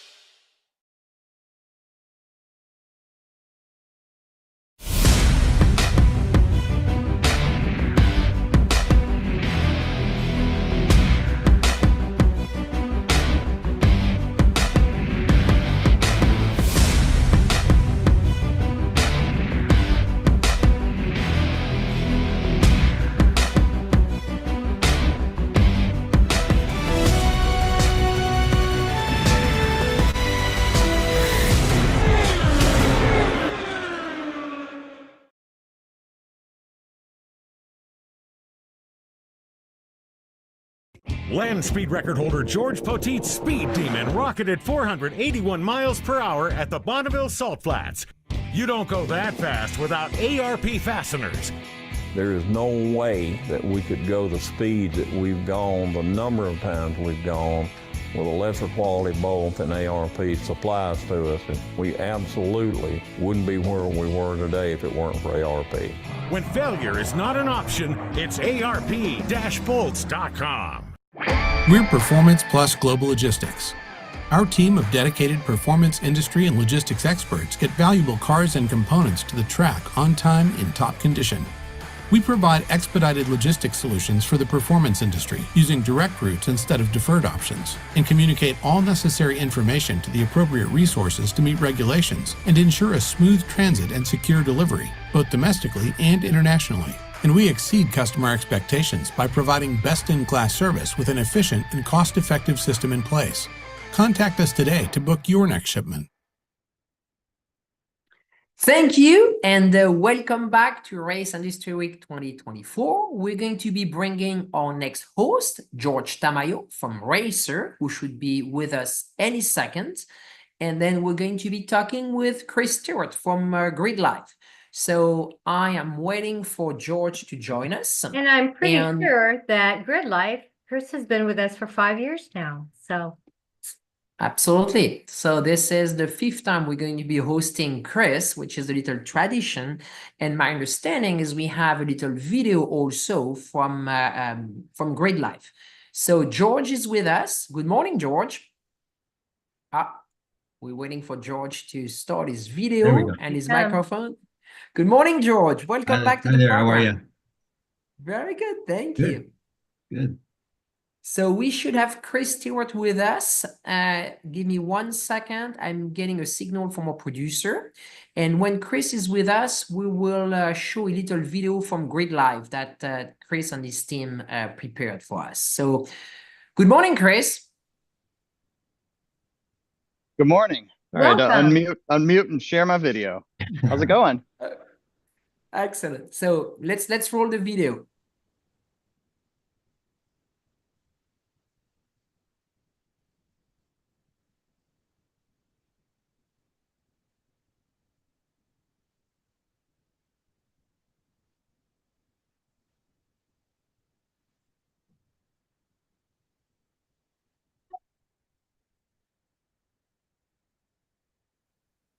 Reaching out, touching me, touching you.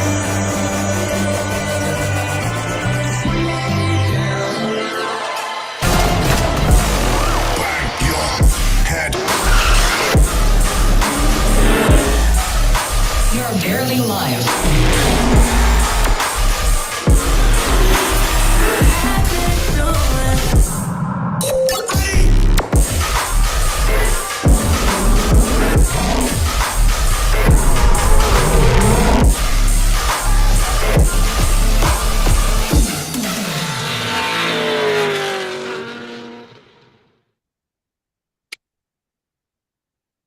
That's pretty cool. Thanks for sharing that, Chris.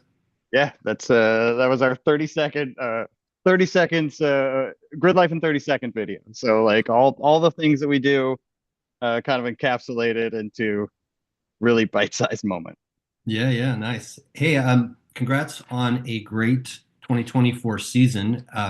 Thank you. By all accounts, a record-breaking one. So kind of there's a few things in there that I want to take a deep dive into, but give us your sort of top-level overview of what made it such a spectacular season, and were there any personal highlights for you? Well, I think the season as a whole, is kind of a highlight across the board, right? We've got this was our going into our 12th year. It's the second year when we've actually had like kind of a full nationwide footprint from coast to coast. And I would say we've been talking about kind of this era, or like what we're moving into is the next area is kind of like the Grid Life 4.0 era. So it's like, I think the just the kind of realization internally of like the level of maturity that our organization is at, and producing, new festivals, like 3 new festivals in the last 3 years, and kind of bringing, that motorsports festival and kind of the motorsports inclusion to, all these different facilities is kind of a big dot on the exclamation point. I think if I had to single out one thing, it was our launch of the Summer Apex Festival, which was our first festival event at Road America. So we're based out of Chicago. We've got that Midwest energy. Road America kind of is our pro track, up here in the Midwest. And to be, asked and given the opportunity to bring the festival there, and then to have the first year, kind of pop off and be such a, a well received and by all accounts a successful event, definitely is kind of the cherry on top for the year, I think. Fill us in a little bit more about that specific event. What was it that was so unique about it compared to the others? Well, I mean, I think the formula of what we do is pretty consistent. When we're talking about the festival events, right? So it's a music component with with like real production and real headlining artists. I think just on the music side of the house and like kind of that production element, I think when I first started Grid Life, we talked about how crazy it would be or how cool it would be to get Deadmau5, to perform, because we knew he was a car guy. At that time he was had the Ferrari, so he had a Ferrari. Now he's a McLaren guy. He does track days up in Canada, so I was like, oh, that'd be crazy. Oh, could never happen. And then we had Deadmau5 as the headliner for that event, so that's like a pretty like full circle moment. And then just being kind of entrusted with the keys to the kingdom and being able to like kind of activate all the different parts and pieces that Road America has, as a part of their facility. It's one of the largest facilities we've ever produced an event at. And, that's also really intimidating. It's like, how do you corral the people? How do you distribute the energy? How do you like keep this vibe and this flow going between, multiple on-track presentations to, stuff that's happening in campgrounds and things like that. So just like getting it all like to come together and, having the team kind of pull it off, and having like the goal of that event was I wanted the front office to be like nodding their heads with smiles. And then, right. I think we definitely like accomplished that, because, every time we go to a new facility, people entrust us, with the experience that we bring, but they also don't know, like they don't know. So like, and what are they getting themselves into? Yeah, we do things a little differently. So like, they're like, and we also do a lot on our own. So, because we're our own promoter, when we go to some of these larger tracks that, function in a little bit more where they're the promoter, and especially if we like collaborate on some efforts, we just do a lot, and we lift a lot, and we bring a lot with us. So I think that always comes across a little bit unexpected, because they're like, oh, this is easy. We were worried. Yeah. So you touched on a couple of the points that I want to dive into deeper, but first one being, this year you guys had, I want to say it was like around a 30% increase in your total entries and car counts and stuff. What was the factor in making that growth? It's a pretty significant number.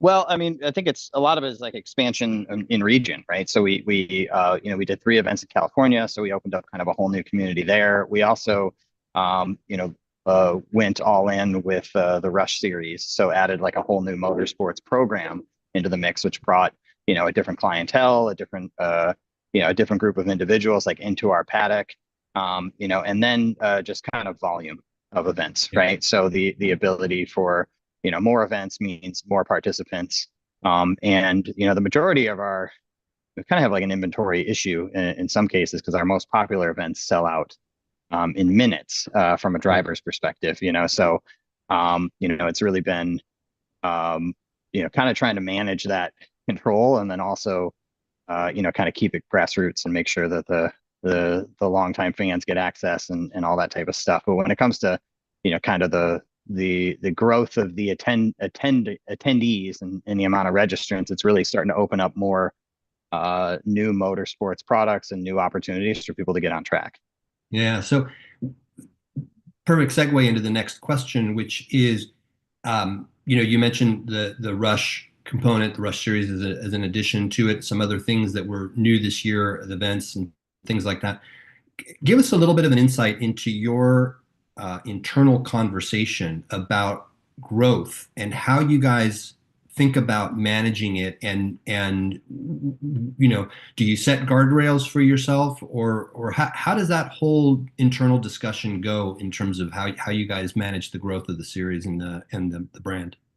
Yeah, that's a really interesting question for like kind of this moment, because I think I mentioned this in this conference past, where like whatever goals we set, like whatever the ceiling was, we like blew through it. And then we like set kind of these micro goals and then blew through those. We really are constantly presented with like multiple forks in the road in regards to like which ways that we can move. And really like the trying to like set some guardrails around our like strategic foundation and like our principles as an organization. So one, we're grassroots, we're about motorsports participation, we're about for lack of a better term, kind of every man and every woman, so like that's a really core ideal. So like that is considered in any of the decisions that we make, is this just needs to be accessible to the individuals that fit that profile and are a part of our community already. So we have to serve the community we have, right? So and that is grassroots, right? So it's a certain price point, it's a certain accessibility, it's a certain energy and kind of feel. So that's important. And then it's also as equally important to identify like what we aren't, and have that as be like a strategic pillar. That's interesting. Can you elaborate a little bit more on that?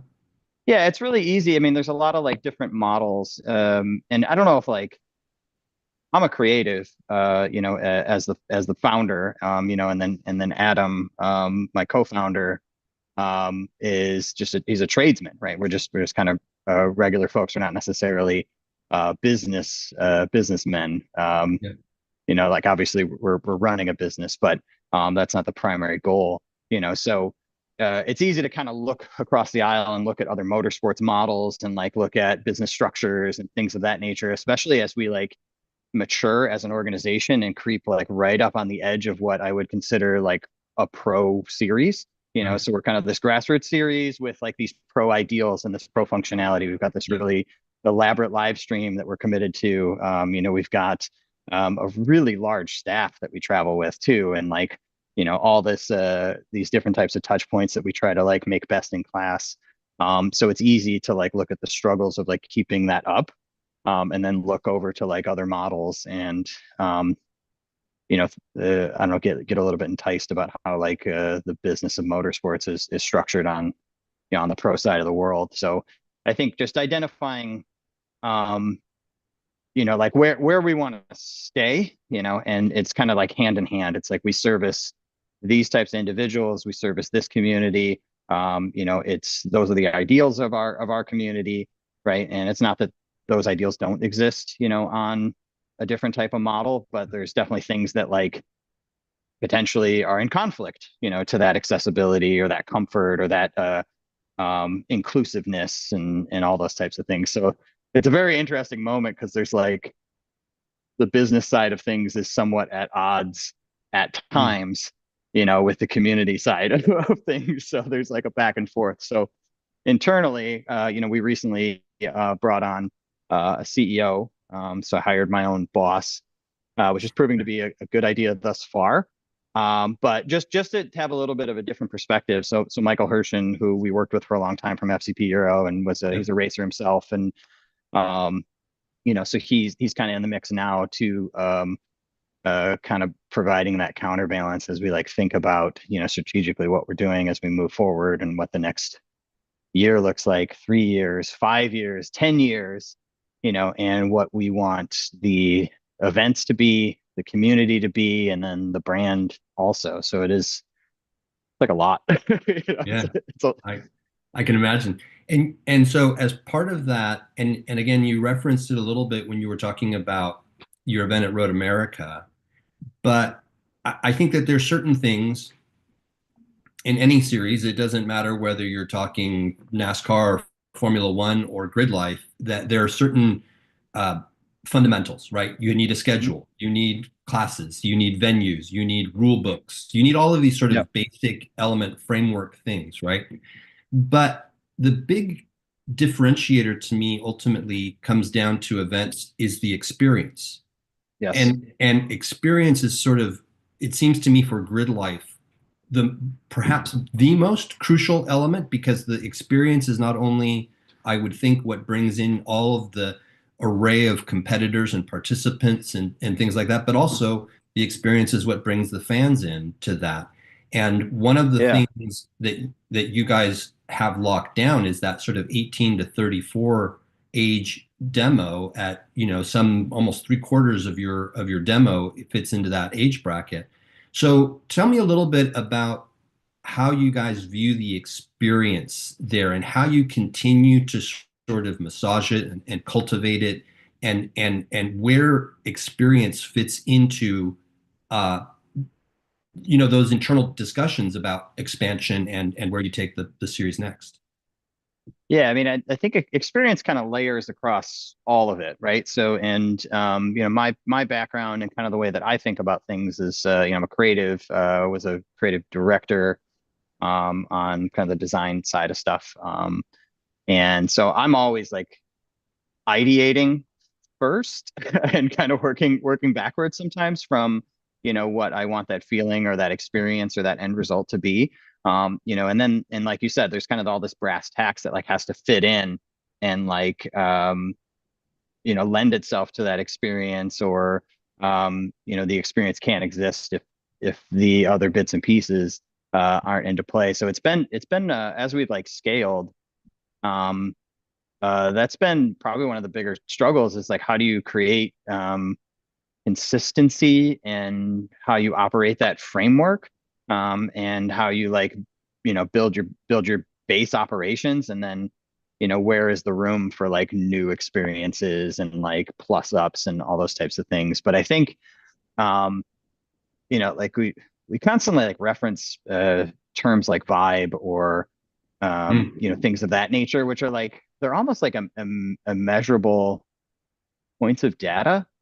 Like you can feel it, and you can like try to survey it, and you can try to like quantify it with a bunch of other points of data that like lead to it. But it's really like a combination of things that are like a little bit more art than science. It's this authenticity that we strive for, right? That accessibility. So, open to all.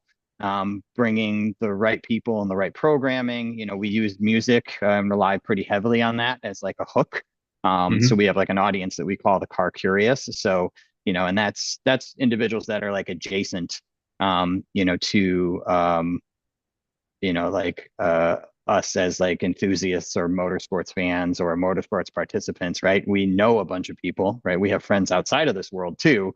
So like trying to build an event that like, is inclusive to those individuals, so that we can like kind of allow the community to build itself. So talk about the experience and like brings people in, bringing people in with that experience promise and kind of the marketing stuff is probably the most challenging part, is like off the jump, because you can show it and you can say it, and I can play videos like the one that led this, and you can be like, oh, that's cool. But it might not be enough to like push you over. But if I can get you there and I can get the right people there, and we deliver on that authentic experience, and that like, we've been talking about measuring, if we could measure success in core moments, like we wouldn't really have to worry about like how we're going to fund the next year, because we produce so many of them, or we strive to do so. So, like it's considered above all things, as even as we talk about like business goals and things that are, focused on, revenue targets and keeping the lights on. And obviously that's first and foremost, but like, I'm always like, but is it cool? But is it authentic? But does it make sense for our community? Is it abrasive? And Adam's the same way, right? Like, we're kind of like, we're still in it, like we're still in You know, it's not like we're on top of a thing looking down on you know, the people. We're like in the people.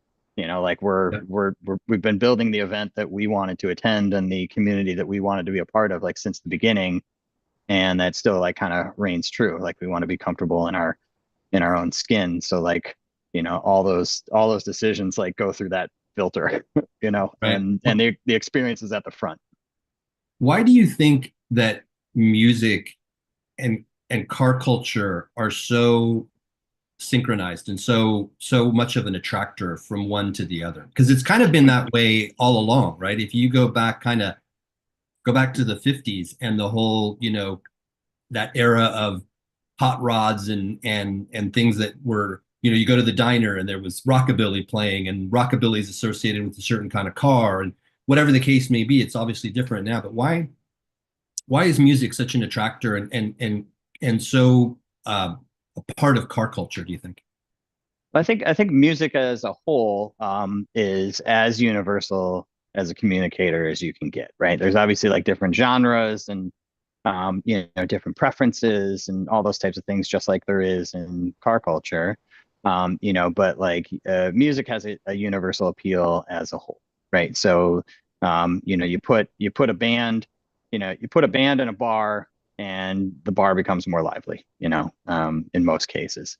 Right. I also think that like music and like, where do you listen to most of your music?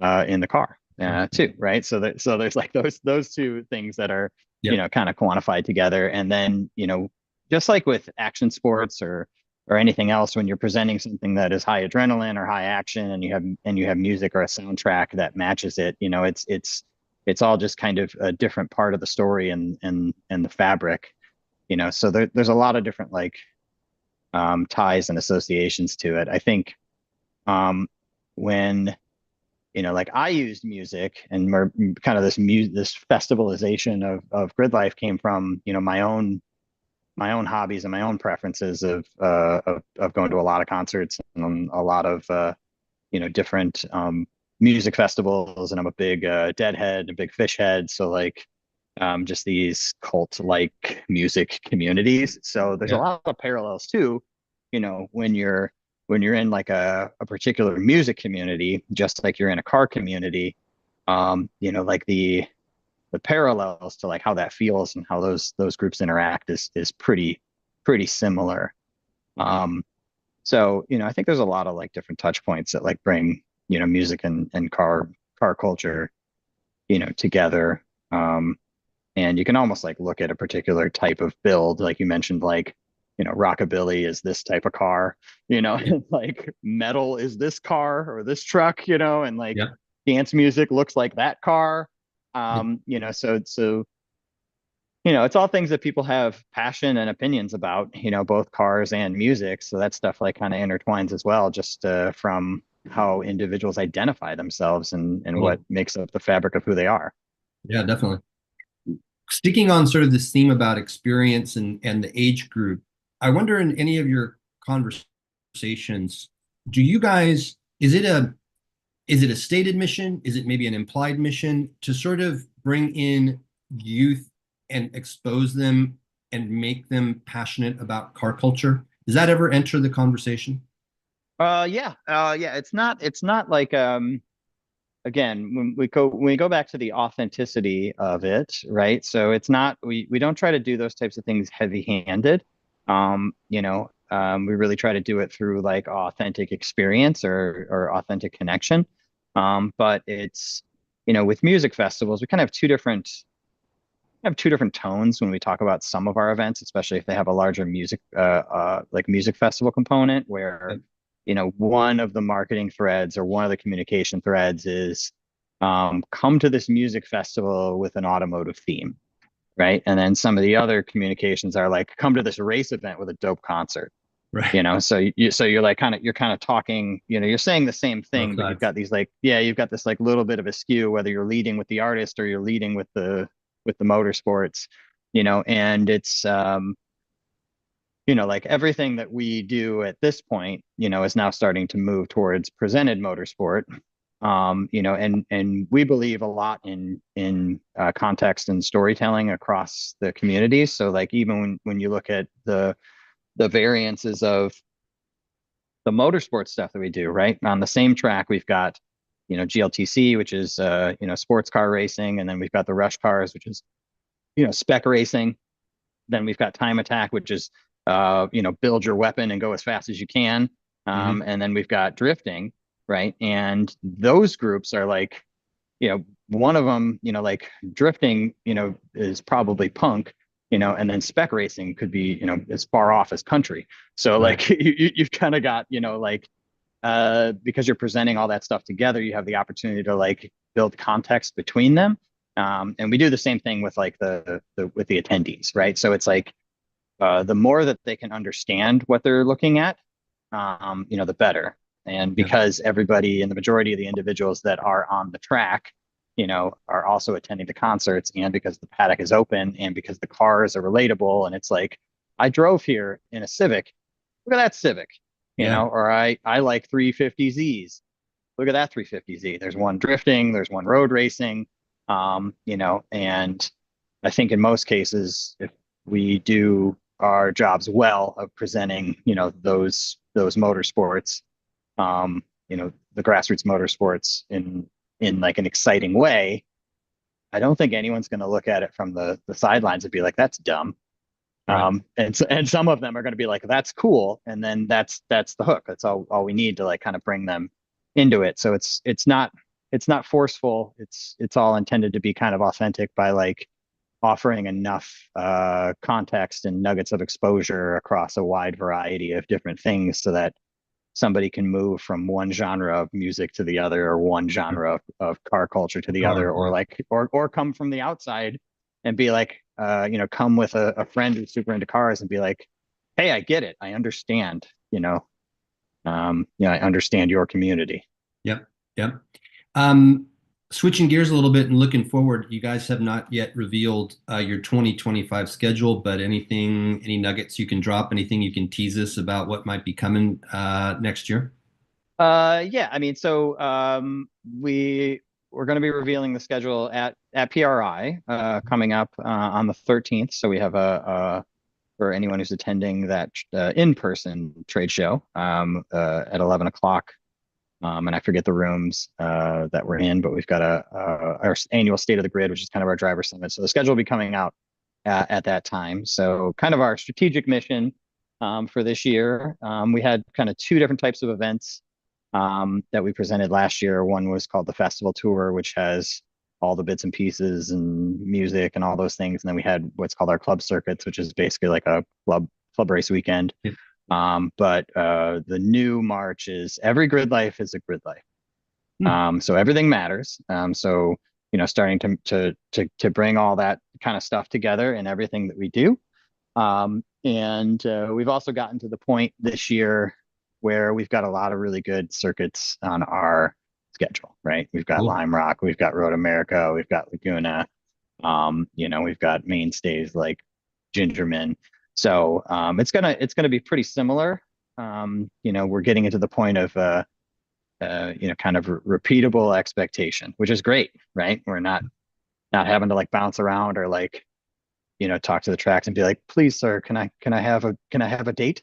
Yeah. You know, like we've got our dates. And we've got a couple of surprises that haven't quite reached the finish line that I hope they will. So there is some new stuff, both on the motorsports product side, so some new motorsports offerings, and then potentially a new track as well. Nice. So those are my teasers. There you go. Perfect way to wrap it up. Thanks, Chris, for your time today, and best of luck next year. Thank you. Appreciate it. Well, thank you, Chris. Always a pleasure to have you. Big fan of what you're doing. So, and we'll see you next week at PRI. So thank you, Chris. Stay with us. We're going to run a short video from our sponsors, and we'll be right back. And we're going to be talking to Kevin Miller from USAC. Scott Lewis and Associates, the sales, marketing, and branding specialist for the automotive performance industry since 1988. We get our manufacturers on track by opening an extensive distribution network, providing product training to sales staff, creating fully integrated sales and marketing strategies, building successful industry partnerships, attending trade shows, events, and races, offering first-class support to customers. SLAI delivers solutions that win you sales. To get in touch with an SLAI representative, call 516-378-6100. Go to scottlewisinc.com or email info@scottlewisinc.com. With roots in the Midwest that date back well before the Model T, Fifth Third Bank has a long history of serving the needs of automotive companies. While much has changed over the years, our passion for helping businesses put cars on the road and on the track has not. Today, we are more committed than ever as a member of SEMA, a founding member of PRI, and a sponsor of multiple race teams across several racing series. For over a decade, Fifth Third Bank has been a staunch supporter of our industry and a great partner for many companies in the motorsports field.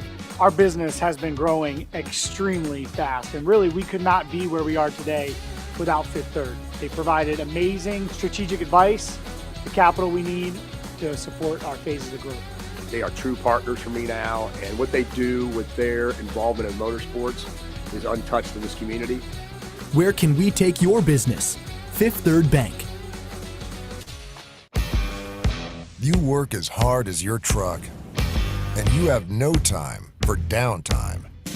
That's why more truck owners trust Blue Def, America's #1 diesel exhaust fluid brand.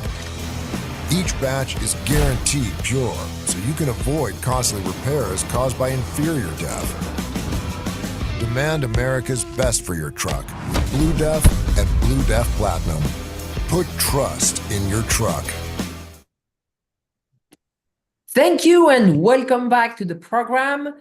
Good afternoon, Mr. Kirshner. How are you? I'm doing well. How about yourself?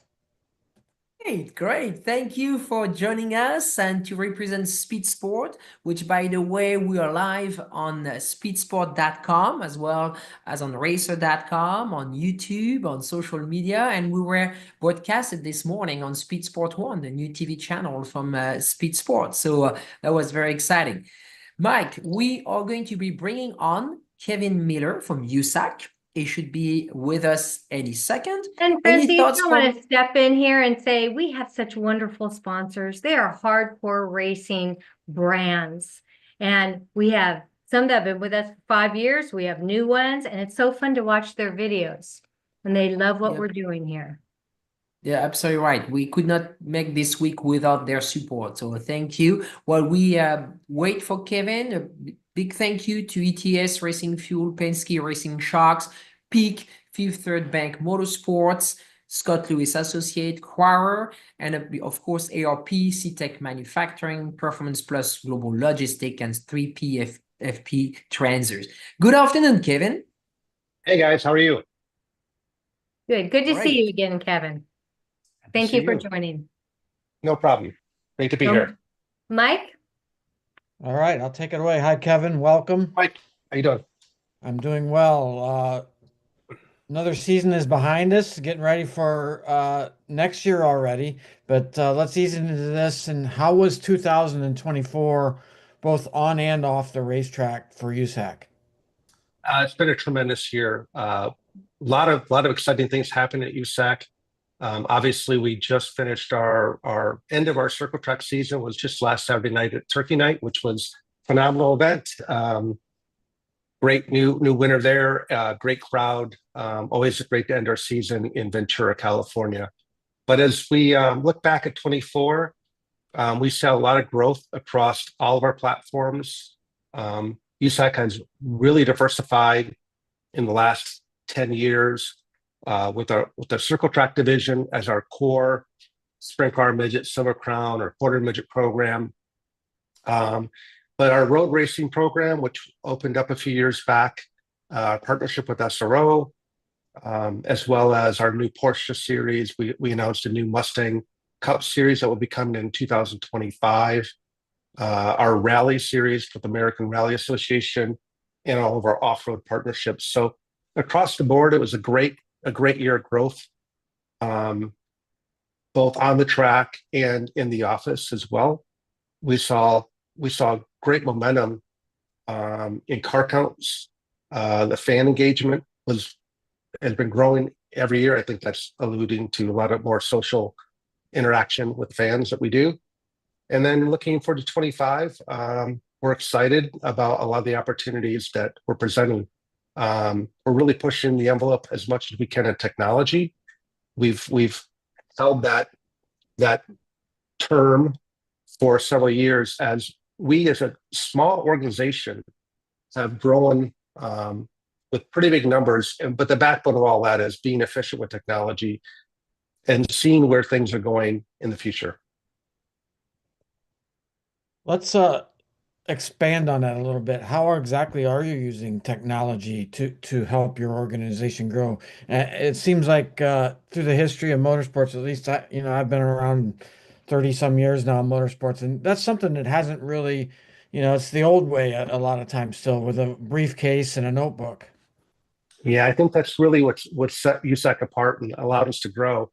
And when I walk in our office today, we're a pretty big organization when you look at the number of people licensed under USAC and all the various series. But if you walk in our office in Speedway, you'll walk in and go, where is all this happening?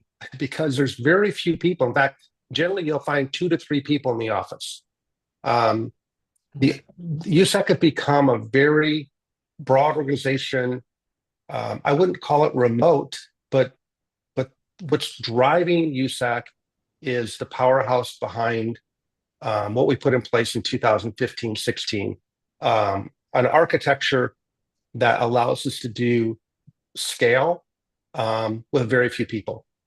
And we've achieved that and allowed us to grow. And actually, it was enticing to other series that partnered with us to utilize that same technology to help them. And so we've become the backbone of several race series because of the scale that we can provide and what we've achieved using technology. That's a 10-year-old project now. As we look backward, it allowed us to grow. And I keep going, how do we continue on? I mean, obviously, 10-year technology, people have caught up doing what we do. How do we take it to the next step? And I think that's the most important thing I'm looking forward to is where do we go? One thing we just did, we did announce this, but we're a small piece of this. But a couple of years ago, we started an initiative. Really, wasn't our vision to do this, but out of a need that we developed our own kind of homemade timing and scoring system for road racing. Most of the big players for road racing, scoring, timing are all out of Europe. And we kind of did a homebrewed version that worked very well and it still works very, very well. But as we look down the path, the amount of development it would take to continue to grow what we were doing internally is pretty immense. And some of the tools that are available for race control, for track lighting, in-car or TV graphics, it's all bundled together. There's some really good firms, and a company called Alcamel out of Spain, Alcamel Systems, one of the world leaders in timing and scoring. They're not big in the US, but they do all the WEC, they do IMSA, they do Formula E, they do Extreme E. They are major players in Europe. They dominate the market in timing and scoring, and that's the technology behind all of motorsports. They even announced they're going to open an office actually in our building, Speedway, and we are building out a remote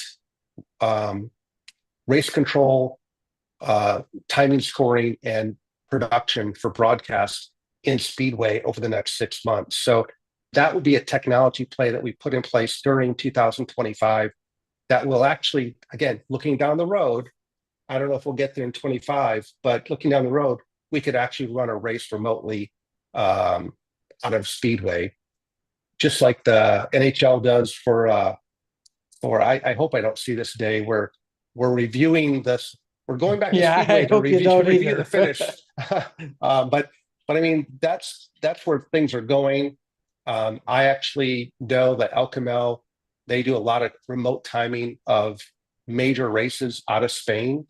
And that's our vision, is to be able to provide more services and enhance our services, again, being cheaper, faster, quicker, and more efficient.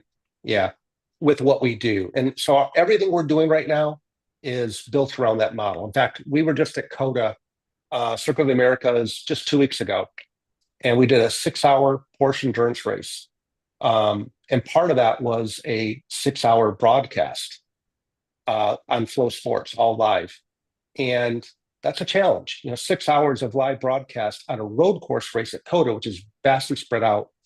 And with our budget, which was less than $10,000, we had 8 cameras, 2 drones, probably 12 in-car cameras, and achieved that number.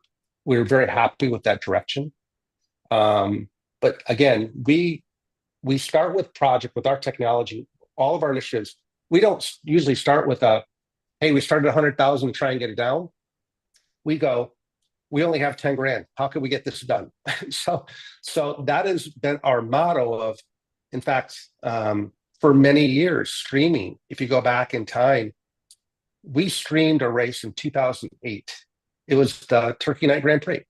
In 2008, we streamed that live through, we borrowed time on the INDYCAR server, and we did some other things, and we streamed the race live, but we had no clue what we were doing. And as we progressed through streaming, the quality wasn't there. So I just kept saying, we're not going to do it till we do it right. And we didn't do that till 2019. So obviously streaming came into play. It was working in the teams and 15, 16, and we had partnerships, but we didn't take it on ourselves to 2019. And this year with our Porsche series, we started out this year pretty horrible. And again, it wasn't like we were trying to save money. We didn't know what we were doing. And we worked every race. We got better to the end of the race, end of the year. Even Porsche commented how great the stream was and how well we would get along. So we throw a lot of things at it, but in a budget constraint mode. And honestly, where I see a lot of things going are AI supported. People don't talk about that in motorsports. I always get laughed at when I talk about it, but I truly believe that there are so many things that could be enhanced with the technology that's relevant around us right now. It's simply, you see it in your phone, you see, everything's being done, all AI, these buzzwords, right? But what could it mean for motorsports? And I want to make sure that we aren't going to miss that opportunity. So we will invest and play and test and throw things out there and see what sticks on technology where we can. I joke about this, but I'm very serious. I want to hire an AI specialist at USAC. And that person's job is to look at everything we do through a different world of AI. And how does that enhance what we do at USAC? Because it's pretty phenomenal, the technology that's grooming and growing out there. How do I make everybody's job easier at USAC, make them more efficient wherever we are? And I think that is a key thing that I want to focus on for the future. I think everybody's trying to do more with less. Yeah, for sure. Look, let's be honest, that motorsports, it's pretty interesting, especially when you look at our circle track environment. Our circle track environment, and you're close to it, Mike, I know, where you see we get hit on all the time, like, oh, the wing guys are paying $50,000 to win. USAC's still at $10,000 to win. You guys got to pay you guys got to pay yourselves more, your guys more. And the problem is you walk into a track, our model is we walk on the track and the actual people paying the bill is the people that bought the tickets, because we're charging the track $30,000 to pay out $28,000. Yeah. And, there's no margin for USAC to promote that race. The promoter has to pay that bill, and the promoter's bills are paid by the fans. So it's a big circle, right? And at the end of the day, we can't go in and charge a promoter $10,000 more tomorrow and raise our persons. It's just not going to happen. The bubble breaks. So it's been a delicate balance for us for hell since I came here. I mean, in 2007, we were paying $4,000 to win max for sprint car races. We made a standard of $5,000 to win a few years later. Now we're generally drifting $6,000, $7,000, $8,000 a standard sprint week. We want to take that to 10. We have several persons now $20,000, $30,000 to win races, unheard of a few years back. And we've had to help groom and grow some of those events. Our model right now is we need to make our events bigger, not make more events. We have plenty of events. Yeah. We need to make events bigger. And you see that trend throughout racing. But our focus is, we look at our schedule, our midget schedule, incredible midget schedule. How do we make each one of those better? And that's one of our big focuses there. But going back to the technology side, we have to be as efficient as possible wherever we are. When I look at the number of people that we take now to a sprint car midget race, I mean, the margin we have between what we charge a promoter and what we pay out, we lose money, thousands of dollars per race that we do. We're underwater on a pure business model walking in and out of that track because of the number of people we take.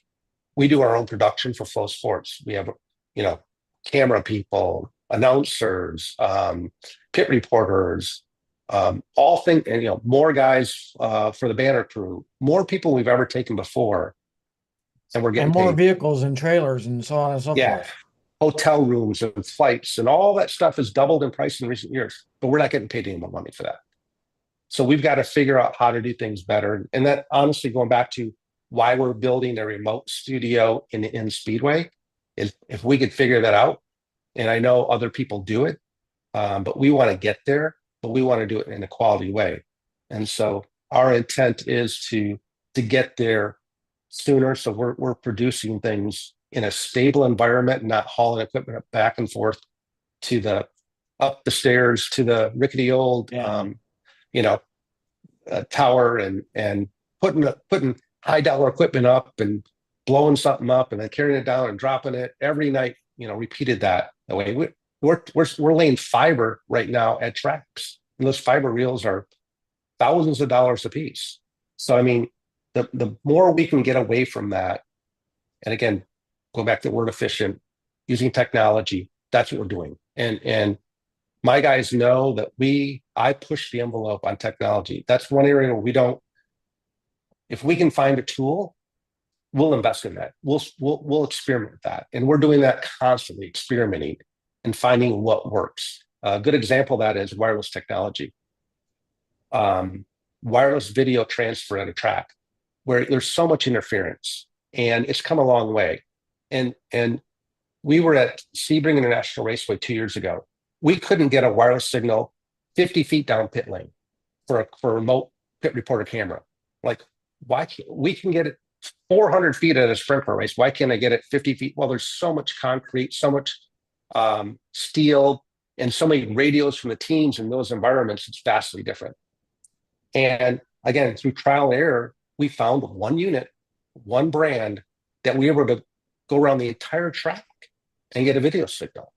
Well, now that's what we've invested in. It was expensive, but we bought 10 of those units, and we go to any road course and set up video with no fiber, no worries, and we're producing the entire thing with wireless, and that saves us people, time, resources for setting up networks.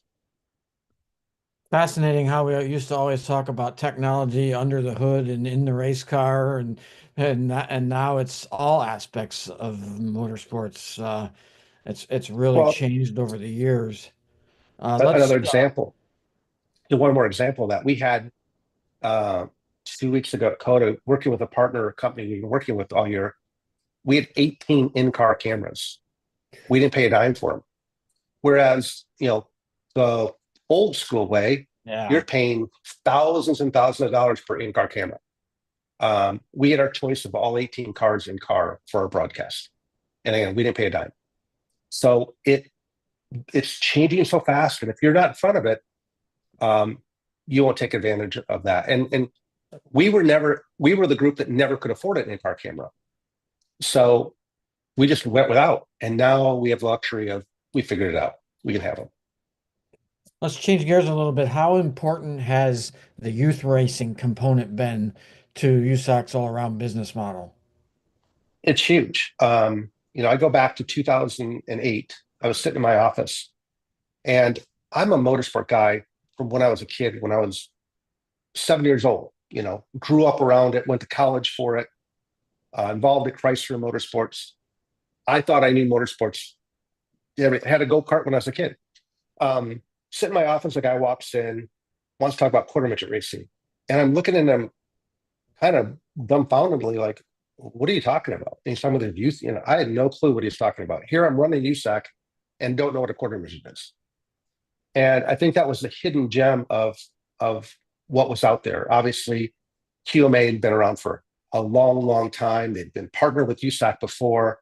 And what I recognized in 2008 was USAC was dying. I mean, you go to the grandstands, it was a bunch of old guys, and it was not a healthy future for USAC. And the one thing I recognized was we've got to rebuild from the youth. We got to reconnect with that. And so our quarter midget linkage started at that point. We have built our program up to now over 60 tracks. We have now partnered with NASCAR. It's the NASCAR U Series.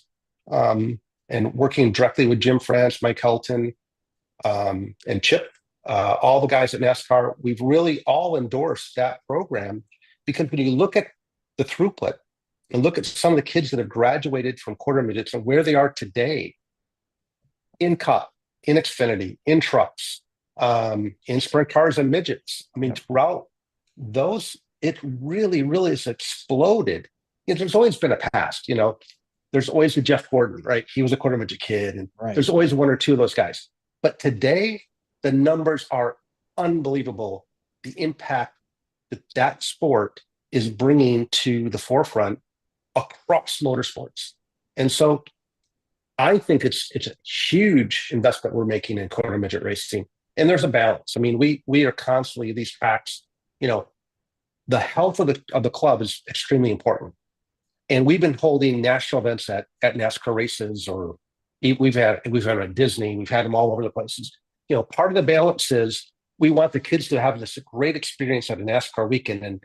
And I've been in a Daytona when they've been interviewed by the press room, the kids, and what a great experience. But that event took away from a club opportunity, and the club to make money, and the club to earn, to gain members. So there's a balance. So we're trying to achieve that balance. Every year it's a struggle where the balance is, because we've got to build the sport. Like I said, I didn't know the sport existed. We got to build the sport to get it exposed to the masses. But we got to keep the club, these 60 clubs, and to help the clubs. You know how struggle it is when you've got a parent led business where you're reliant on those kids to support the club every week for the financial viability of that club to operate. And so we've been trying to put that balance in place. Next year, 2025, our schedule includes a lot more club events. We've got a new showcase series where it's not points related. Points always, whenever you put national points in an event, it raises the stakes for everybody, especially parents. The anxiety like for baseball, everybody. right? You can't just have a bunch of all-star teams. You have to have a lot of kids playing in a lot of leagues.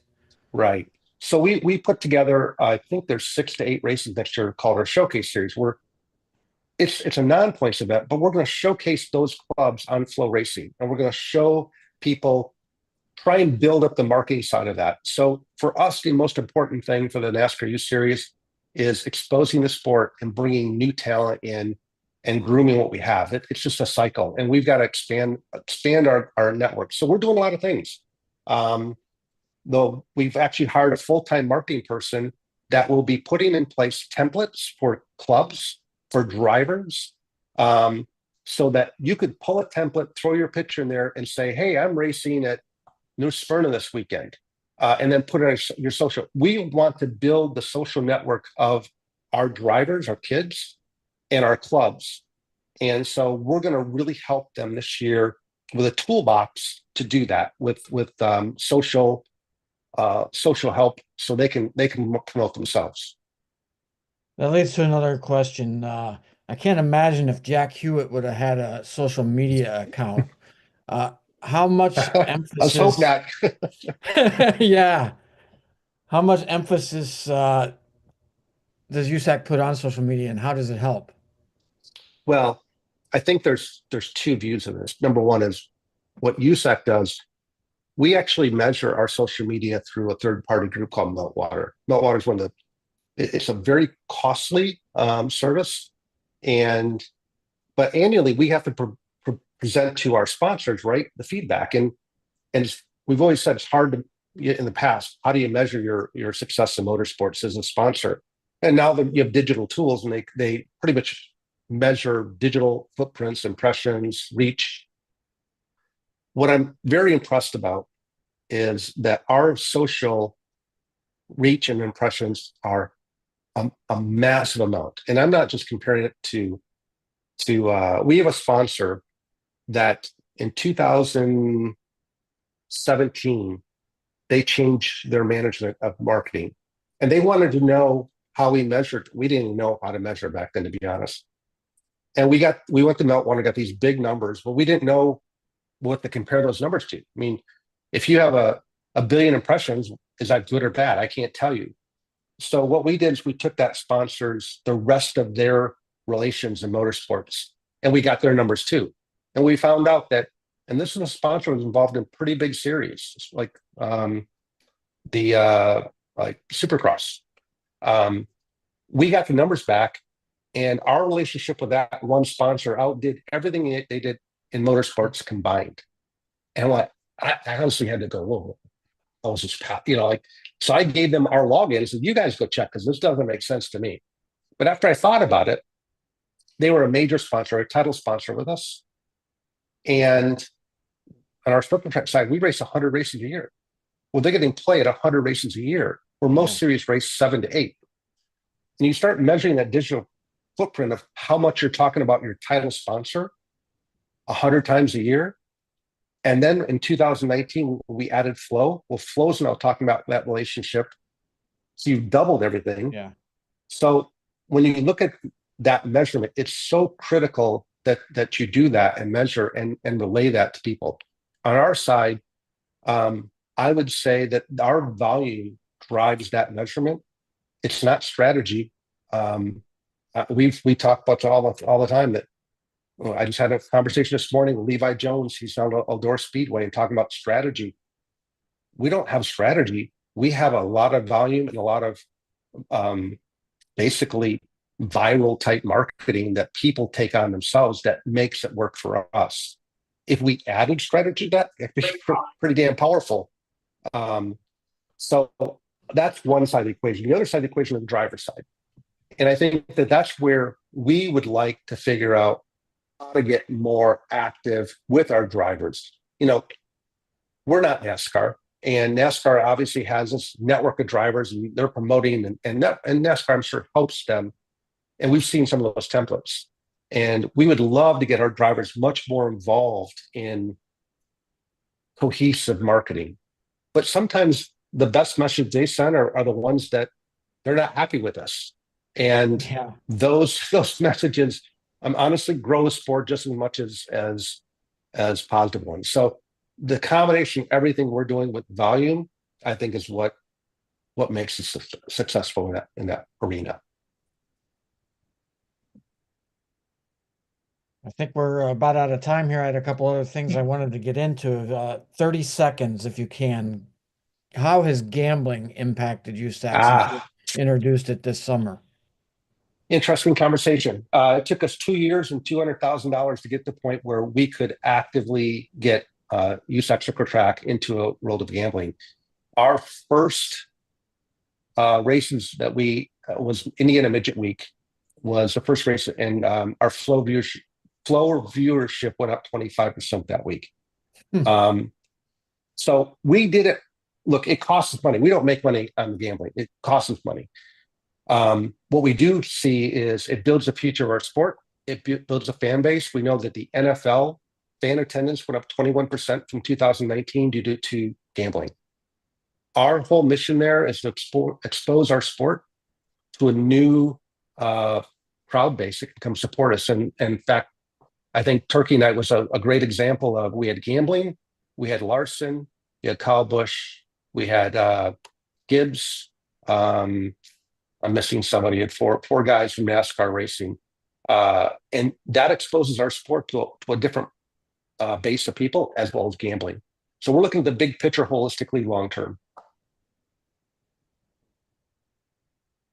Well, thank you very much, and sorry to be the timekeeper here, but No problem. we are delightful to have you on, Kevin, and thank you for being with us. And we'll have you back again for sure. No We problem. need to. Always You know, here. Kevin, you just make things happen. It's been a joy to see how much you brought USAC forward, and now you're just thinking ahead, and you just make it happen. I'm impressed, truly. Thank you. Appreciate it. We're having a lot of fun right now, and 25 is poised to be even a grander scale for us. So we like to we work hard, but we play hard too. So it's all good time. Well, USAC's in good hands with you.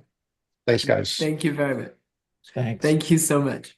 Mike, Bye. thank you very much as well. And we're going to run a short video from our partners, and we'll be right back with you. EPARTRADE is a digital platform that we've created basically to make life easier in the business community of auto racing. EPARTRADE, there is no e-commerce. It's literally a connection just like at a trade show. So now, any time of the year, a buyer could reach out to a supplier. When you see a product that you're interested in, all you need to do is click on request more information, and then from there, it is forwarded directly to the buyer or to the supplier. EPARTRADE really eliminates having to travel, closing down your shop. Now you have a place to showcase globally your racing product and technology.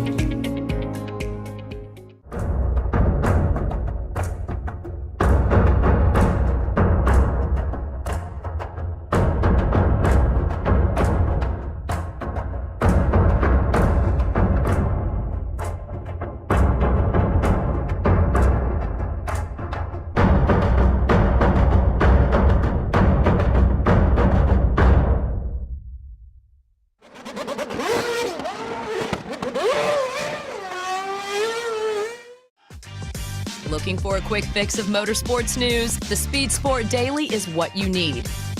It's a free racing newsletter delivered directly to your email every day. We'll cover the winners and the losers and tell you who's making news off the track. It's NASCAR, NHRA, World of Outlaw, INDYCAR, and so much more. Go to speedsport.com today and get signed up for America's free racing newsletter and get your daily motorsports fix. The Speed Sport Daily. Thank you, and welcome back to the program. Kelly Crandall is with us, and she's going to be hosting Women in Motorsport. Good morning, Kelly. Good morning. Can everybody hear me okay? Absolutely. Sound great. Absolutely. Well, I guess We're good very morning happy for to- you guys. Good afternoon for me, right? Everybody's all over the place. Yes, I believe Cindy's over back in the East Coast too. And I think she's with us right now. I can see her logging in. So we're going to let you take over, Kelly. And good morning, Cindy. Hello. Good to see you. Good to see you too. Well, you're in good hands with Kelly. I know, the best of the best, with her monkey or not Mickey Mouse ears on. Well, this is what happens when you work from the desktop today, where I have my whole setup as I get ready to co-host on SiriusXM tomorrow. How are you, Miss Cindy? I always enjoy getting to talk to you. I always enjoy seeing you. Well, you have a wonderful background, and that's what we're going to talk about today. And I have the Women in Motorsports bio here in front of me, but I figured, how about you explain what Women in Motorsports North America is? You are, of course, the executive director for those that don't know. So I want to let you take it away, explain to everybody what the organization is, and then we're going to jump into more about it, as well as a very exciting program that's coming up. Thanks, Kelly. Well, as you know, Women in Motorsports North America was founded or co-founded by Lynn St. James, the amazing race car driver, mentor, speaker, and Beth Peretta, who is INDYCAR owner with Peretta Autosport and now is a VP of sporting for Formula E. You know, we've only been around a short time. We were actually kind of created in 2021, but really didn't get incorporated till April of 2022. So we've done a lot in a very short time. I like to think of WIMNA, the abbreviation. It's so easy to say WIMNA. I love that. I like to think of it as a resource for people, right? And it's not just women, but it's men and women who are devoted to motorsports all across the board, not just any particular series. Can you explain, Cindy, how this idea came about to have an organization like this, and how it got started, and why, I guess, there was the importance of something like this? Well, it was needed a long time in the motorsports industry. And in 2021, we put together a women's summit. At that time, we didn't have the organization and there wasn't Women with Drive. And we were hoping a couple of our friends would show up in a honky tonk bar in Nashville, Tennessee, and we had 110 people show up. That next year, Beth had her almost all women's team at Indy, and Lynn St. James was on the grid. She could see all these women over the wall. She had a moment. She even says she cried. That's kind of a joke between the two of us, and I know she's watching and laughing at me right now. But what happened was Beth gave her a big hug and said, we're finally not alone anymore. So the next 4 or 5 months, we gathered a group of men and women. One of the things we're really pride ourselves in saying, we're not trying to change motorsports. We are trying to grow motorsports, representing 52% of the population. So after this time of 4 or 5 months of many, many meetings, creating a fabulous board, creating a mission statement, we launched. And that's really how it all started. We have Lynn, who has popped up in the chat here. I knew she would come on. we launched WIMNA to be to the motorsports industry on EPARTRADE in 2022. So how about that? Look at everything comes full circle. I love that. It's such a small world. Yeah. So WIMNA's just exploded in many different ways, and we're really here to serve the motorsports community and men and women alike. We have so many great men supporters. We call them our allies, and they're there 100%. I can go on and on and on listing all the names. I want to touch on real quickly there, because we've said it now twice, that this is not just about women, it's women and men. And I feel like that's something important to note here, because it's probably maybe not well known, or maybe there might be a stigma, I feel like, attached to it, right, Cindy? When you hear Women in Motorsports North America, as you said, there's probably a lot of preconceived notions that come with that of what it is. So can you discuss and dig into how important it's been to make sure that it's not just women, it's women and men, and how important it is men supporters, how much they have impacted this organization? Oh my gosh, there's a lot of stories to tell, but I'll just point out a few gentlemen that have been amazing. John Doonan as an example. He was on earlier today, and he's been there every step of the way. We ask a favor. For example, we have a program with Bosch called Electrify Your Career in Motorsports. We've done 5 of those events. We contact IMSA. Can we get tickets for the ladies? Can we get parking passes? Can we get suites? Not only is IMSA helping us out, John Doonan, but the tracks, Connie Nyholm at VIR, or Doug Bowles at Indy, or we had the entire WEC organization with Andrew Craig this year at COTA. So we really rely on our male counterparts to be able to provide us access to bring either the high school girls or the college gals in who are exploding in the sport. We'll get into that in a moment. Absolutely. So before we dig more into that, and I want to talk about the programs and how much this has impacted the motorsports community already, you said that it's not about changing motorsports or anything of that nature. So Cindy, what would you say, how would you sum up what the biggest mission or the goal is for WIMNA? Well, we're going to be launching this at the summit next week, but we have WIMNA 2.0, and really we've boiled it down to being, we call it ACE, Advance, Connect, and Enable Women in Motorsports. That would be the easiest way to put it. Advance, Connect, and Enable Women in Motorsports. Well, that's a good segue. So let's jump into the programs that WIMNA has already been working on, or that has established, or the ways in which that, as you said, it has supported and advanced women in motorsports. What comes to mind, Cindy? For me, I know that the Accelerate Her program was a big deal when you all took that on. I think it was last year, maybe 2 years ago. But talk about those programs. What are some of the things, what are the impacts that folks can see that WIMNA has already done? Yeah, I'm glad you brought up Accelerator. This is our second year. It's a prize pool or contingency fund program funded by Busch Light. The last 2 years, including this year, we will have given $200,000 a year away, so almost $400,000. I'm not at liberty to announce the winners for this year because they'll be presented their check on stage. But if you go to our website, Women in Motorsports NA, and look under contingency fund, you might just be able to figure it out.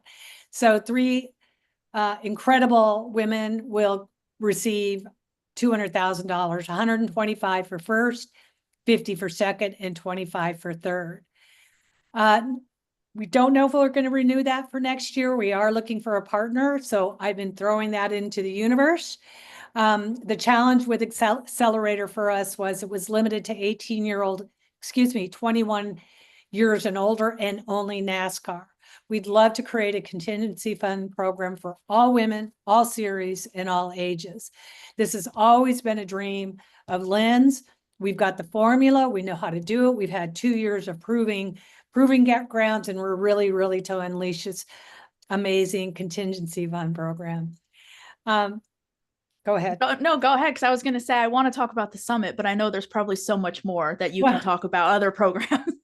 Yeah, the other one we're really proud of is our Shiro Award for outstanding women who've made amazing contributions. This is our second year for that as well. Jostens has been our partner, and Advent Health came on this year. We had 24 applicants, and what that means is somebody nominated an applicant or a nominee, and it was really tough. It came down to a handful, neck and neck, and we'll be again announcing the winner at the summit on Wednesday around 5:30, and everyone's going to be real happy with who was selected. The summit is next week. As you said, it leads into PRI. It's going to be in Indianapolis at the Indianapolis Convention Center, December 10th and 11th. Shameless plug, Cindy, can I just say that December 10th is my birthday, and I'm going to be spending it with you all. So do I get brownie points for that? Well, we might have to get you a cake, right? I'm never going to turn down cake. Come on, you've met me. What's your favorite cake? Anything chocolate, right? Chocolate Okay. or red velvet, but we'll keep it simple. Okay. So note to self, chocolate cake.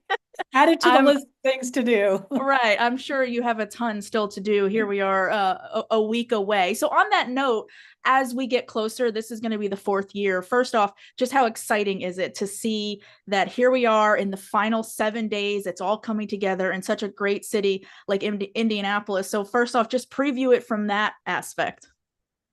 Well, today I felt like the fireworks have come off, and every summit I've said at the very end, please do not wait to the last minute. Guess what?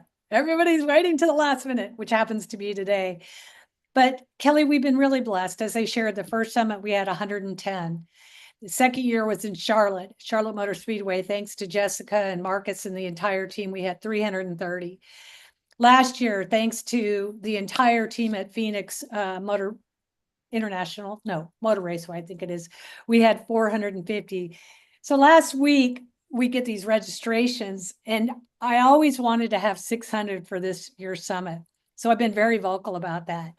But I said if we had 451, I'd be very happy, because that would have beat last year's event with Latasha and her team. Well, I woke up one morning and there it said 451, and I was shouting to the world. As of this morning, we're just topping 500.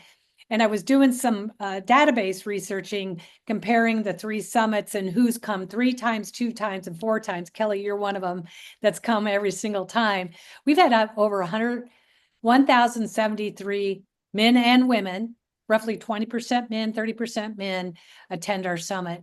And I was hoping to have before this call how many were 3-timers, 2-timers, and 1-timers, but the computer's been exploding today. Let's give everybody background on what the summit is and how this came together. Because as we said, this is going into its 4th year. So how did this summit come together? What is it? Explain that to everyone. Sure.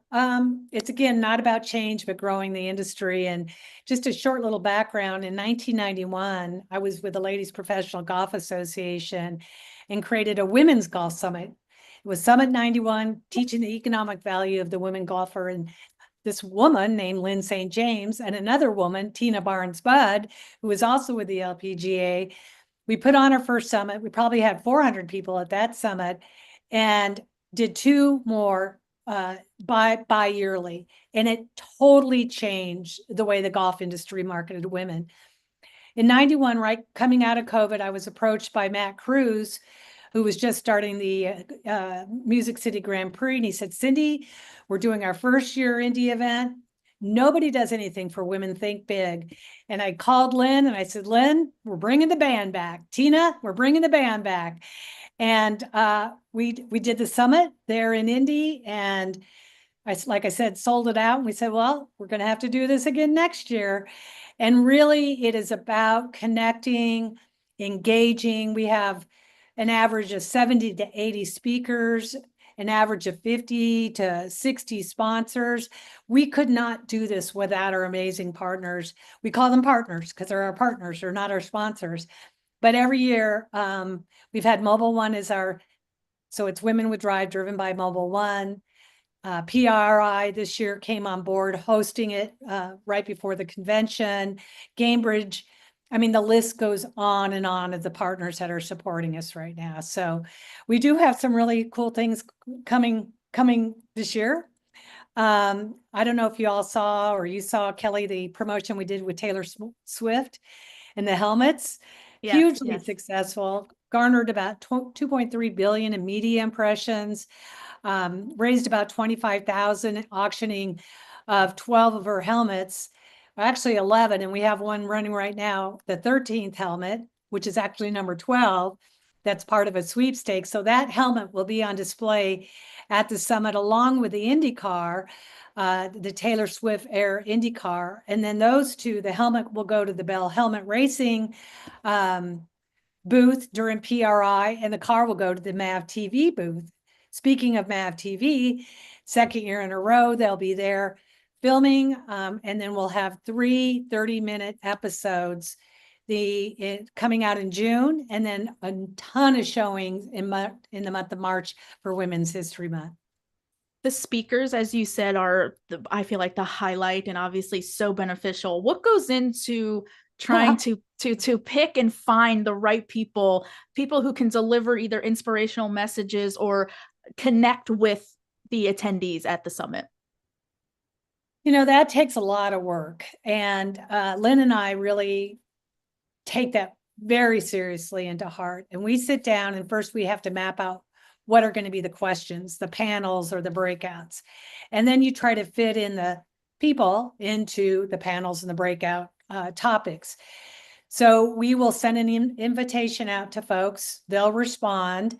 And then we'll set up a call and have a conversation. Are you really the right person? Do you really want to do this? Then when everything's formed, then we get all the panelists and the moderators together. Sometimes our biggest challenge with all that, it's not so much the topic and the speakers, it's getting good headshots. So this year we're solving that problem, and Coforce has come on board, and we're going to have a booth at the summit where everybody gets a free headshot. No excuses for bad headshots anymore.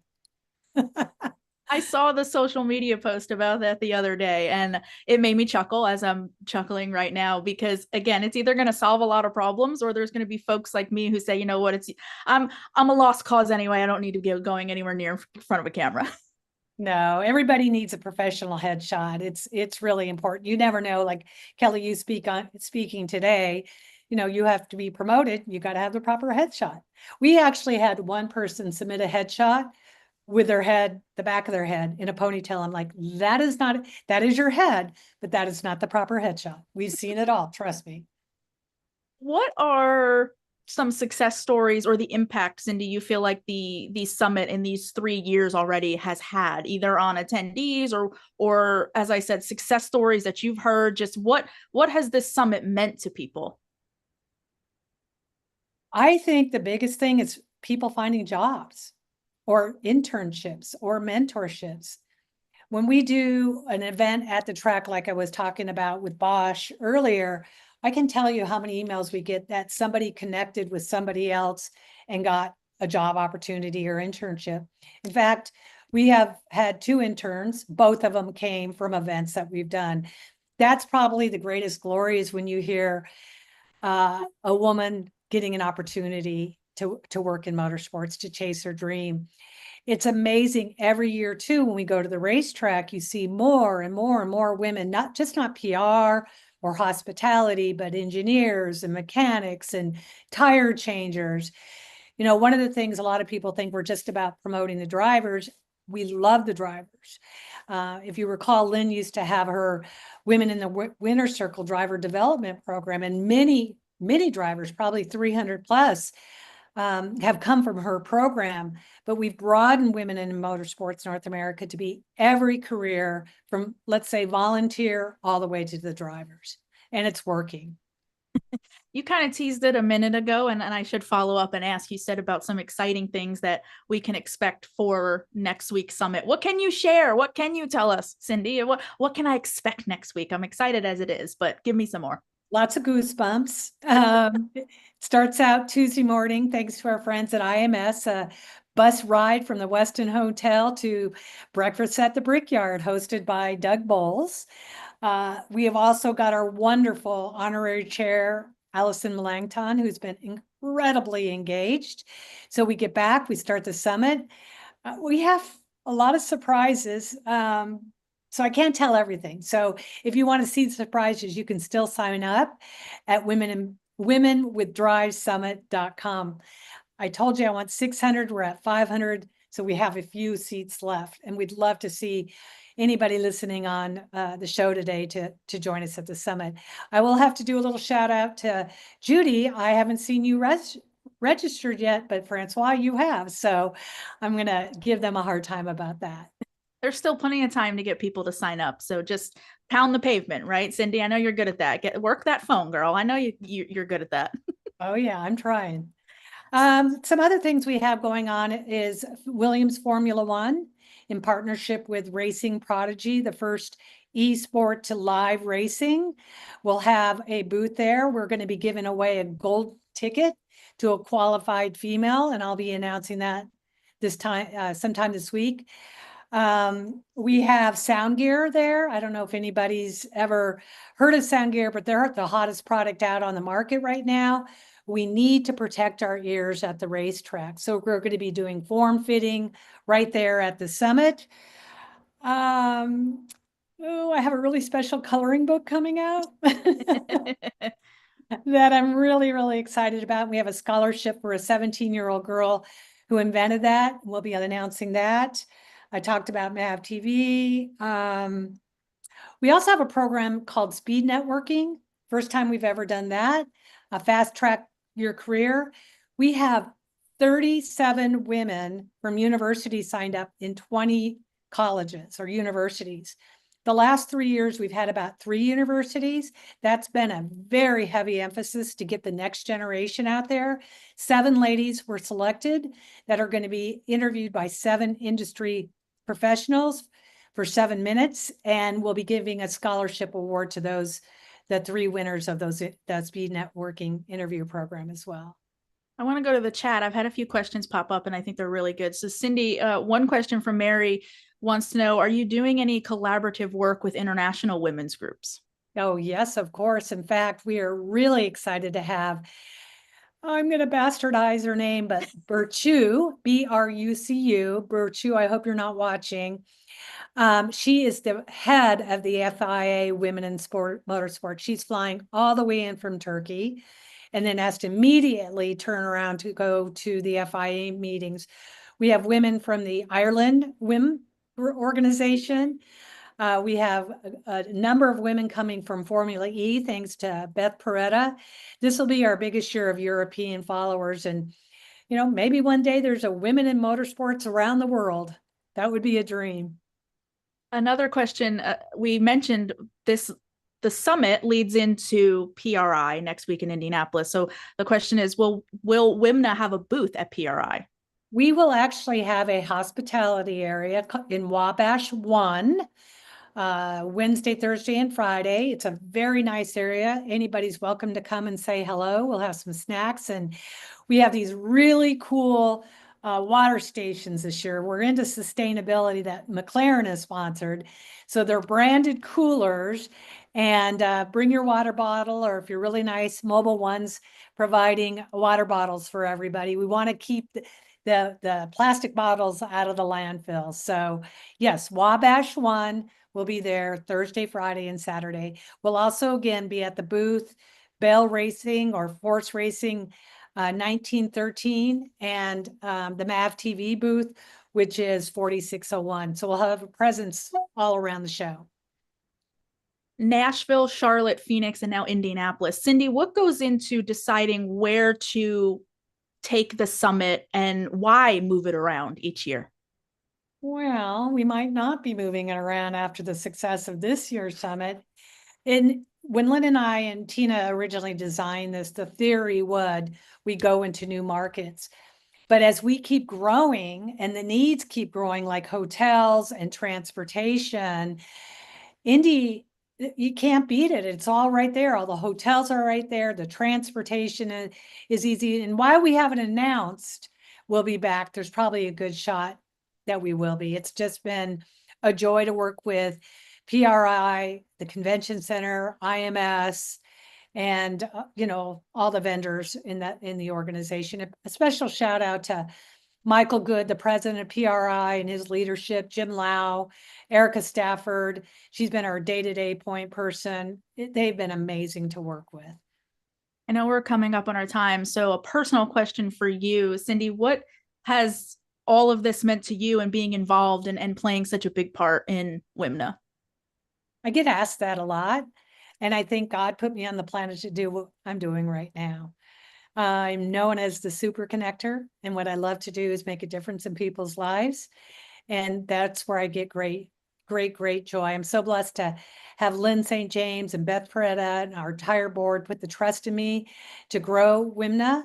And we see great things ahead for all women in motorsports and the men too. I am very excited to be there next week. You mentioned I've been to, I think this will be the third one. I was not at Nashville, but I saw a little bit in Charlotte. That got me hooked. So I'm looking forward to next week. I know Judy and Francois are going to jump in here in a minute, but Cindy, I always enjoy talking to you. Is there anything else that folks should know about WIMNA or what to expect next week? Just let's have fun and stay warm. I haven't looked at the weather. Don't tell me that.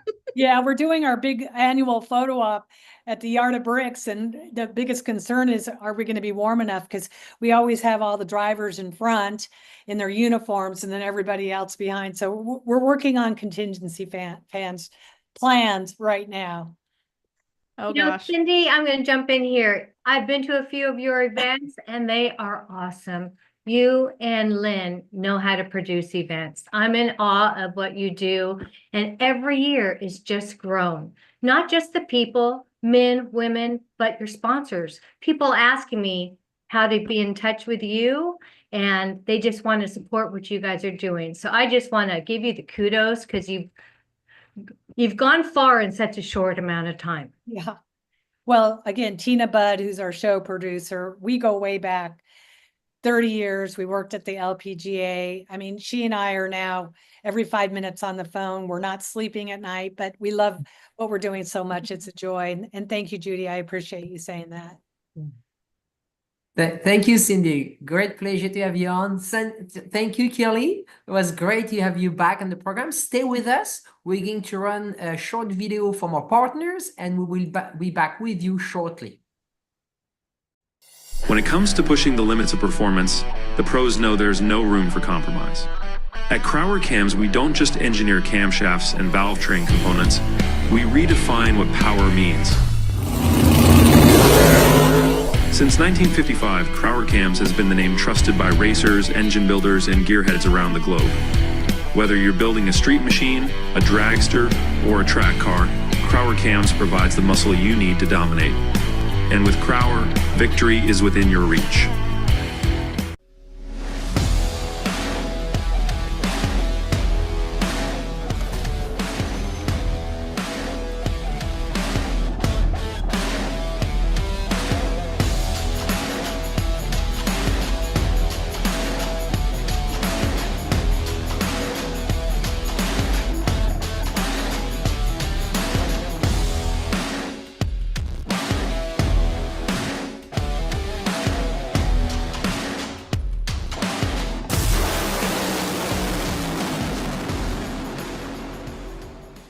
For over 25 years, Wisconsin-based C-Tech Manufacturing has been engineering and manufacturing the toughest, most accessible aluminum tool drawers, cabinets, carts, and tactical storage solutions for America's hardest working professionals. Whatever you need to store and however you need to store it, put your trust in C-Tech Manufacturing. We build it better. Visit our new website at ctechmanufacturing.com or give us a call at 715-355-8842. If you're watching this video, you might be wondering, what is WPC? WPC is a surface treatment designed to reduce friction and increase the strength of metal parts. As much as it might seem like a coating, WPC is actually a surface treatment. Think of it like shot painting, but the media is much finer, like talc. So what you're left with is a super hard, smooth surface that actually has some proprietary dry lubricants embedded within it. For more information, visit WPCtreatment.com. Thank you and welcome back to the program. Richard James is back with us. Richard, we should be bringing RJ any second. So how did you enjoy the morning so far? It's excellent. What I've been able to see has been quite educational, and some very interesting speakers you've brought. It's really a behind the scenes peek at what's going on. You know, you learn so much from each interview here. Kevin Miller, I could just sit there and listen to him. He's got so much going on. With every problem, he seeks a solution, and just amazes me all the time. Yeah, it's very nice to be able to take a peek in the industry, especially, when we're always telling stories about what's happening on track. It's nice to see what happens behind the scenes. Yeah, yes. Welcome, RJ. Hey, how's it going? Can you hear me? Yes, thanks for joining us again. Good deal. Yeah, thank you for having me back on. All right. Well, hello, RJ. Nice to meet you virtually. I'm very much looking forward to hearing some more about World Racing League. Having heard a lot about it, looking forward to an inside peek. Yeah, absolutely. Thank you guys for having me back on. Had a lot of fun last year. Excited to do it again. So y'all have your last event of the year coming up at Circuit of the Americas this weekend, correct? Just kind of taking a glance at the entry list. Nice 86 cars, I believe, and some recognizable teams. I mean, some teams that I recognize from IMSA and SRO competition, but many others as well. So, why don't you give me an idea who are these people? I mean, there's a wide range of cars, and I assume a wide range of drivers and talent. Yeah, definitely. If you're not familiar with World Racing League, we're actually on our 10th year. This is our 10th anniversary season.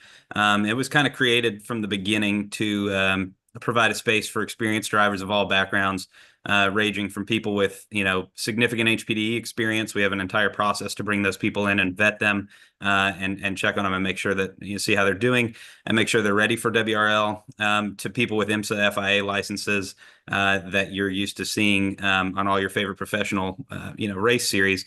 As you mentioned, we've got quite a few professional race teams, tons of amateur teams, and kind of the goal that WRL is trying to provide for everybody, whether they're coming from a very amateur background, coming out of something like HPDE, Champ Car, other endurance or club organizations, is just a fun, fair, equitable, and safe place to race. So, a lot of our teams, like you mentioned, are IMSA and SRO teams. They've identified that, we've got a really good value proposition when it comes to the amount of seat time that you get for your money. Of course, running on the 200 treadwear tires brings costs down. So it's a really good place for drivers to develop and for teams to develop and get ready for the next level, which is what we see a lot of. And then, of course, the bulk of our entries, I would say, still to this day, 10 years later, are the true amateur teams that will go toe to toe with these professional organizations, which is really, what keeps me excited about the whole thing. Well, you talked about fun, fair, and equitable. You've got a minimal number of classes, a small rule book, how do you keep all that kind of even? How do you know and know that people, so that people know when they come into a WRL event, they've got a fair shot at it? Yeah, I think that's ultimately the challenge that everybody faces, whether you're talking, to me or to John Doonan or anybody else. The challenge is controlling cost, which, everybody wants to spend more and more as time goes on. But it's really important that you protect, your customers that are coming from a more amateur background and make sure that they can play on a fair playing field. So, the way that we do that is with a power to weight based classing structure. So we don't follow, conventional BOP methods. We are going off of dyno jet wheel horsepower, which people can validate at their own dyno at home, which is helpful because they don't have to come just to us, although we do have one on site. And then we also balance, we use that horsepower to drive a number of other factors, primarily weight, obviously, which is going to give you your performance. But also now we're using horsepower to drive our fuel calculations, which tells a team how much fuel that they have. So everything's kind of formula derived, formula based, and it's all driven by data that we've collected kind of throughout the last couple of years. Excellent. Well, I think the budget, non-pro endurance racing as a whole has kind of taken off over the last several years. What do you see as the attraction of that format as opposed to, the sprint racing that organizations provide? I think it's just the dynamic of the entire weekend and of the experience is so different. I've had the opportunity to do a couple of, my background is all endurance racing, both what I've, primarily raced in. But I've had the opportunity to do a couple events with historic sports car racing, which now is under the IMSA NASCAR branding currently, and a couple of our employees at World Racing League actually work for them. Jim Davis and Steve DeBreck work for historic sports car racing. But a sprint race weekend is so different just in the amount of downtime that you have, the fact that you're primarily racing yourself, and it's kind of it's not really a team environment. When you bring the endurance racing component in, it becomes about the whole team, from the guy holding the fire bottle to the gentleman or lady that's doing the fuel calculations. All of that stuff comes into play, and the entire team, that may be 10, 5, 10, 12, 15 people, are all playing a component in the race. I think it keeps everybody involved and invested. And I think that's really what keeps people coming back, because you kind of build and grow these families within endurance racing that you race with. You become really close with them and you learn how to work together. And that's what we've kind of seen over the years in WRL, is we've seen a development from, really just being teams of friends or, people who have raced together in the past coming to race with us, to, some more rental teams. And those have kind of phased out. Now we're kind of back to these groups of friends, because people have found that, having a cohesive group of people that how to work together with is really a key to winning an endurance race. And having all those people, involved it's a very different experience. I don't know that one's better than the other. I really enjoy sprint racing because it's just, you got to be on right away, which is a lot of fun. But, endurance racing does bring a different, it's just a totally different environment involving a lot more people. So, you can bring all those people along with you, and they all get to experience the same, success and ups and downs that go with racing. Well, I know some guys who have done that. What you're talking about, they race in a sprint class together, but then built a car specifically to go endurance racing with WRL, and so they could all race the same car together. What's kind of the mix? People that are doing that are building a car, putting together a team of friends and going racing, versus the pro teams, prep shops that are fielding a car, primarily for arrive and drive drivers. I'd say even at the higher end, higher end, you say, but when we're looking at teams that are coming in the GTO category, which is going to be our largest class, and that's going to be where most of the professional teams are. In a lot of cases, you're seeing the same lineups coming out of SRO or, Porsche Sprint or whatever, teammates that are coming in to get this additional seat time or to experience a track before they're getting ready to go race there professionally. So while we do still have quite a few rental programs, they're kind of spread across all the classes now. And I would say, that the groups of friends together racing has really probably turned into 70% of the field or 75%, with the other 25% being, seats available for rent, which, I think that's kind of the way that that's developed. Is a lot of these guys who are renting seats in cars, a lot of times will recommend that as a route for somebody who's looking to get into endurance racing. Once they do it one or two times, they see how it works, see what they like, what they don't. Then they'll endeavor to go and start their own team. So we've seen that a lot, and we've seen a lot of these teams, morph and create other teams. And so far that I've seen, it's all been extremely positive. Everybody wants to see more cars out there. But for sure, we've seen, the development of these stable driver lineups over the last year or two. That's really, again, even ratcheted competition up more from where it was before, which, we've always felt was really high. Yes. Well, if somebody, it says, okay, this sounds like fun, I want to go do this. I don't have a car, or I don't have, people that I can race with. I don't want to do an arrive and drive program. How does somebody go about finding a seat for rent? So the best way with us is, we used to have a forum. Those things are constantly being compromised, so we've gotten away from that. We've moved everything to Facebook, but we've got something called the WRL Racers Group. It's 15 or 16,000 members strong as of today. And there's a lot of, just general discourse about what's going on in WRL, rules, things, questions, all of that. So it's just a really good place to be, so you can kind of experience and see what's going on with WRL. But oftentimes that's where teams will post seats that are available for rent. There's a number of teams that are, kind of stalwarts of the rental game with WRL that offer options in every class. So that's generally the best place to start. And for somebody looking, I'll often recommend they just post and say, hey, I'm looking to drive a BMW at COTA. What do you have available? And a lot of times people reach out, and more often than not, when you see that happen, you may have a team that is typically the same group of 4 guys or girls or whatever, and there's only 4 of them, but somebody can't make an event, so they've got 1 seat available. They wouldn't typically rent a seat, but they'll do it for that event because they just, it'll help with offsetting costs.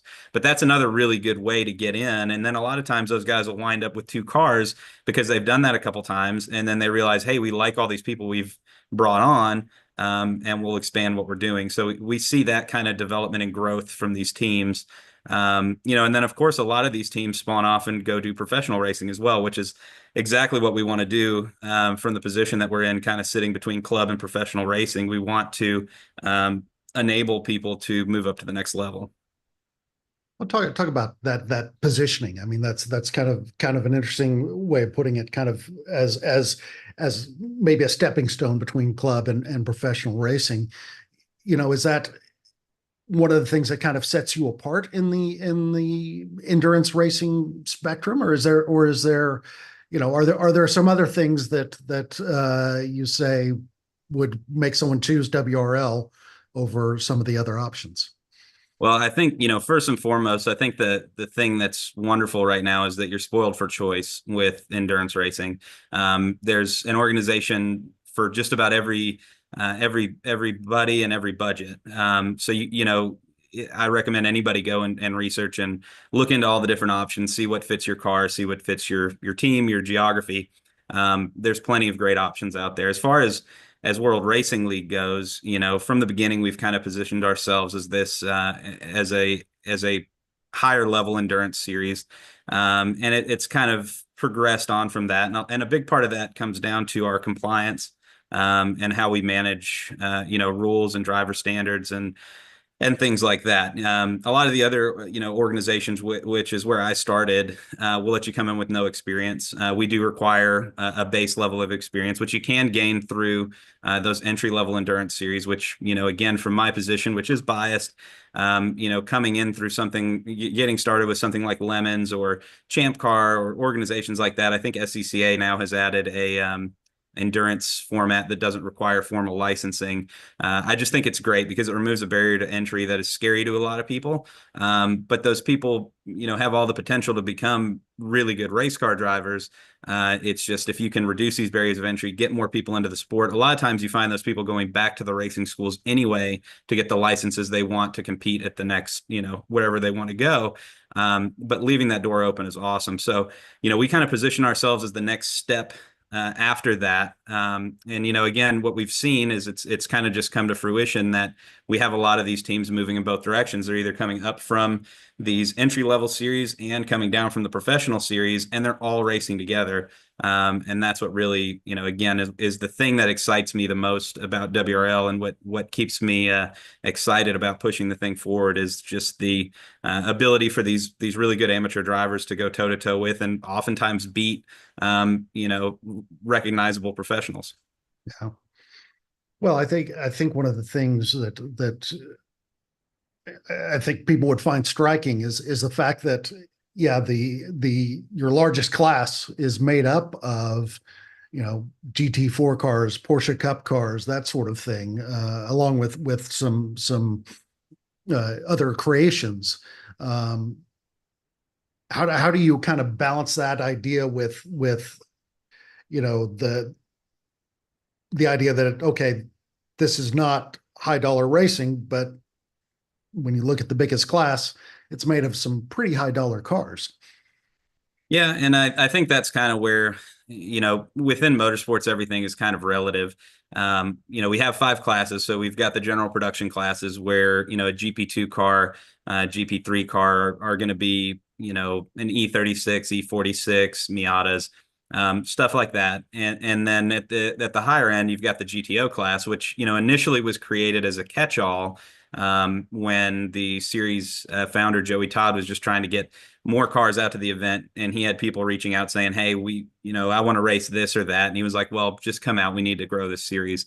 And it's developed into, a super competitive, class that now is becoming kind of a place to be in endurance racing, and it means a lot to win that championship. Same thing with GP1. We've seen a huge surge of interest in that class with 20 cars for COTA. 20 car fields were commonplace there.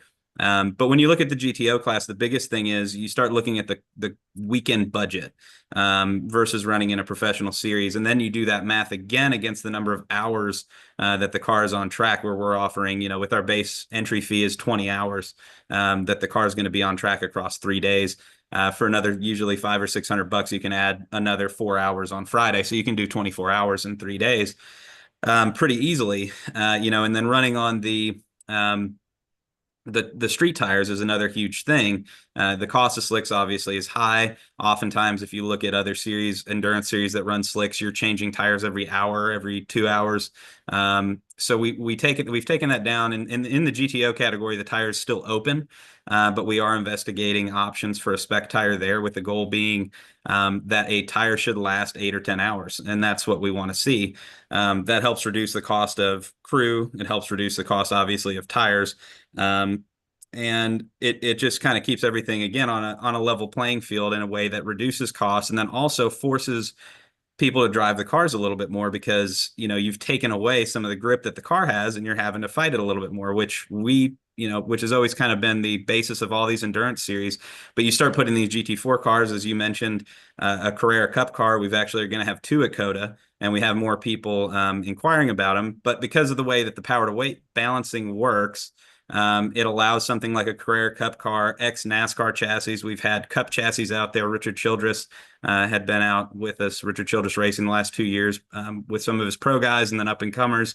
And those cars actually have been sold out to another outfit, and they're bringing along now like NASCAR Welland kids and stuff like that to get them road course experience.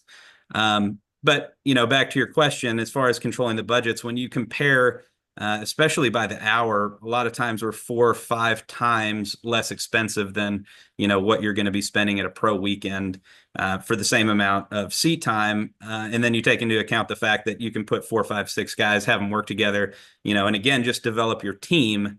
The value proposition really goes up, which is why I think we've seen subscription, and that class in particular, being so high, because the cost of racing those cars with us is so much less than it is racing them in other places.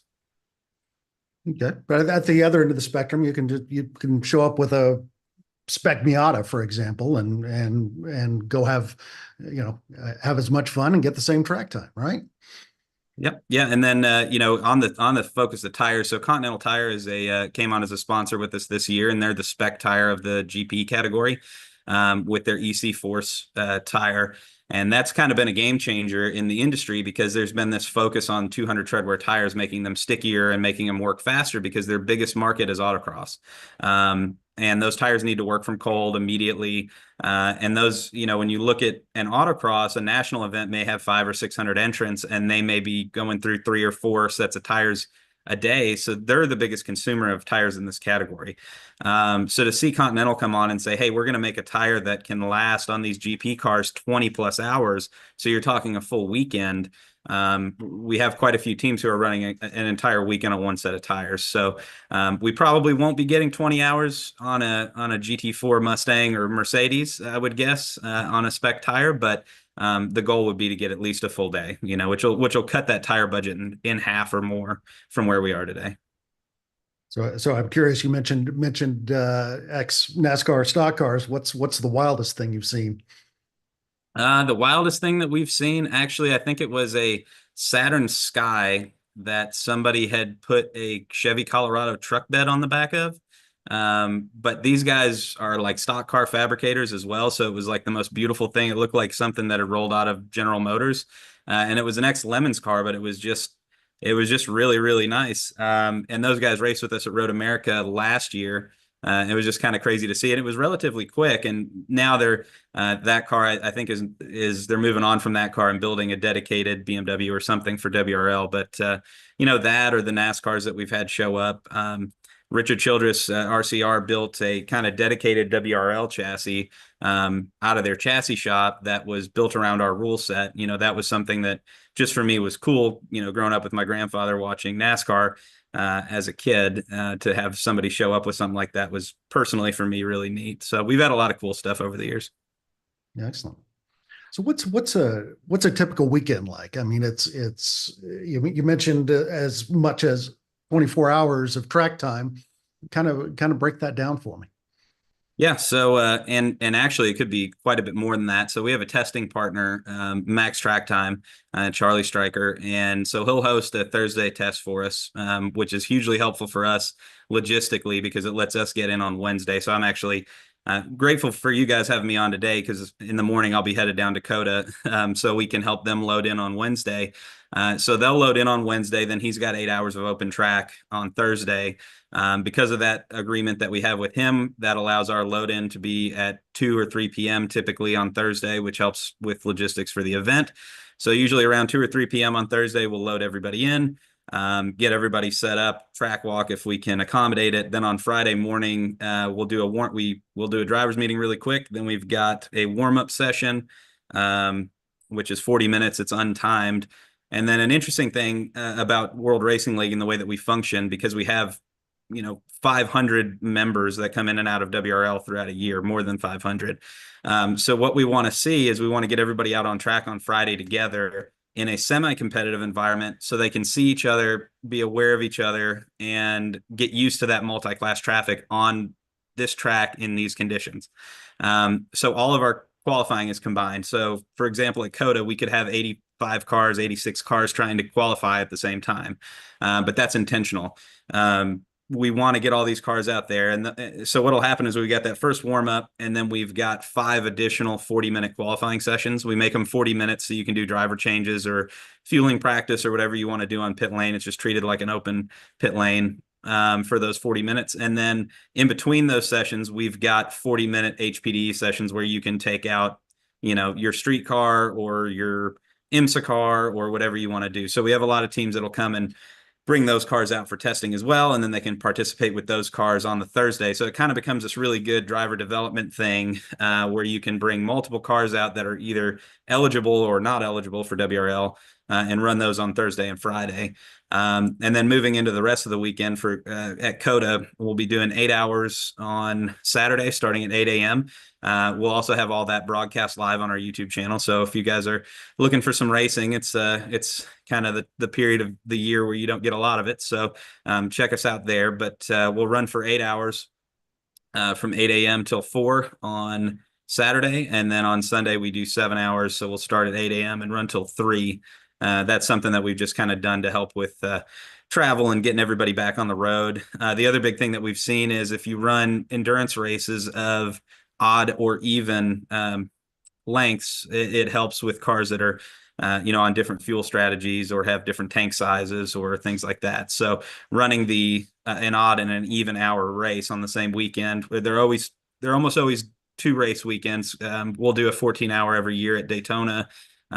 This last year we did a 14-hour at High Plains, and I think we're planning on doing some more long races next year. We're still working on that, so don't want to spill any beans too soon, but we're probably working on a super endurance sort of championship within our championship. We did this year, unfortunately, Daytona. We weren't able to host our race because of the updates they were doing to the bus stop there to get that paved. So we'll be returning next year to do another 14 there. Excellent. Well, speaking next year, 11 events on the calendar.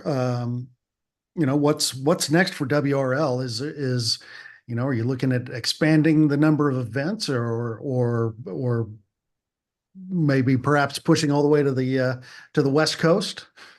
Well, I think the thing with WRL that we found, we've actually been reducing the number of events that we're doing over the last couple of years, and the reason for that is, I actually started in racing as a mechanic working on a Carrera Cup team and a couple other series prior to that.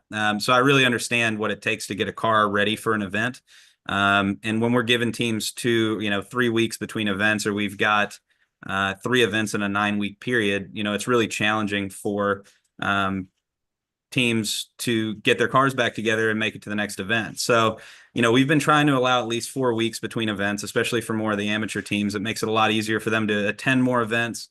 And honestly, everybody wants to race against good fields. So condensing the schedule, focusing on the tracks that are, the most desirable to our customers has been a goal. And for 2025, we're making our first trip west of the Rockies, or maybe in the middle of the Rockies, to Utah Motorsports campus. So we're really excited about that.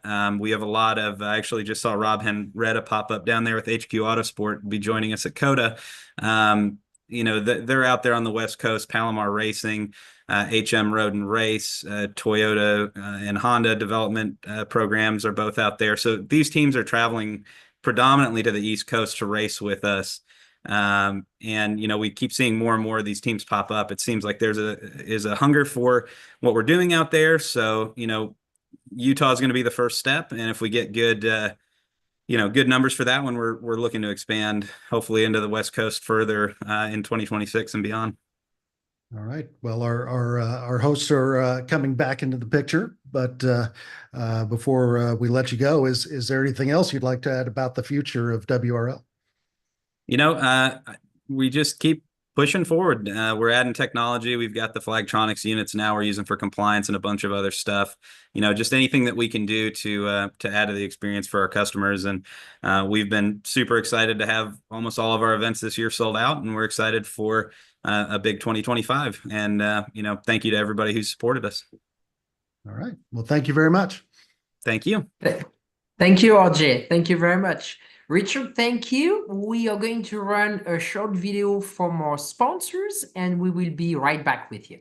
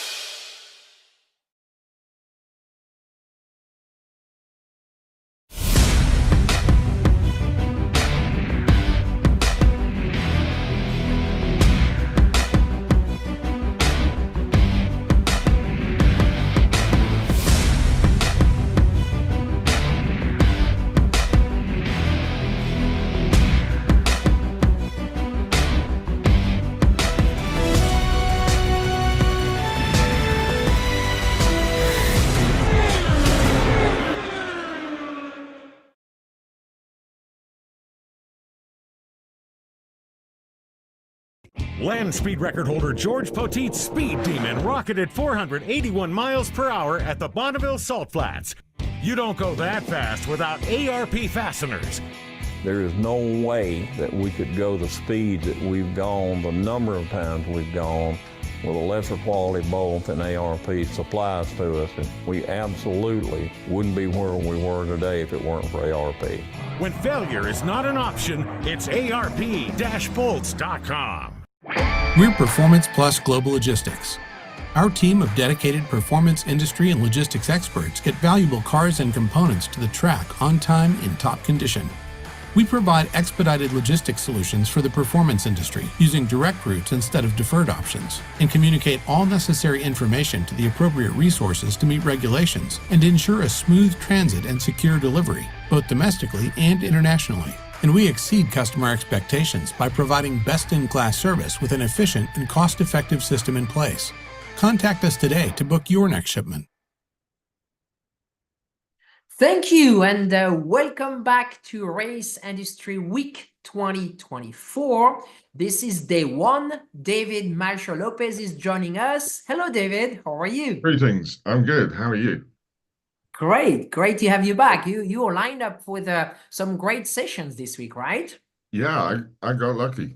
I'm not sure they did, but I did, so that's good. Excellent. So again, thank you for being with us this morning. Special thank you to our sponsor. Also, we'd like to mention that our partner, Racer.com and Speedsport.com, are basically broadcasting live the event on their site, as well as we're streaming on YouTube, on social media, and we also on Speed Sport 1, the TV channel from Speed Sport. So any second, we're going to be bringing Jim Campbell from GM, who is going to be sharing a lot of great things from GM this year. And while we wait for Jim, David, any Jim is on. That's even better. So we're going to be bringing Jim Campbell. And we have Jim on, and this is his 5th year as well, joining us. So we're honored to have him on. Hello, Jim. Judy, how are you? It's great to see you and Francisque, and also David. Good to see you all. Good to see you, sir. Excellent. So why don't you carry on, David? Okay. Well, Jim, welcome back. Motorsports is obviously hugely important to General Motors, and we see this through its involvement in a large portfolio of series with the Chevrolet and Cadillac brands. So it's been another excellent year for both brands. Let's start with NASCAR, because for the second straight year, Chevy's managed to sweep the manufacturer's title in all three principal series. Just looking through the stats here, the 15 wins in Cup, including, of course, Daytona 500 and Brickyard 400. We've had Xfinity triumphs in which you also powered the drivers' champion, Justin Allgaier. And in trucks, you had 12 wins, more than double that of your competitor. How closest competitor, how gratifying is that at the end of what is always a hectic year in NASCAR, just given the sheer scale of the ventures? Yeah, there's no doubt it was an intense year. I'm really proud of all of our teams in all three of the series, and to sweep the Manufacturers Championship in 2 consecutive years. We've done it a couple times, and it was very special. It's one of our key goals every year, is the Manufacturers Championship, and the teams in Truck, Xfinity, and Cup did their jobs. They put wins on the board, which typically correlate to great points on the Manufacturers Championship run. And so it's, bottom line, it was just a great year. I really appreciate what all the teams did, and just how they prepared individually as teams, and then also utilized our tools that we have here. I'm actually here at our technical center in Charlotte, in the Concord area, and the teams really use a lot of the tool sets here, whether it's driver in the loop simulators. We have 3 of them here. We have a lot of human performance support for them in terms of preparing for the races. We have KNC rigs. We have a lot of simulation tools that we prepare here.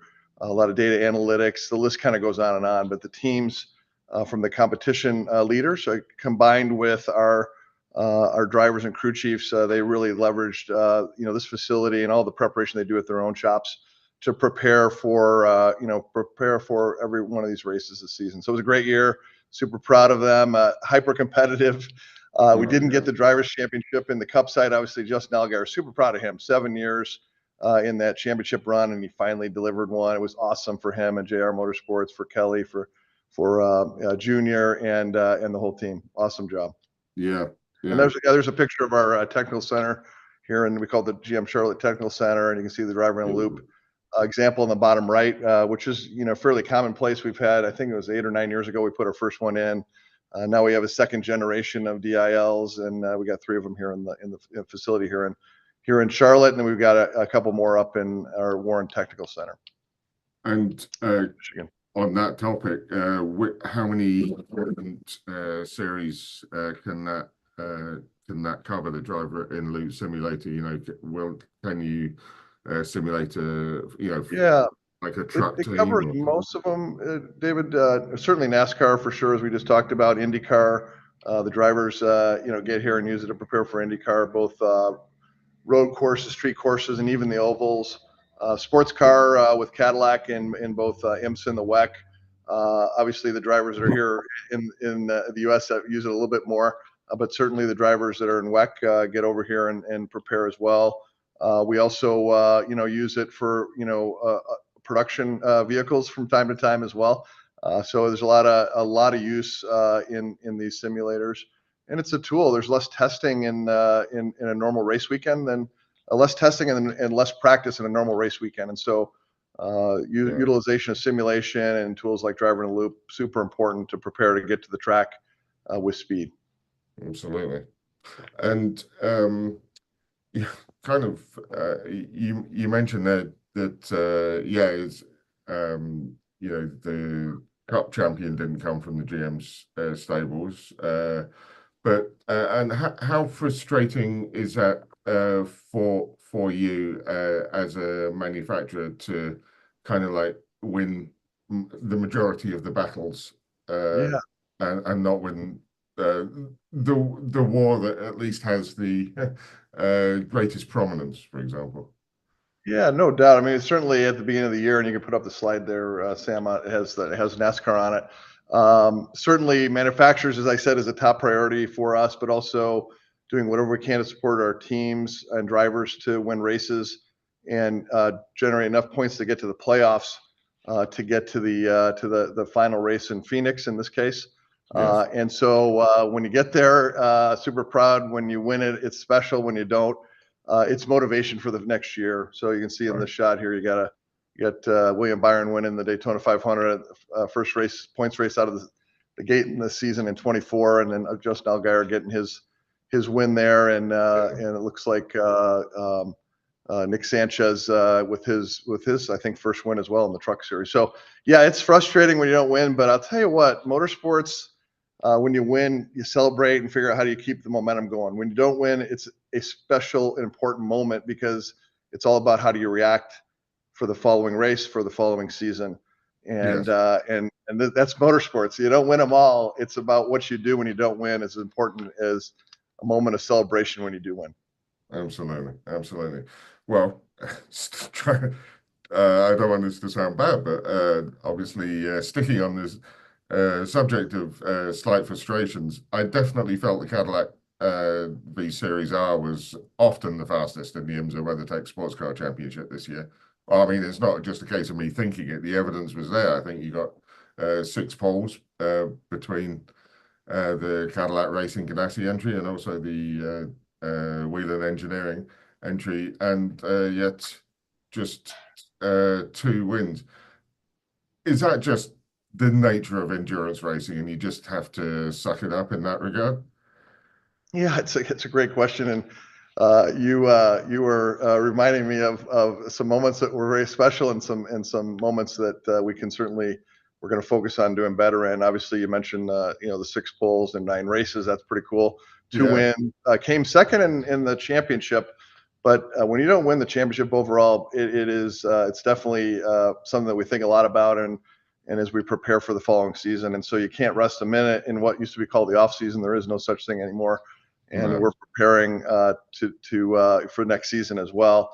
Obviously, a number of changes coming next year. Yes. We have, we'll have obviously Action Express, so we'll race with Cadillac in the IMSA series, and they've been with us for a long, long time. Yeah. Wayne Taylor Racing comes back to Cadillac after being away for several years, and so they'll rejoin the Cadillac team. And then obviously they'll have 2 cars, so there'll be 3 in IMSA, which is great. And then as you look at the FIA WEC Series World Endurance Championship for 25, we'll have Team Jota, Hertz Team Jota, Yes. and they'll have 2 entries. So we'll have 5 entries this coming year, and doing a lot of work preparing right now for the new season ahead. And so there was definitely some highlights in this past season, and getting the pole at Fuji with Alex Lynn was certainly an important one as well. That was a highlight, but we certainly strive for more in terms of getting to the more wins across both of the series, and then the championship, both manufacturer and then working with the teams for them to get the team and the drivers championship. So we're excited about the year ahead, and a lot of work to do as we prepare for the Roar and IMSA and the season at the FIA WEC. With the introduction of or reintroduction of the GTP nameplate, obviously there's been a lot of excitement over the last 18 months. Do you think the hype about the hypercars has lived up to the hype? I mean, it's certainly from the outsider's point of view, it's been terrific racing. Inside, has there been, do you believe that IMSA's on the right path? Yeah, I mean, I think so. Obviously, in 23, the Cadillac, the Whelen team won the championship. That was very special. It's fun to see more manufacturers come in, more teams. Yeah. Talk about we're going to go from 3 cars to 5 next year. There's other manufacturers that are coming in. A lot of people think back to the 60s as, the prime time in sports car, and they are special. It's always great to see pictures and kind of videos and TV shows that capture those moments. But what's happening now with so many manufacturers and so many teams entering both IMSA and FIA WEC in either the GTP category for IMSA or the hypercar for FIA WEC, this is a special time, and the racing is incredible. We certainly want to get to the top of the podium for sure. There's a lot of people that want to do the same thing, which makes it super exciting. And you can see it in the attendance at these races. And every time you go to a race, you think, wow, there's a lot of people here. I'm telling you, compared to where we were when we started our journey, both with Corvette and in terms of full factory effort in 1999 in the series, to where we're at now, obviously with Cadillac, we've been in the series with Cadillac for quite a while. The people turning up, the fan response, both at the racetrack and online and on TV, absolutely incredible. So I think this is a very special time. This could be the best time in sports car racing right now. We're probably living in it right now.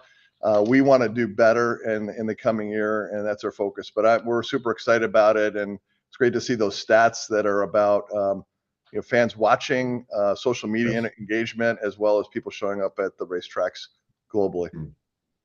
It's a great time. The Corvette Z06 GT3R, again, another super fast car, and super sexy as well, of course. It must be nice to have 2 full-time entries again in GTD Pro, but I'm sure that's remaining the same for 2025. But in the GTD non-pro class, you're expanding to add DXDT racing. Does that take a lot of extra commitment to now supply to customer teams? The other one, of course, AWA. Yeah, that's a great question. I mean, obviously, with the convergence in the GT category to GT3 globally, that has been that's another category where you see incredible competition, number of manufacturers and number of teams, both at the pro level as well as the pro-am level. And so we, to be GT3 compliant, you've got to build a certain number of cars over the course of a couple of years. We're on track to do that or better. there's a lot of demand for the Corvette, both at the pro level as well as at the Pro-Am level. So that we're actually expanding as we should be going into 25. And so we'll have obviously, you know, pro teams like Pratt Miller Motorsports, which has been a long time partner of ours. Obviously, you got, you know, AWA, you got TF Sport with a couple vehicles as well. And then you got, you know, a number of teams. DXDT is going to be in there with, you know, vehicles in the Pro-Am category and running in different series. So we'll be running in IMSA and the GTD and GTD Pro categories. We'll be doing the same in an FI WEC series, Asian Le Mans series, the GT World Challenge Americas series. There's a British series we're going to have a team in. So this is a great time for GT3 racing as well. You know, we obviously had a brand new car this year, some teething issues early on, and then really gained momentum near the back of the season. And so excited about what that means for next year, which would be year 2 for us with the GT3 based on the Z06. And we've got great teams. So I think that's another reason why fans are turning out is this GT3 category has so many competitors, so many entries, cars that are relatable in terms of what we sell in the showrooms, including the Corvette Z06. And so there's a lot of energy and interest in that category as well. I'm sure you won't take this amiss when I say that the one of the big stories for DXDT will of course be Robert Wickens. Absolutely. Is there a lot of I don't want to get too far down the technical route because you can find stuff on online about how it's being done, but is there a lot of modifications to make a Corvette compliant to you know, his unique demands? Right.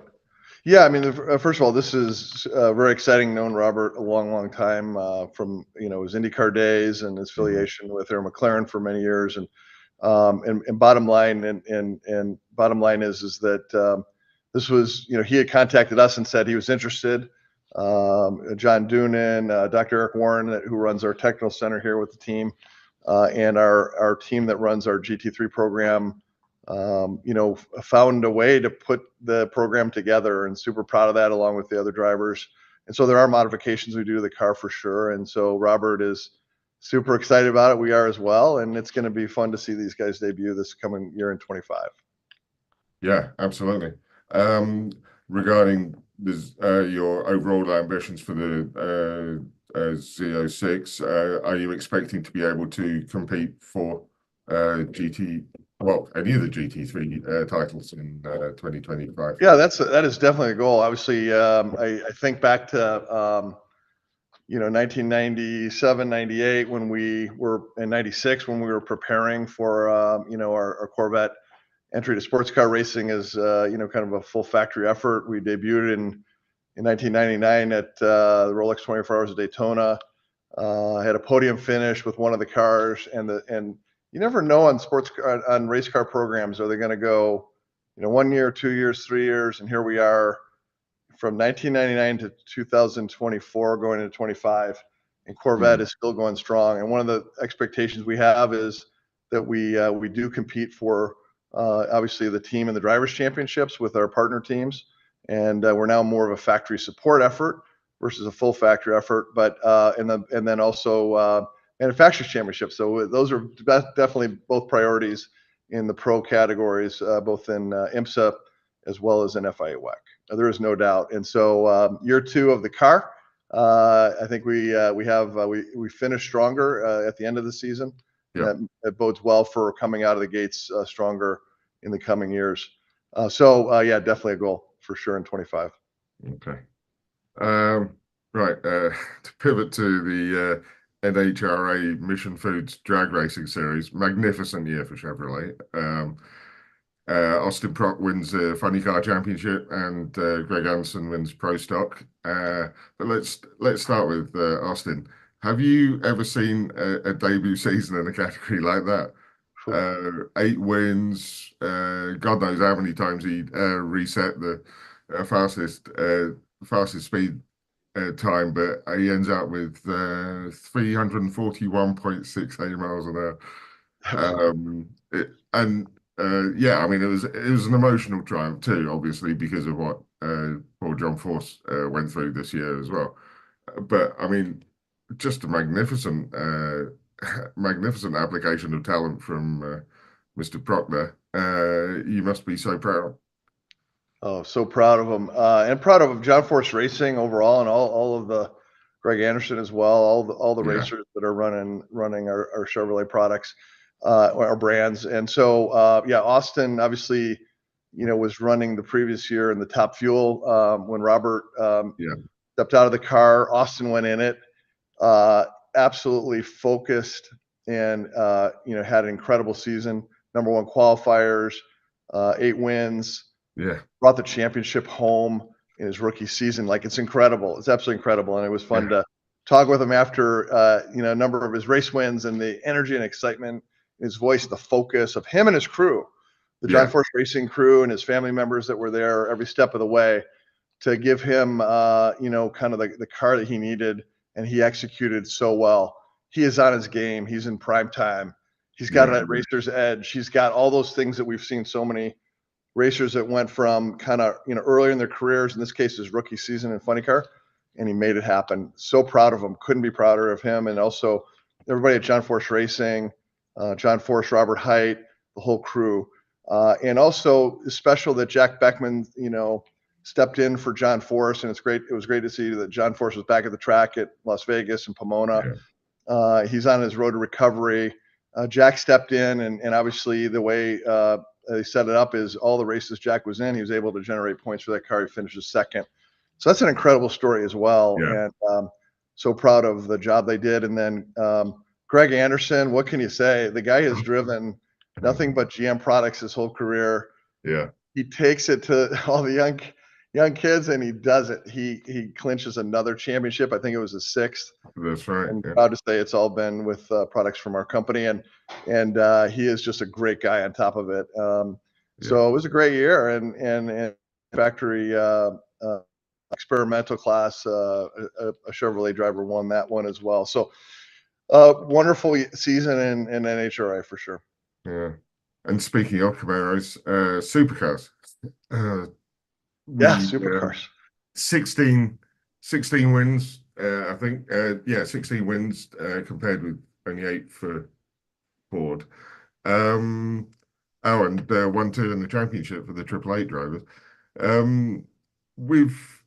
We have seen Triple Eight and GM dominate before, but I don't know. With only two manufacturers in there for now, the whole GM Ford clash seems even more polarized. So does it feel special to be taking that kind of dominance over your prime rival?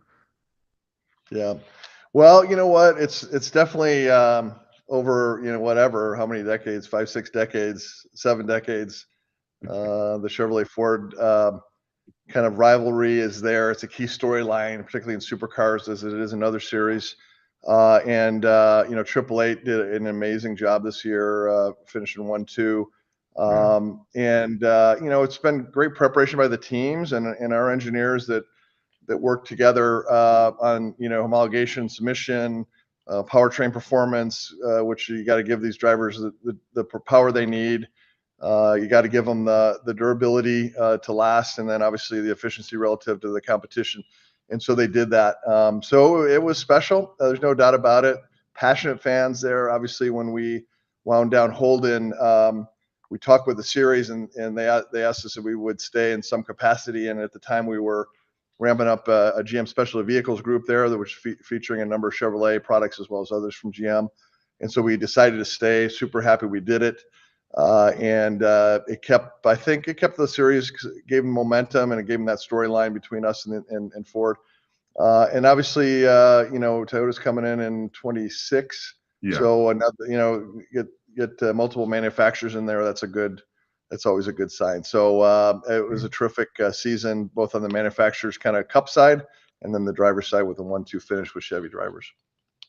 So we've seen Camaro's triumph this year in NASCAR, NHRA, and supercars. What can you share with us about the future of what is a truly beloved nameplate like Camaro? Yeah. and Well, yeah, good and, question. in particular its future in motorsport? Yeah. Well, it's a good question. There's still some Camaros out there for sale in our dealerships. You'll see Camaro back on the track in most of the series, which is, and then we're working on, what could be next. So nothing to say or announce, but in the meantime, we'll continue to run Camaro in most of the series, and the teams are tuning up for 25 as well in most of the series in which we're racing in right now. Okay. Well, that's good to hear as a fan of any muscle cars, but particularly sexy Camaros. Chevrolet's 9th manufacturer's crown in IndyCar since the 2.2 regs came in 2012. I assume of the 10 wins, the highlight, there's a picture of Mr. Newgarden getting his second in a row at the Indy 500 has to be the highlight, right? But maybe one of the highlights of that weekend was the top 8 cars on the grid, all Chevrolet powered. Yeah, that was special. At IndyCar, Chevy's got a deep history in IndyCar, and I probably mentioned this before, but it's unique. Manufacturer, the co-founder of the company, Louis Chevrolet, him and his brothers, they raced and they raced in Indy. And so for us to be racing the Chevrolet with the Chevrolet powertrain with the teams that we have here many decades later is pretty special. And so in the top right there, Rob Buckner's our program manager, has done an excellent job. Dr. Eric Warren is on the left side of the manufacturer's trophy with Mark Miles, who runs IndyCar and the Penske Entertainment Group. So super special, and to have that many Chevrolets in qualifying and finishing the race was very special. What I do know about IndyCar is that the competition's fierce, and so as we look forward to next year, we certainly are in preparation mode again, because you cannot rest a second. But Joseph Newgarden getting 2 in a row. You can see him there on the left side with the Borg Warner Trophy, such a special trophy. And then Pato Ward picking up a win at Milwaukee, super popular. And we have a talented group of teams and drivers, and looking forward to 25 as well. But it was a terrific season, picking up another manufacturer's championship. This is another one where we did not get the drivers' championship. And so that is on our list to do. Another reminder, motorsports can be, great and exciting, and moments of very special weekends. And then you can also be reminded that there's work to do. We got to get that drivers' championship back in the Chevy camp in 25. I'm sure you must also be gratified at the transition to, or not transition, but the addition of the hybrid unit and bringing that on board in, I would say, fairly seamless manner, especially for the bow tie brigade. Yeah, I would say, listen, it was, Jay Frye had put in a kind of a technology plan and a plan to apply to the series over, 6, 7, 8 years. This was one of the steps. We kind of delayed a little bit during, a year or two, given all the things that happened and on the supply chain basis. And then we finally got there. It was a team effort between Chevrolet, Ilmor, HRC, and the IndyCar team. It really was. It's, typically we're fierce competitors, or we are fierce competitors with the other OEMs in the showrooms. And actually, where our technical center is here in the Charlotte area, Concord area, there's some dealerships right around here I'm looking out at. And we're fiercely competitive in the showroom to sell cars to customers, and then on the track, fiercely competitive. But there are moments where these race series pull the OEMs together to say, let's work together to solve a problem and lift the series in a positive way. And so I think together we did that, and the debut was actually very, very positive and smooth. Where there were a couple moments in other races where it didn't go quite as smooth, but all in all, the hybrid system ran really well. And so that was a team effort in a different way. And so I applaud Jay Frye for pulling everybody together. And do you agree with IndyCar's the way it's been introduced is just like it gives them a fairly small power boost, but in years to come it will eventually replace push to pass and become push the engines as if the 2.2 liter hasn't been squeezed already. But Yeah, we squeezed that one hard for sure. We keep looking for ways to squeeze more power and efficiency out of it.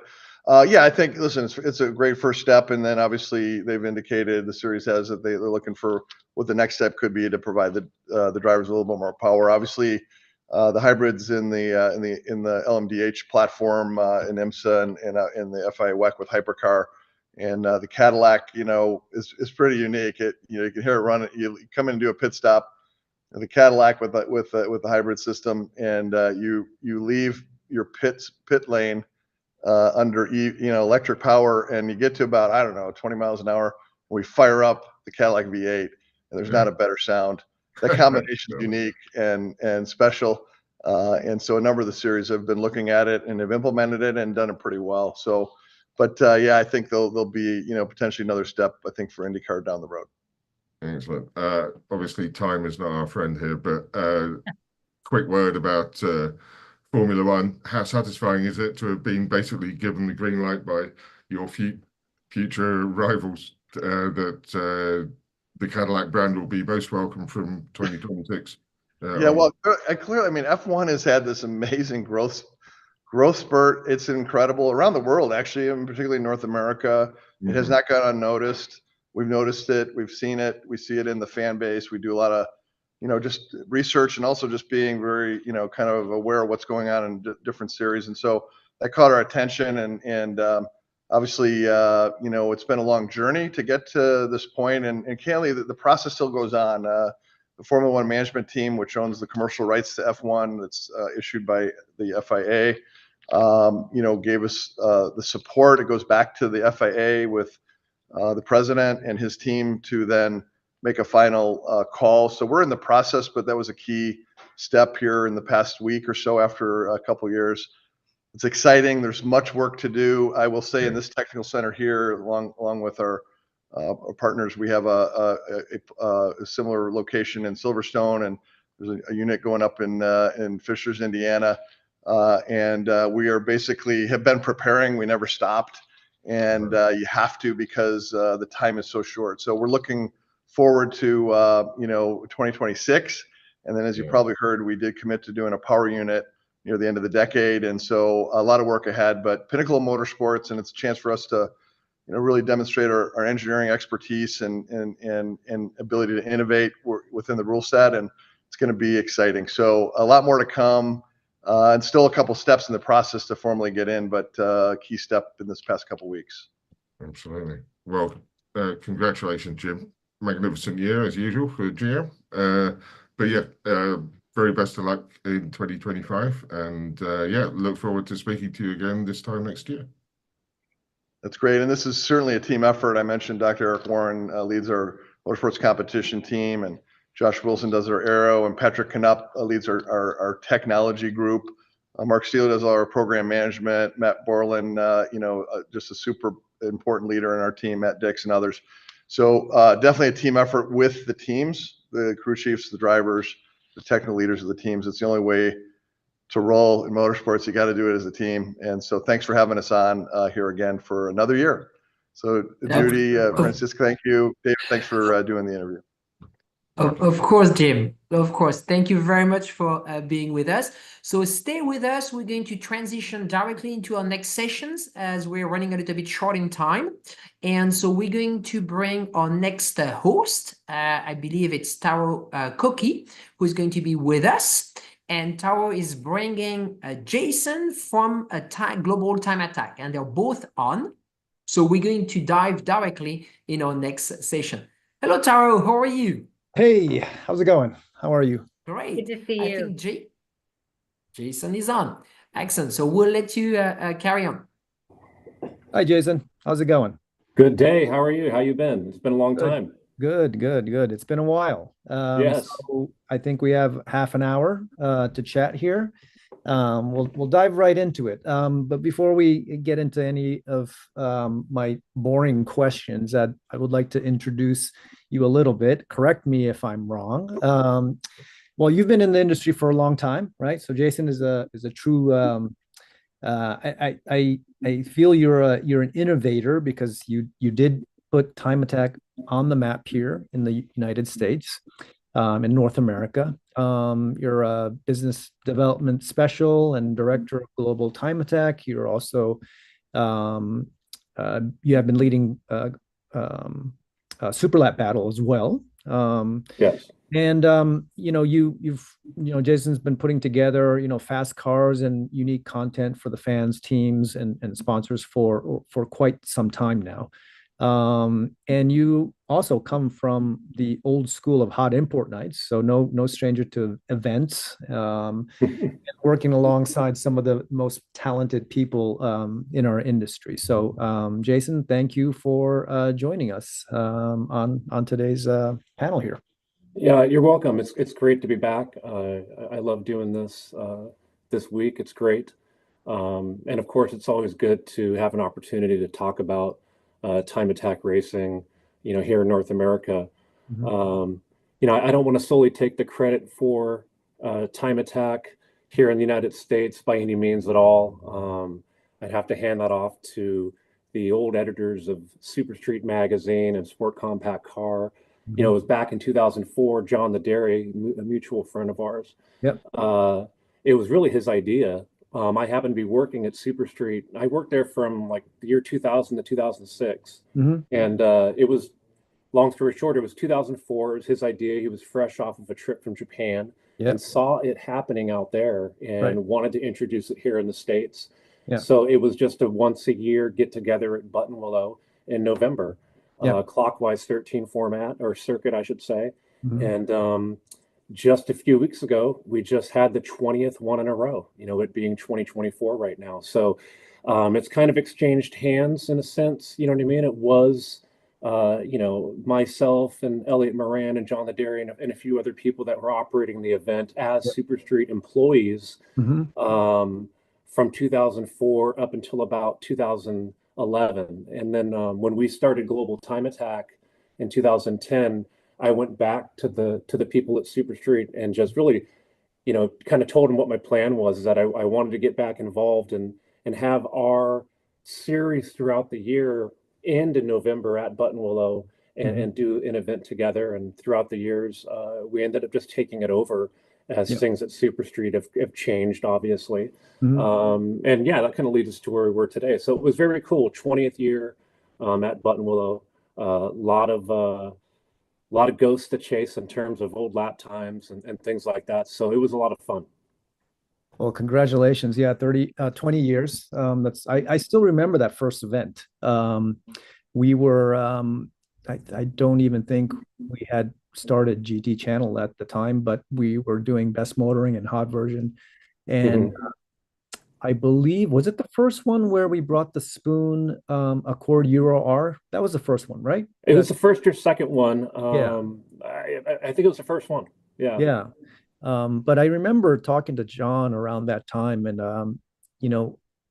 back in the day, Japanese magazines were having these, time attack battles at Tsukuba Circuit. And it was basically the magazines would organize, same kind of thing that, John brought over. I think he, as you say, he got inspired by what they were doing in Japan at Tsukuba, and then basically brought that concept to pitched it to his folks. Said, what was it when John first came back with the idea and told you guys what was happening on the other side of the Pacific, and that he wanted to try something similar over here? I mean, if you remember me, I come from street racing, drag racing in the 90s, here in Southern California, and going to Terminal Island on the weekends and entering the first few Battle of the Imports, with not a very fast car, but being involved and all about 1320, just going straight, and how fast can you do it, right? Yeah. So when he told me about this, I was a little skeptical, because at that point, I've never even been to a road circuit before. I was a straight line guy. Yeah. But he put it in a way where it is very true, and we use this to this day, is that it's a lot like drag racing around a road circuit. The cars are built to do one perfect lap. Yeah. So they're built to the absolute limit to whatever class that they're in. Their horsepower, there's no limits. Yeah. So again, it's like a drag race car where, you know, you're pushing it to the limit, you're pushing the motor to the limit, so they don't last very long, you know. Yeah. So that was the one thing that did hook me was, okay, maybe there's something cool about this, you know, let's look into it. And you know, what's funny is we borrowed a lot of things from like the NHRA rule book, drag racing rule book for the first event that you were at back in 2004. It was, you know, pretty rudimentary, but you know, over the years we've, you know, crafted it and whatnot.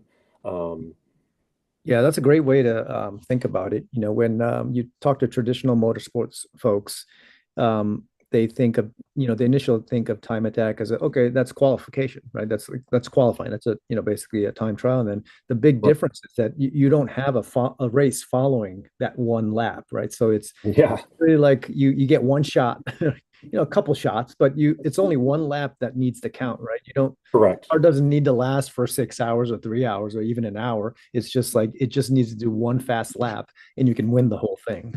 Correct.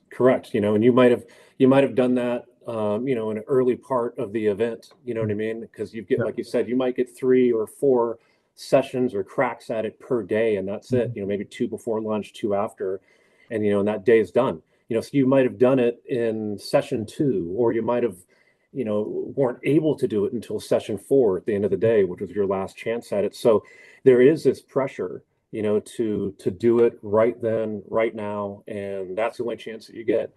And you know, if you make a mistake, you know you're not going to get the fastest lap time as possible. If you're competing in a corner with somebody, you're not going to get the fastest lap time as possible. So, you know, there are multiple cars out on track, so there is, you know, somewhat of, you know, people minding a gap and working with each other in order to, you know, have space. You know, we gap the cars, you know, in a certain way, you know, with time in between them. You know, I call it track math, you know, depending upon how fast that the particular group is. There's only, depending upon how long the circuit is, there's only so many cars we could put out there at one time before car 1 starts to catch, you know, car 10 or car 12 or the 15th car that we put out there in one group. Do you think that's the appeal of time attack? Like, what is the appeal? Like, I feel like it's the one shot that you get, right? And that's all you get. So the nerves are really there, and like watching it is like thrilling because, you know, you get one lap, and you know, it's like I said, it's, you know, it makes that special and unique, that part special. Yeah, you know, I think the other thing is too is that it's very much a team sport. You know, so you know, working with a team, working with the crew, whether if it was put together by somebody or if it's just friends that, you know, each one's got a specialty, but you know, you got to do the best at everything. So you need the best suspension setup, you need the best tire setup, you need people that know what they're doing if you're really going to go out there and go fast. And it really does come down to, you know, just sometimes hundredths of a second, tenths of a second that separates, you know, the podium. You know, so even though it might be totally different makes of models of cars, all-wheel drive, front-wheel drive, rear-wheel drive, but then somehow you'll see that, you know, again, it was just tenths of a second that separates them, which is, you know, pretty amazing. But I think it's also due to the fact that it's so pure. You know, you're able to go out there and build something very creative. You know, the rules are relaxed and loose on purpose in order to encourage innovation.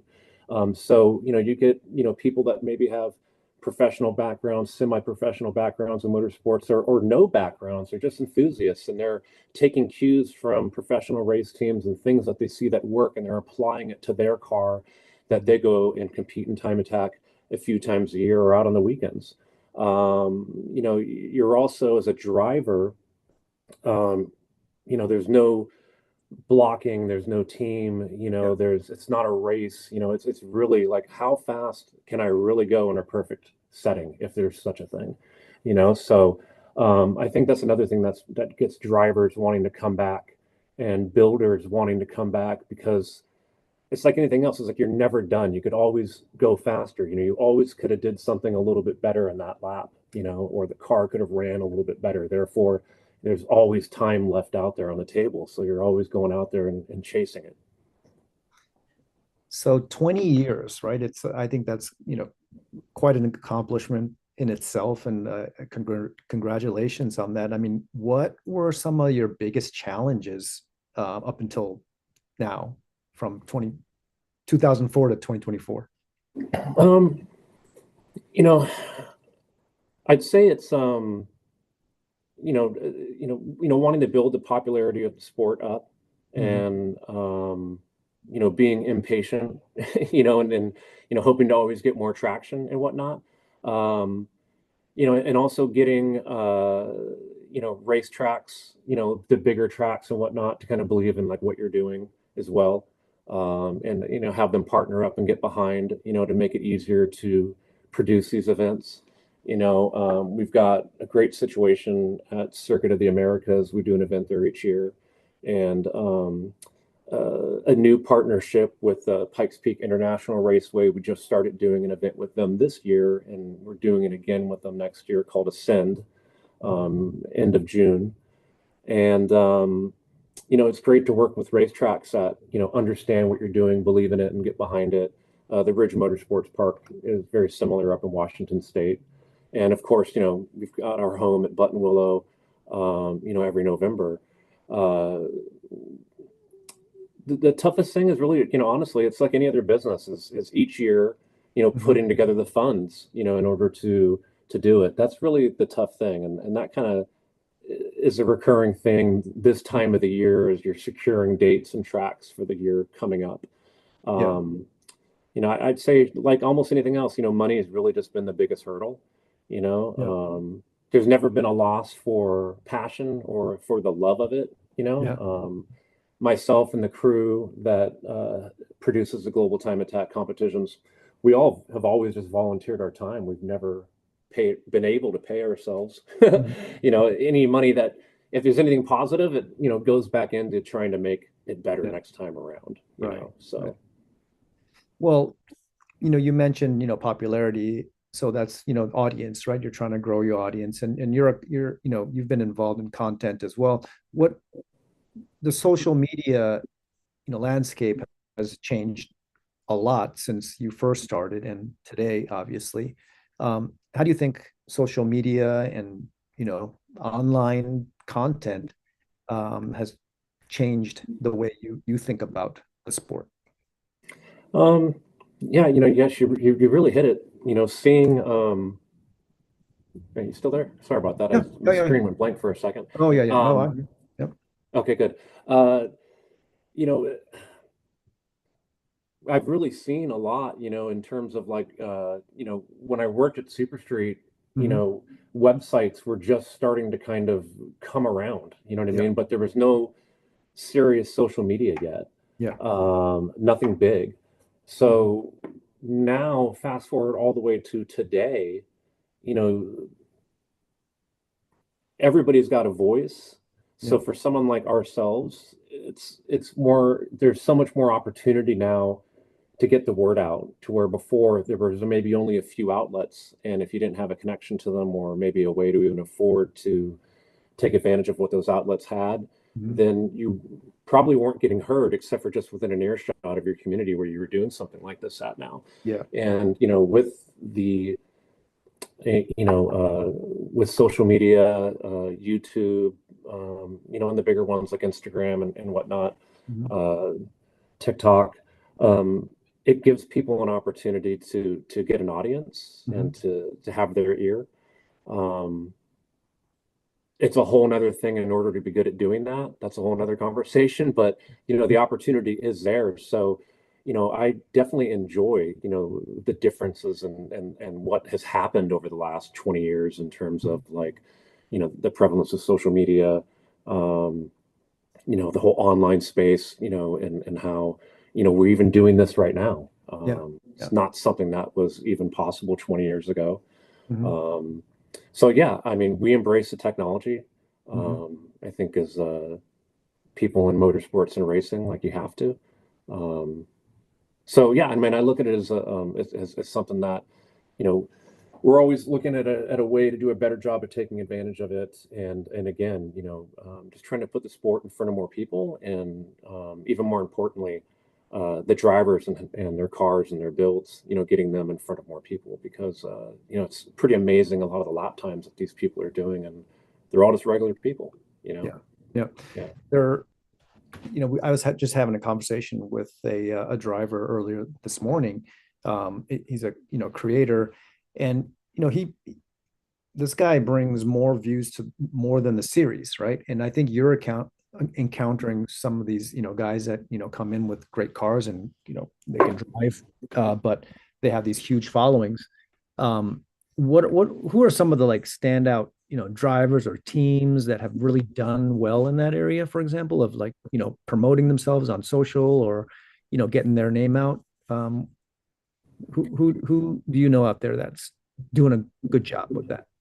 There's a few, and there's a few that hold records, so, you're going to get some that they're great at the social media part, but, maybe they haven't collected, any track records at many places, but you've got some that are pretty good at it. I mean, a couple that come to mind kind of quickly would be probably Ferris Khartoumi. He's one of the quickest guys right now in time attack. Chevrolet Corvette, he runs in the unlimited class. He's got records at Circuit of the Americas, at different records at Road Atlanta, all over the place. He's ran in Australia, he's ran in Japan. Another guy that comes to mind would be Cole Powelson, Life Motorsports GTR out of Utah. Again, does a really great job at content creation. And again, I think he still has the overall record actually at COTA with a 202.8, I think is what it is. Not sure what else can I think of right now.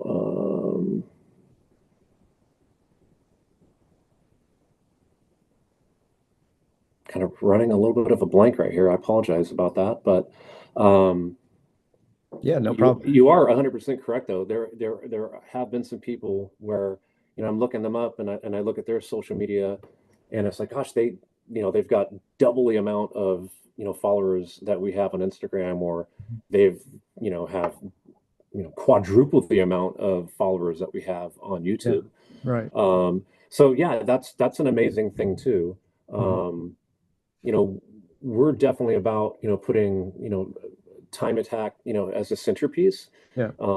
At predominantly most of the events that we do, and our flagship event that we do at COTA, the time attack's a star of it. So at the same time, I know that's not the easiest sell, because sometimes you're explaining the sport. Yeah. But we're going into I think our 6th year there, coming up this April, which is great. But yeah, we're trying to work with people with followings like that get them involved in the sport, whether if they're on the fringe, is a great thing. It definitely helps to utilize their reach. So that's definitely something that we're constantly working on. At the same time too, our main thing is record-breaking cars, following or not. Exactly. Yeah. What are your expectations for 2025? And more fast cars in 2025, new event locations. What are your plans? Well, first up, we've got our Super Lap Battle event at COTA in Austin, Texas, and that's April 11th to the 13th. Most excited about that. That's our biggest event of the year. Last year there were a little bit over 7,500 paid spectators that were at that event over the weekend, so it's really good for time attack. Yep. It's a lot of fun. Like I said, time attack's the star of that event, and the drivers are. We do an autograph signing on Saturday, and on Sunday we do a pit walk and open up hot pit lane to the fans, which is really cool. So yeah, super excited about that. It's a great event. Low price. It's really accessible for spectators. We have a drifting ride-along program that's there in one of the paddocks, and there's a huge car show and music and vendor and food. So yeah, that's a really fun event. If you have an opportunity to make it out to that. And over the past few years, due to it being an F1 course, it's yielded some of the best and fastest time attack cars around, to compete at it. So you really get a good taste of what time attack's about, at that event. So I'm super excited about that. And we're back at Road Atlanta. It's usually our second stop in May. And I brought up PPIR earlier in Colorado. We're there June 28th and 29th for an event that they call Ascend. What's cool about that event is, again, Time Attack's a star. The track puts up a $50,000 prize purse. That's spread out. Yeah, so it's the only Time Attack I know of that has a big prize purse like that. So that's really exciting. It was, I think this was 2024, I believe, was their second year of doing the event. It was our first year of doing it with them, and a great relationship has started. So looking forward to that one in 2025 for sure. Really cool event. They've got a stage there, and they've got, DJs, they've got bands. They have a drifting ride along program going on there too. Cool. And the way that venue is just set up, you can see everything, from multiple places there. So it's got a cool spectator vibe, which is really neat. And I think this will be our 5th or 6th year back in the Pacific Northwest at the Ridge Motorsports Park for an event that we call Speed Summit. We work with the track on that one. Again, Time Attack's the star of that one. It's a little bit more regional, but we get a lot of drivers that come down from Canada, British Columbia right there. And a lot of people from that neck of the United States that aren't able to make it down to Texas or Georgia or to Southern California to some of our other events. And then ending the year in November again at Buttonwillow. Sometimes if we're able to, we'll throw in kind of an event that maybe wasn't early in on the schedule. We did that earlier this year. At a new track called the Podium Club out in Arizona. Not sure if you heard about it, but we linked up with a group out there and had a great first successful event just back at the end of September. Pretty hot in Arizona still, even in September. So there hasn't been a date set for that one yet. It might actually end up being like in January of 2026. Okay. Southwest Speed Festival, a lot of fun. Brand new track, so they're still building amenities and things like that. But sometimes it's neat, like to get on the ground floor, of a place. Yeah. You mentioned a bunch of stuff for 2025, but I wish you all the best. Lastly, I mean, where do you see Time Attack? You've done it for 20 years now. Where do you see it in the next 5-10 years? Where is this going? I think kind of more than ever, I think we'll start to see, more teams with experience and backing behind them get involved in the sport, which will help elevate it. And I do see the popularity of it growing just in general. There's much more talk of, and more action too, of top teams here in the United States, going to Japan to compete.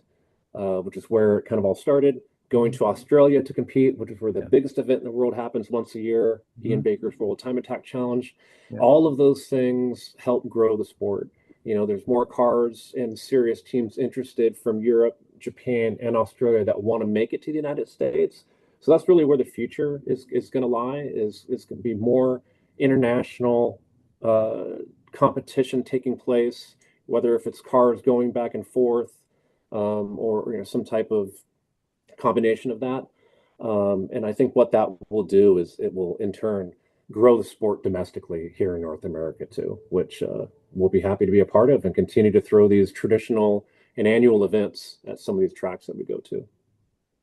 Jason, we have a short video from you. We couldn't run it at the beginning because we went from Jim Campbell into your session. So we have a short video that Jason sent us. We'd like to share with the audience. Let's go. Thank you, guys. Global Time Attack once again brought together some of the fastest tuning cars around. What was once a special invite-only event by tuner magazines has evolved into the yearly gathering of fast, modified track weapons, organised and hosted by Global Time Attack. Top Japanese tuning houses and celebrity drivers set the benchmark early on in what would become an endless pursuit of record-breaking laps.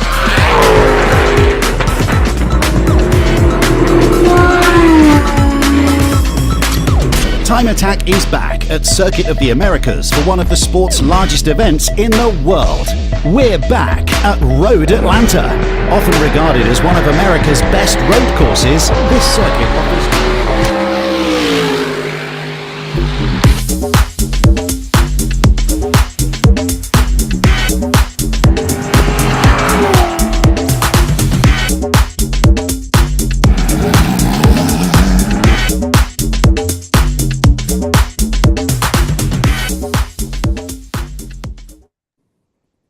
Awesome.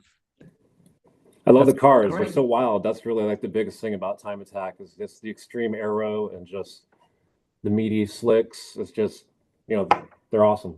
Yeah. No, it looks really, really exciting. Great sizzle too, Jason. That was a good job. Well, thanks for joining us, Jason from Global Time Attack and Super Lap Battle.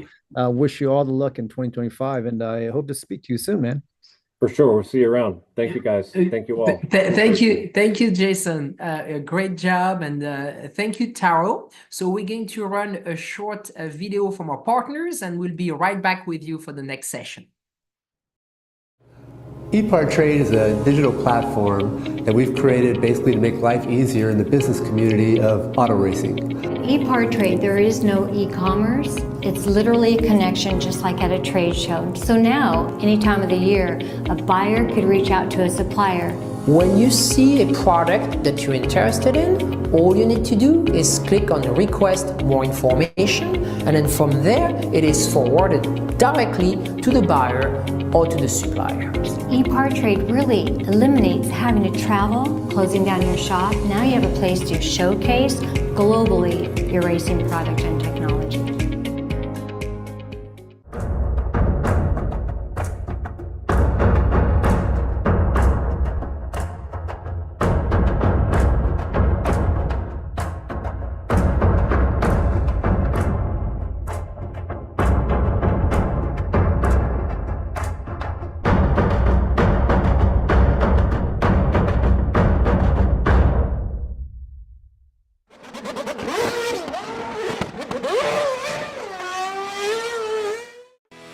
Speed Sport 1 is your new home for motorsports. If you're a hardcore race fan, you've got it all on this new, exciting network. It doesn't matter if it's on land or water, 2 wheels or 4, asphalt or dirt. It's all free at speedsport1.com. You can also take it on the go with the Speed Sport 1 app. Download it today. This is Speed Sport 1, the live racing network. Thank you and welcome back, Richard. You had a busy day today. And a special thank you to our friend at Racer and at Speed Sport for helping us put together this wonderful week. And we, as we saw in the last video, we are live on Speed Sport 1, their TV channel. So thank you again for watching us from wherever you are. We should be bringing on Jimmie from NASA. And we're going to be diving directly into his session. I think Jimmie is joining us. And so, Richard, any thoughts while we wait from Jimmie? Not really. Just was enjoying learning a little bit more about Time Attack. I've always been appreciative of the interesting machinery that that single objective produces, and just going fast over one lap. So nice to learn more about it. Jimmie, good afternoon. Thank you for joining us. Oh, we can hear you, Jimmie. We can hear you. So looks like we have a little sound issue, and maybe your microphone is not on, and that's what happens sometimes when we go live.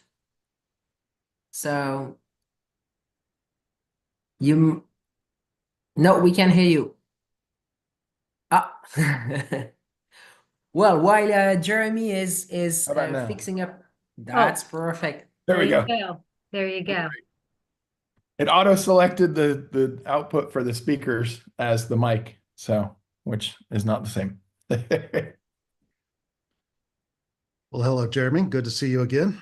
Hey, good to see you too, Richard. How are you been? Doing well, doing well. It's so funny watching the previous one with Jason, and man, that takes me back. We NASA actually partnered with Super Lap Battle before Jason's Global Time Attack took it over. And NASA used to actually sanction all the Super Lap Battles like 20 years ago at Button Willow. And I know because I participated in a couple of them. So it was funny seeing his face on EPARTRADE. Well, that's certainly the sort of event that's in your wheelhouse, having produced time trials pretty much from the beginning, right? Yeah, NASA, we kind of coined the phrase time trial. I think our TT program started in like the mid 2000s. So I think we're more than 20 years in the development of ours, and it's changed a little bit over the years, but very, very similar discipline, single lap format. Most of our time trial events happen alongside our HPD and road racing programs. But the format's very similar, where if you get to the top echelon, you've got 1 or 2 laps to get it done. So we give you multiple sessions in the day, typically 3, 4, 5 sessions, 15 minutes. But the serious TT folk, they run the first 2, 3 laps and they're done. So. Well, you mentioned running along, on the same weekends with HPD and races, which is something kind of unique that y'all do, and that's kind of the progression and the ladder, right? And having it all there in one weekend makes it pretty accessible. Yeah, it's actually been one of the differentiators of NASA over next year is going to be our 34th year of operation. We can take anybody that has 0 experience and start them in our HPDE program. Again, NASA kind of coined the phrase HPDE 30 years ago, starting out of Northern California and then kind of spreading across the country systematically. We really kicked it into high gear in the early 2000s and grew exponentially over the 2000s. And we've kind of solidified ourselves as one of the mainstays in amateur motorsports in North America. Our HPD program takes anyone from the beginner all the way to the veteran and spreads them over 4 different tiers of HPD 1, 2, 3, and 4. 4s are veterans, and 1s is where you get the start. We launched a new program this year called HPD Intro, which is even a subcategory under 1, which is really introductory.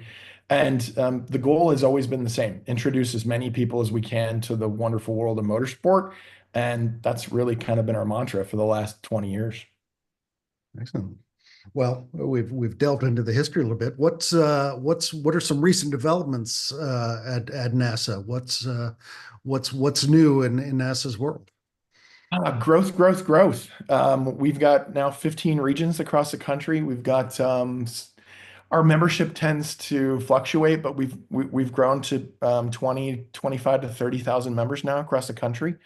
One of the biggest programs we've launched back in 2019 was a partnership program with Toyota, where anyone that buys a GR sports car, whether that be a GR Supra, GR Corolla, or a GR86, it becomes a NASA member and gets a complimentary day at the track with a NASA instructor.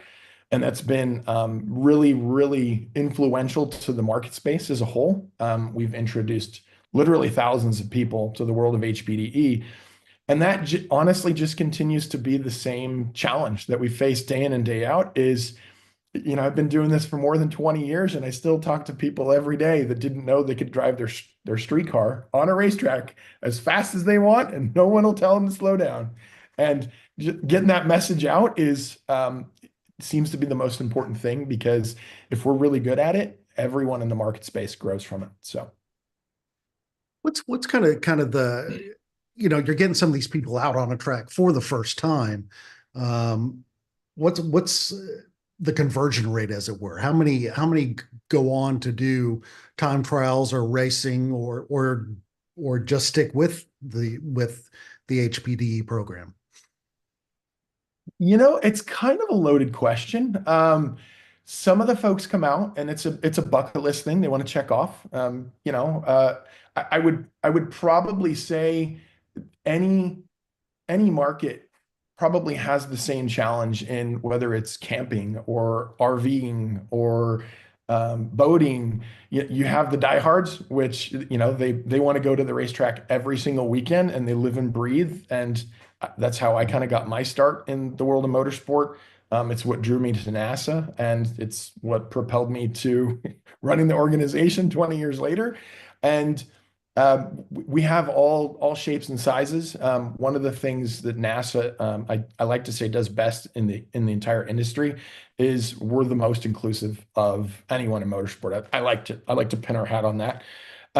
It doesn't really matter where you come from or what you do. You'll find every type of person at the racetrack, and NASA has an appeal for every single one of them, whether it's someone just getting a start in a GR86 they bought, or someone that's a lifelong racer like myself that's been doing it for 20, 30, 40 years, and they just want to come out and have a good time at the track. And we strive to bring forward a very inclusive environment, and a very welcoming environment. And we've done a really good job of that. And I think it's one of the things that's helped us along the way.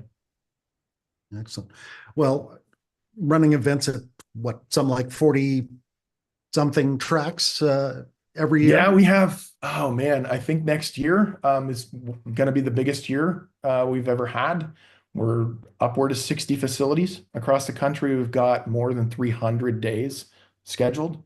Some of the developments, we're working to launch a drift side of NASA next year. We're looking to grow our autocross side, and just have more opportunities. Those tend to be different entry points, if you will, to the world of road racing. Global time attack is a perfect example. Drifting is another perfect example, and drag racing. Funny enough, I got my start drag racing 25 years ago because it was just so accessible, right? And you went to the local drag strip and paid, gosh, I think the first one I ever did was 15 or 20 bucks for the evening, and you got, if you were lucky, 2 runs. But I got hooked, and I wanted more. I wanted more drive time, and that's what led me to autocross, and then into road racing eventually through the world of NASA. So, excellent. Well, what is going on with NASA these days besides the things you mentioned so far? There's I think the track stuff is kind of the core product, but it's not the only thing going on. Yeah, we've got some pretty amazing stuff launching next year. We've just put together a partnership program with Hoosier Racing Tire for, I don't want to say the first time, because we launched our NASA prototype program, and we're fortunate to welcome them into that as the spec tire supplier. And that's grown into a new spec tire supplier program next year with the creation of a brand new product called the RCES. That's something that no one, even now, no one's really been familiarized with, because I believe it goes on the shelf for sale in 2 weeks, 2 or 3 weeks. Don't quote me on that, because I'm not a Hoosier representative. I'm definitely wearing the black shirt, not the purple shirt. But we've got just more growth. We're looking at 2025 as our biggest year yet. More partnership programs, more sponsors. We're continually working on benefits for NASA members. What can you get with a NASA membership? We launched a partnership program with OG Racing last year that gave any NASA member the ability to save more on any racing related purchase than they can anywhere else. And we actually launched with them this year, like a money back, essentially, like put your money where your mouth is. If you find a cheaper price, they'll match it. So that's those are the types of things we're looking toward. Discounts on Lenovo computers, or rental cars, or you name it. But just bringing more value to the NASA membership outside of traditional road racing and track day stuff. The ability to do more stuff within the market space. And then maybe also to shine a light on the additional benefits. There's never been more opportunity to get on track with any variety of track day operators. And one of the challenges has been we've struggled with our partners at the SCCA as well with this, and trying to drive home the difference between the NASA way and the everybody else's way. And we're still going to continue our industry-leading insurance programs for our membership. You know, the safety aspect of what makes NASA events different, and the professionalism that we bring forth in operating every NASA event across the country. So, like a wide variety of things all kind of spinning through my head all simultaneously. Excellent. Well, what's the newest track in the NASA portfolio? Where are y'all going to go next year that might be a new spot? Oh, there was a new one launched just this year called Hedge Hollow in NASA Mid-America region. I forget that region covers a number of states. I forget which actual state it's in. I just see all the lists of the tracks. A huge development is we're for the first time we're taking our NASA Championship event, our 19th running of the event, to Ozarks International Raceway. That is going to be a pretty exciting place to host the NASA Championships. It's a track. I've been to a lot of tracks across the country. It's a track like no other in the United States. It's a pretty special place, and what JR and his son James have been able to accomplish there in the Ozarks is pretty astounding. I would encourage anyone that has the opportunity to drop by that track. They are the most down-to-earth track management owners we've ever worked with, and it's going to be a really fun event. Excellent. Well, since you mentioned the Nationals, that championship, I'm guessing that's maybe this year's on the screen behind you. That looks like Utah. Yep, exactly. What are y'all doing to keep the national championship event exciting, new, and a better value proposition for your competitors? You know, the champs is a continual struggle to effectively convey how much you get for how little. And in a space where it's so easy to, you know, compare, whether you're using different platforms to compare different track days or whatnot, there's a lot more that goes into it than just track time per, dollar per minute for track time. And the NASA Champs really is just a special thing. We've got round the clock coverage from the event. We've got live stream that is almost second to none. I would give a big thumbs up to my counterparts in the SCCA, who do a tremendous job in broadcasting the runoffs, and they have for some time now. And the continual challenge is bringing forth the things that the folks want and finding alternative ways to pay for them. Because if you try to put all of the costs into the event, it quickly becomes unpalatable from a consumer standpoint. So we've got more prizes that we'll award. Every year we add more to the pot, and more gets awarded, upwards of $50,000, $60,000, $70,000 cash prizes awards every year. And just the notoriety that you are the best in the country in that particular class. And NASA has a number of classes that with a variety of genres, shall we say, that speak to, different folks, whether your interest is in Spec Miata because you want a huge field of cars, or in American Iron because you love driving a Ford Mustang. And then everything in between with our Super Touring category, which is spread across one to six. And whether you want to save a little money and run in 4, 5, 6, or, go for broke and bring out, a detuned or an old school, maybe GT3 car and run it in ST1, there's a home for you in NASA. So that's, I think, in a nutshell, outside of the ops challenges and, basically bringing a top tier event to the general public that NASA members are proud of being a part of. Excellent. Well, sounds like Ozarks is going to produce a great event. Yeah, I haven't had a chance to visit the track, but I hear I hear great things about it. Yeah, any track that has a straightaway called roller coaster is probably exciting. Excellent. Well, when I think of NASA's marquee events, aside from the national championship, it's got to be the 25 Hours of Thunder Hill. Had a conversation with RJ Till from World Racing League earlier today about the world of endurance racing. But that was another area that NASA kind of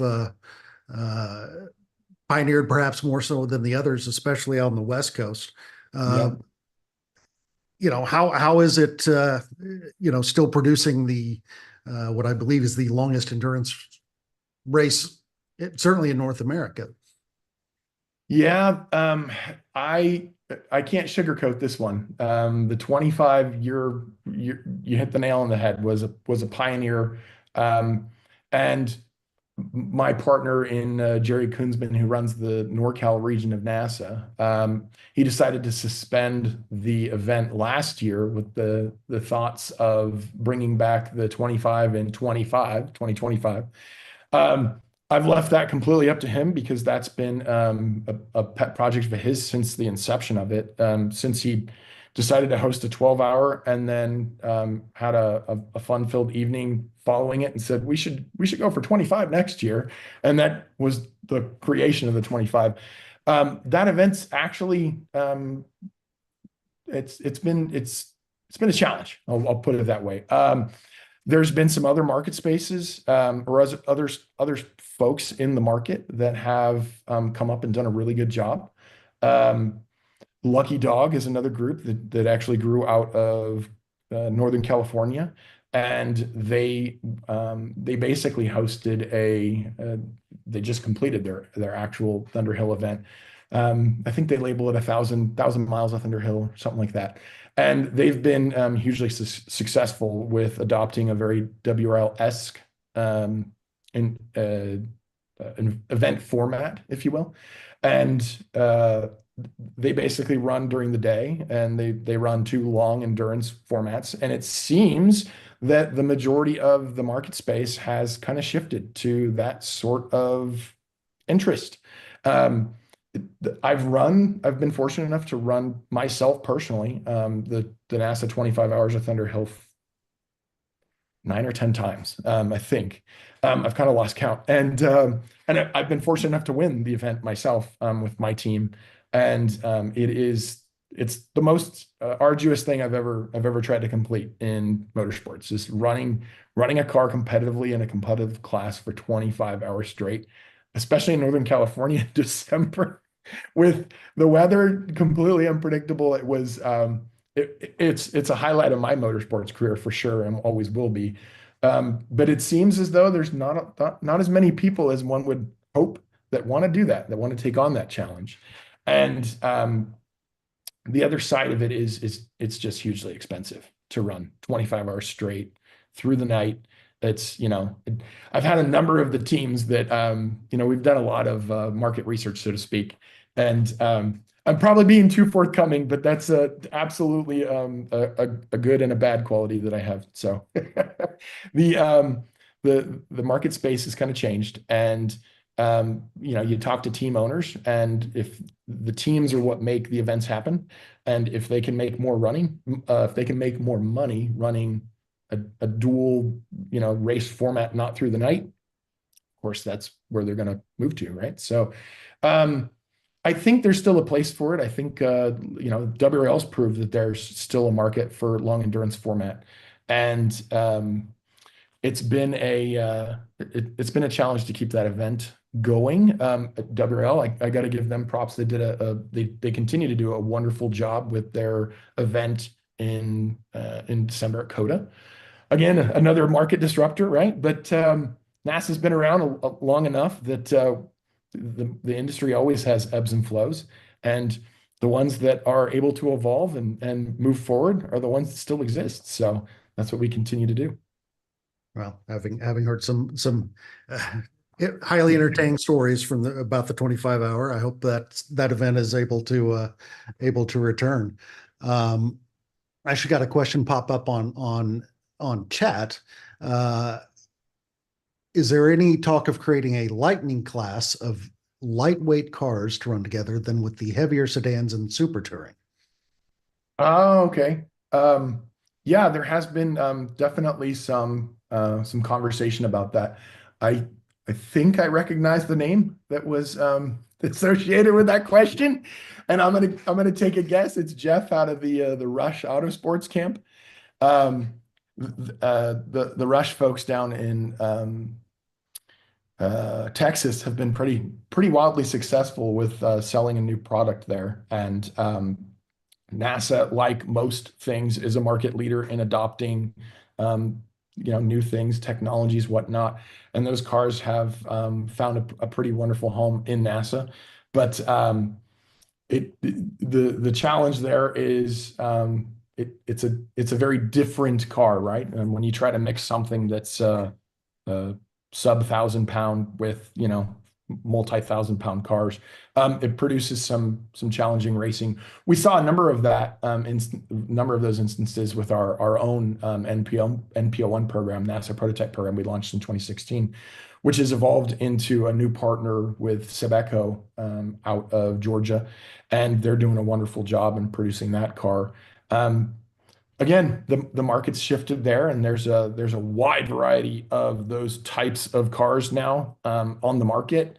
Some, I mean, man, you'd be hard pressed to find, a better bang for buck than a DPO2, right? The Elan DPO2 is one of the fastest, most visceral cars you'll ever drive. But nobody makes a lot of parts for it anymore. So that's the challenge. But man, speed per dollar is those things are a heck of a hoot. And then the MPL1 is right up there. The factory launched a Evo upgrade program, which has been hugely successful in the sales of the cars. And the owners there at Sebeco are hugely involved in WRL and trying to spearhead more growth with their GPU series or class, I think it is. It's really more just being inclusive. That's one of the big things I've tried to bring to NASA as an organization, to be more inclusive of different groups, more open to partnership opportunities. Anything that NASA can do as one of the market leaders in the industry to grow motorsports is great for everyone. And motorsports is large enough that we can all do better. We can all bring more people to the track. We can all make more motorsports enthusiasts. And then the industry at large is just better for it. There's more people to consume online media. There's more people to consume, products that a lot of the people are partnering with EPARTRADE here doing, and it's just more. That's, I guess, in a nutshell, that's what I'm looking for, is more members, more events, more opportunities. Just bring it on. Well, we're about to run out of time, but I'll ask you one more. What's exciting you the most about NASA's future right now?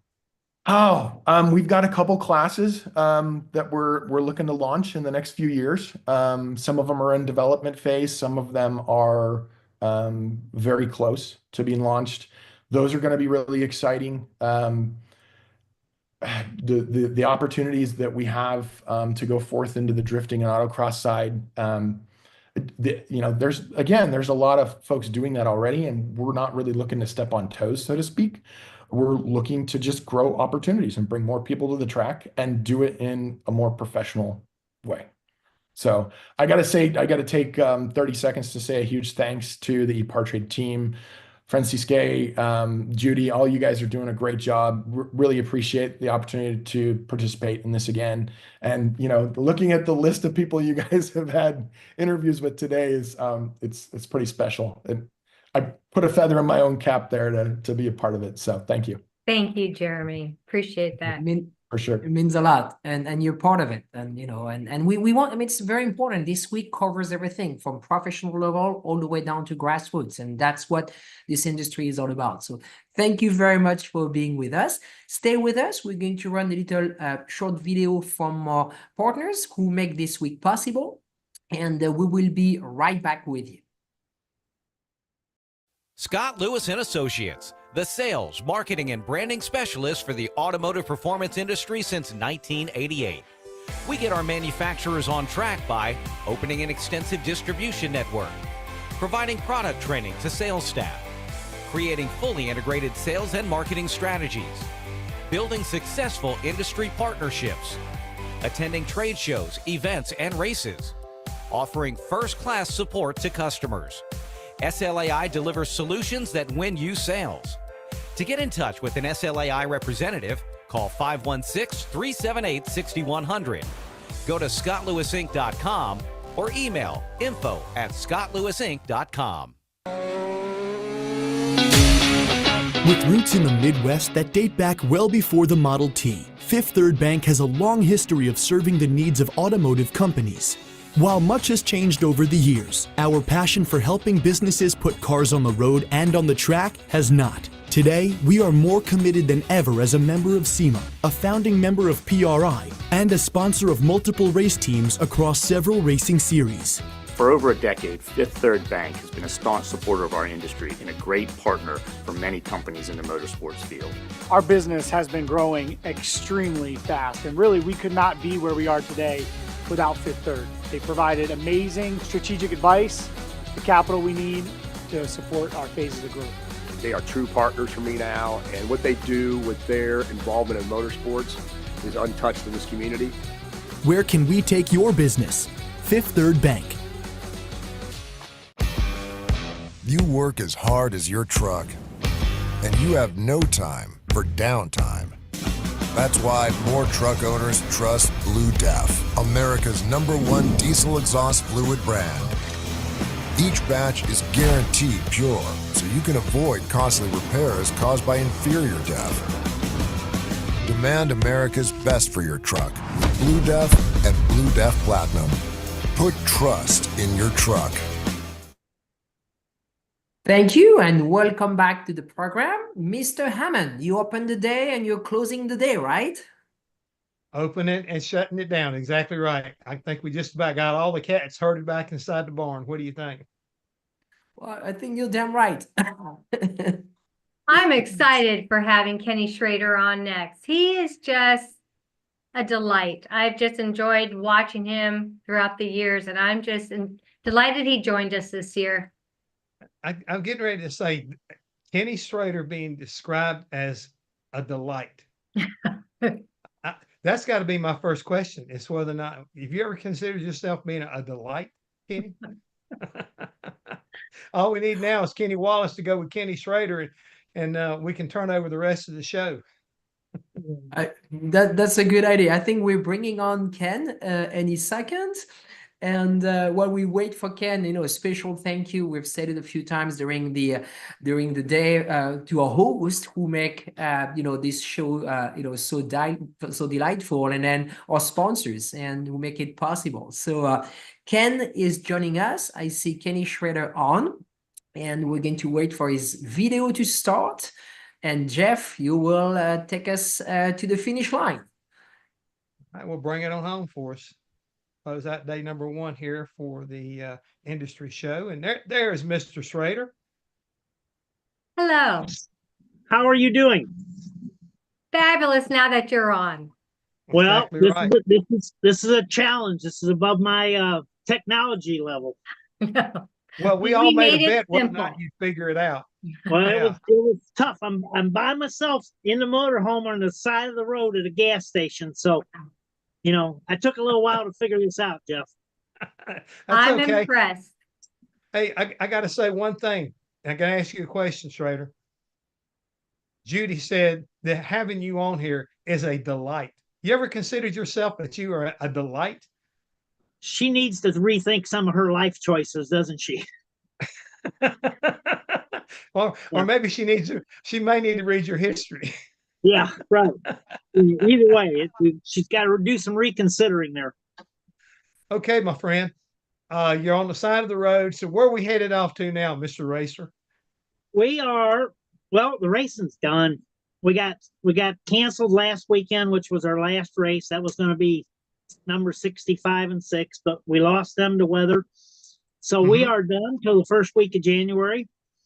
And I'm running up to Wakarusa, Indiana to get a little tune-up done on my motorhome. Well, very good, very good. You know, I just kind of like lead us into this here because you know you've got one of those iron wheel racer mentalities that you know if as long as they're running somewhere and you got a car to drive, you try to get there. It looks like. So, how many weeks are you on the road now, Kenny? Well, I'm going to be. It's hard to say the week deal, but man, every week, every time I can go racing, you know, that it makes any sense at all. Not that it has to make any sense that I could just get there. I'm going to be in a car over 100 days again this year. So between our play days that we do with Federated Auto Parts, where we take cars to the track and they bring out customers and we let them drive, right, and the actual racing and stuff, we're still keeping plenty busy. You know, you brought up a company that's been with you a long time. I think what 25 years with Federated Auto Parts. They've been an associate. I don't want to say associate. You guys have been partners for 25 years because I mean, they've done so much for you and you do so much for them. But describe that relationship and especially the play days. You know, where do you do the play days at, and what kind of vehicles do they get to drive? Well, we bring dirt modifieds, unless we're at a pavement track, and then they're pavement modifieds that day. You know, they're not dirt tires. Maybe they're not dirt tires that they're pavement tires. But we go from coast to coast. We've been Washington, Oregon, California, Maine, New Hampshire, up Minnesota, down Texas, Florida, New Mexico. We've been up Canada 3 trips last year. And well, basically, most of the time we'll do it where it's 5 days. We'll do it a Monday through a Friday, so I can race somewhere in that area Saturday and Sunday. Sometimes we'll do it 5, sometimes we'll do it 10 days. But we just kind of go all over, and the Federated members in that area bring out customers, basically 20 a day. And we talk to them, suit them up, send them out 2 at a time. That way there is a chance for a multi-car accident. We send them out there. They make 8 or 10 laps. They always come in, tell us how they think if they'd had 2 or 3 more laps, they'd have had it figured out. That's when we stick them in the right side of the 2-seater and we go another 2 or 3 laps. Then we eat lunch, load up, and go do it somewhere again the next day. Yeah, that can be a lot of fun. I've had some privileges of doing sponsor days back in my day, and they can be very fun. But as you pointed out, you can also get a lot of laughs, and as long as nobody has one of those situations like we experienced down at Road Atlanta with one of Harry Hyde's road course cars doing one of Rick Hendrick's deals, with the Folger car. You remember that little episode when they kind of took it off in the woods? And then you could take a chainsaw to go get it. Remember that? Chainsaw to cut it to get it out of there. I mean, it's how deep in the woods it went. I don't see how I figured the throttle must have stuck as deep in the woods as he went. It was a pretty big deal. We tear up 1 or 2 a year. Usually not too bad. Every now and then we got to replace one. But it's not bad. Usually common sense takes over before they get in trouble. The only time I get kind of gets me when I watch people do that time to time is the ones who have trouble getting it out of 3rd gear into high gear. They get to 3rd gear and they kind of like get hung there, and they're happy. And they're putting around there, and say, come back in and say, okay, that was good. I mean, I was running pretty fast, right? Right. We've got automatics. We've got power glides in them. So as long as they get them out of high gear, they're okay. Or get them out of low gear, they're okay. But every now and then we'll have to run out there and give them the shift signal because they're still in low gear, but it's making a lot of noise. Now, you called out all those, states you'd been in. Back in 2000, I believe it was 2018, you raced in Alaska. So have you made all 50 states? Have you been in Hawaii racing? I mean, how many more states do you have to go before you make all 50? Well, first off, we never set out to do that. I mean, there's more people worried about it than I am. We're 2 states short. Hawaii, which we have offers to go to Hawaii, but Yeah. I don't want to travel that much to go run a damn race when there's races closer. And Rhode Island, which doesn't currently have a track that they're running. That's the only 2 tracks that we haven't run. We've run a couple tracks up in Alaska, and we've run a bunch, but just haven't made it those two states yet. Well, I'd say that that's a pretty big and unbelievable statement to be able to make that. But I'm surprised that Ann hasn't said, Kenny, I want to go to Hawaii, take the deal, and we'll go race, one or 2 nights, but I want to go to Hawaii. Well, yeah, she can go to Hawaii anytime she wants. She knows I wouldn't be fun to go with anyway. It said, she said, you've never been to Hawaii. I said, yes, I have. We changed planes there once on the way to Australia to race. So that's the amount of it. But now you can see all that stuff on the internet. You don't have to go there to see it. You got to go there to race, though. Yeah, well, I can appreciate that.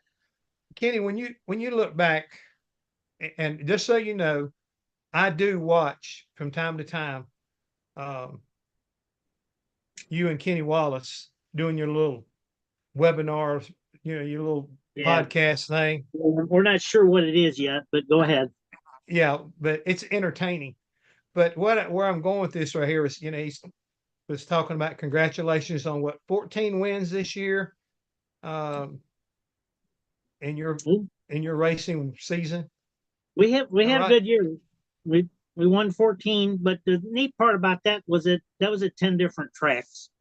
So we can say we don't go the same place every week. We go all over the place. So we had a good year, but damn, I want to get 15. We got rained out last week or canceled, so got to start all over in January. But he made perfectly sure that he had told you were the racer of the week, and I'll echo that. I think that's great that you were able to pull that win off. But I want to go back because I was in Nashville in 1971. Not 1971. Was it 71? Yeah, it was 71. Was it? No, 85. You might have been in Nashville in 71 because you're substantially older than I am, but yeah. I wasn't. But we were both in Nashville, Tennessee, the day you drove Elmo Langley's car at the Nashville Fairgrounds. And I will never forget that because Elmo and I were big buddies. And I was trying to figure out, I said, Elmo, who you got driving this thing? Who's this Schrader cat? Some guy likes to run dirt sprint cars and stuff. He thinks he's AJ Foyt. I think that's exactly how Elmo said it. He thinks he's AJ Foyt. But, you guys, you had a decent showing. You didn't tear nothing up. I mean, that was a big thing Elmo was really looking at was, I just don't want him tearing nothing up. Yeah, we maybe finished 18th, I think, or something. We were 9 laps down, which I thought was terrible, and them guys were excited. They thought it was good. So we ran Terre Haute next day, and we had to drive up Terre Haute, run a USAC sprint race, and I told Ann, I said, man, I did a terrible job, and they were happy. We got to make this work out because I got a lot to learn to play that game. And I was amazed at how hard they ran the whole race, and they're running a heck of a lot harder now. It is amazing how much the sport has changed since back then. Because you would thought when you're saying something like that, you didn't have no air conditioning units, you didn't have any power steering, you didn't have any trick, brakes back then or anything like that. I mean, you up on the wheel. I mean, just you had to wrestle one of those things. They didn't drive themselves. Let's put it that way. Right. Physically, I think they might have been. I mean, I know they were harder to drive, but the guys race so much harder now. I mean, you used to be able to ride a little bit, and if you were a top 5 car, which I sure didn't know about at that time, but if you were a top 5 car, you could just put in laps for a while. Those guys never are putting in laps now. I mean, those guys are driving their ass off, but it's amazing what they look like when they get out of the car. I mean, they look like they just, got done with dinner. I mean, I guess the cars are sealed up that much better. They have the temperature more under control because I mean, these guys used to like just drip out of the cars before. I mean, you looked like a noodle when you got out. Well, you also remember the race cars weren't sealed up nowhere near as good as they are today or anything like that from underneath. Because back in the day, you had 50 pounds of rubber usually inside there with the race car with you when you got out on top of all that. I mean, I think that was one of the most amazing deals. All the photographs of guys with the, raccoon eyes, I'd call it, when they got out. Yeah. Well, I mean, I remember like when I started, you guys always had 50 pounds of stuff, but that was stuff you were getting rid of before the race started, you know? Yeah. All right. Yeah. Can't keep that one a secret no longer. No. Kenny, when you think about it and you look at the period that you started and where you came from and all the years you've been around, what are some of the highlights? I mean, what keeps you coming back and doing what you're doing right now? Because that's where I'm trying to get to. Because I laugh when people say, what do you think about that, Hammond? I say, hey, that was last century. Yeah. Because when you think about it, it was last century. Yeah. You're only as good as your last races or your last season. We're pretty proud of last year. Obviously, it's not like the Cup Series or the Xfinity or Truck or anything like that. Mm-hmm. Would have liked, obviously, to had a lot better NASCAR career, but I got, I'm not apologizing for it. We were able to stay there for 29 years, made a lot of good friends, drove some good cars, had a lot of fun. NASCAR, bottom line was very important in my life, but obviously those opportunities dry up, and I was down there till I was 58, and still running a limited schedule, and I just wanted to go run my dirt car more. Plus, it's as you get older and the rides aren't quite the caliber you once had, it's not near as much fun. And I knew we could take our dirt car and still go contend for wins. Well, you're definitely doing that, and I think right now, I'm going to ask the question: Are you you're looking to challenge Red Farmer with the oldest guy to wind up racing and winning races? Is that what this is all about here to a certain degree? I mean, you ever think about people always? I mean, I know Red Farmer. I know you've raced against Red Farmer. So, does it ever enter your mind that this is the guy that's out there and putting the numbers up or put the numbers up? You think you're going to try to run him down?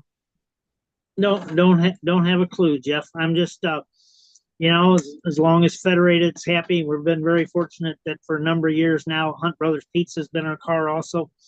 As long as they're happy and I'm having fun, that's the problem I got, is I'm having as much fun as I ever had. So I just don't see any reason to quit. Okay, then what you're telling me, racing is your golf game. I mean, do you have any other hobbies? I mean, do you ever go fishing? Do you the last time I checked, one and two things: race, drink beer. Yeah, we've slowed down on the drinking beer a little bit. I have drank some Jim Beam this year, but anyway, no, no other hobbies. So we had 25 people or so over for Thanksgiving. Had a great day, but all day Friday, Saturday, Sunday, I was in the shop by myself. It's just you get up in the morning, you go to the shop. That's what you do, or that's what I think you're supposed to do. That's what I still do, and I enjoy it. With that being said, you left the Charlotte area, you went back to where you grew up, and I got an opportunity to see out on social media. I guess you were in what used to be your brother's and dad's shop where a lot of the stuff really started. And I think all of us, including myself, it was kind of like the flashback to where we all came from. Nothing, not the Hendrick Taj Mahal or the Penske, tower type deal that we got here in Charlotte, but real shops being worked on by real race car mechanics, and I don't know. I think the way you were describing it that day and how the thing was laid out when you had your sprint cars and stuff in there, it was a top shelf deal. I mean, you were winning races and championships and having fun. Yeah, and our shop that we've currently got, it's laid out pretty nice, and we're still having fun there. You know, we had a beautiful shop in Charlotte in Concord. We sold a couple of years ago to Vaughn Gittin, bought it, but I mean, it was nice. I like my one in we're in Dittmer, Missouri now, which when we moved to Charlotte in '86, we ran those 5 races in '84. We won the rookie deal in '85, and in '86, so I said, okay, it looks like maybe they're not going to send us home because, it's easy to get sent home from down there. So it looks like they're not going to send us home just yet. So we moved down there, and we moved down with the plan that, that you're only going to do that so long. And, we were able to do it a long time, but whenever it dried up, we were going home. Now, we enjoyed living down there very much, and we made some very, very, very good friends. But we had to plan to go home when it was time, and we did. You mentioned those years, and I think I'd be remiss if we didn't give a little tip of the hat to when you drove the 90 car for Junie Dunleavy. What was it like to race for Junie Dunleavy? There's not a finer gentleman that's ever walked in that garage area. I mean, you talk about good people, he and the Wood brothers. I mean, we can go down a long list of those who are they're just good old boys doing what they love to do. And Junie is definitely up there at the top of the list. Oh, I mean, I ran 5 races for Elmo and got, Mr. Dunleavy called, went down there, drove for him 3 years. It was funny because when I first met with him, so I'm there a couple hours and we shake hands and said, this is what we're going to do. And I said, okay. I said, do we need a contract or anything? And he said, no. He said, Bubba, we don't need a contract. He said, that way, if you have the opportunity to go drive a better car and get paid more, you can go do it. I said, all right. I said, hey, what about if you get the opportunity to hire someone with some experience? He said, well, I'll have the same option. So, but it was what a fine guy. I felt so lucky coming in and driving for Elmo and then going to Junie and just being around that group. But it screwed me up when I first went to drive for Rick, because I thought no matter what, you got to finish that race and not tear nothing up, because that's what you had to do at Junie's. And, I screwed around for half a year before I realized the Ricks, they had planned on putting sides on that thing when you got back anyway, So a little door donut didn't hurt anything. Yeah. Kenny, I guess I don't want to not touch on the other things you do. It's kind of like a passion of yours. You got a couple of racetracks that you are in partners with, Peevely, which is, I guess, Federated Auto Parts Speedway now. And then you got the one up in Macon Speedway up in Illinois. Yeah, Tell us about those. We had Peevely, Macon, and Paducah. And we have since sold Paducah and Macon. So we still got Peevely, it's a Federated Auto Parts Raceway. Last year was our 30th year of running it. I say we, very good friends and partners, Ray and Sue Marler, which I used to drive a sprint car for them. We've had it, like I said, 30 years, and it's still full speed ahead. We'll just see how it keeps going. But COVID changed the racetrack, and COVID helped our racetrack. I mean, it's been okay throughout the years, but COVID made the weekly shows better. Well, I think people all of a sudden they got told they can't go somewhere. And then I think it made them miss what they didn't have. And I think he really understood the value of hey, having a race track in your backyard is kind of a privilege nowadays. It's not the exception, Yeah, and some of the people are staying closer to home and just going out there. So it's the racetrack deal's been good for the last it's been good over the 30 years, but it's been better the last 4 or 5. I want to ask your opinion on this. I was lucky enough a few years ago, whenever Ray Evernham decided to develop the SRX series, and you were part of that. You were kind of like one of the test drivers back from the IROC days when Dave Marcus and a bunch of them. But I saw you at the racetrack every weekend and working with the different drivers and going to the different racetracks and everything. What was your opinion of that? And at the same time, you ever think we're going to see a series like that come back again? Well, you know, running fast cars around circles is very expensive. You wouldn't think it'd be that expensive, but it costs a fortune. And when you're running 12 cars every week, it really costs a lot with that kind of crew and stuff. I liked that series. I liked it a lot, but I don't know. I mean, it wound up not, it had a shorter life than we would have wanted, but I would never say never, but I don't know who would do it. I mean, Ray is one of the, I don't even think it's a handful of people that could actually do it, and they just didn't come up with enough funding to make it work, unfortunately, but I would never say never. What did you enjoy working with some of the drivers, that were coming from different series and getting an opportunity to interact with each other? Well, you learn real quick why they're winning in their series, because they're just damn good drivers. Two of the guys that I really liked being around was Helio, was a ton of fun, and oh shoot, I'm brain dead. Helio and this is an old age moment, but anyway, just those guys that excelled, in their different forms of racing. It was fun being around them. They adapted so quick. So I'll get to run a couple of those races. I ran one year, and I'm running a race with Bubba Palou and Helio Castroneves. What kind of race can you do that with? That's pretty cool. Not when they kind of like they met you in the middle. You didn't go to their racetrack and they didn't come to your track, but they got dang close. Yeah, we had Helio at Wheatland, and he's watching the modifieds. We're up in the suite overlooking turn 3, and they're flying down in there and just throwing that thing sideways. And he's watching them, and he says, "Can I do that?" I said, "One time." One time, and then we'll have to get you a new car, but one time you can do it. That's it, Helio. He said, "Okay, I won't watch no more."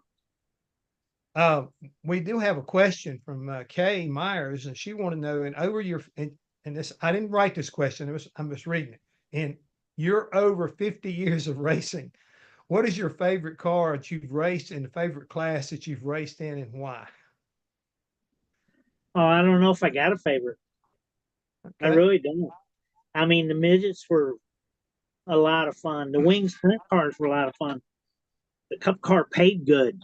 The modifieds are still a lot of fun. I don't know. It's just wherever you were going that night was your favorite that night. It was like racetracks. Wherever you're going needs to be your favorite.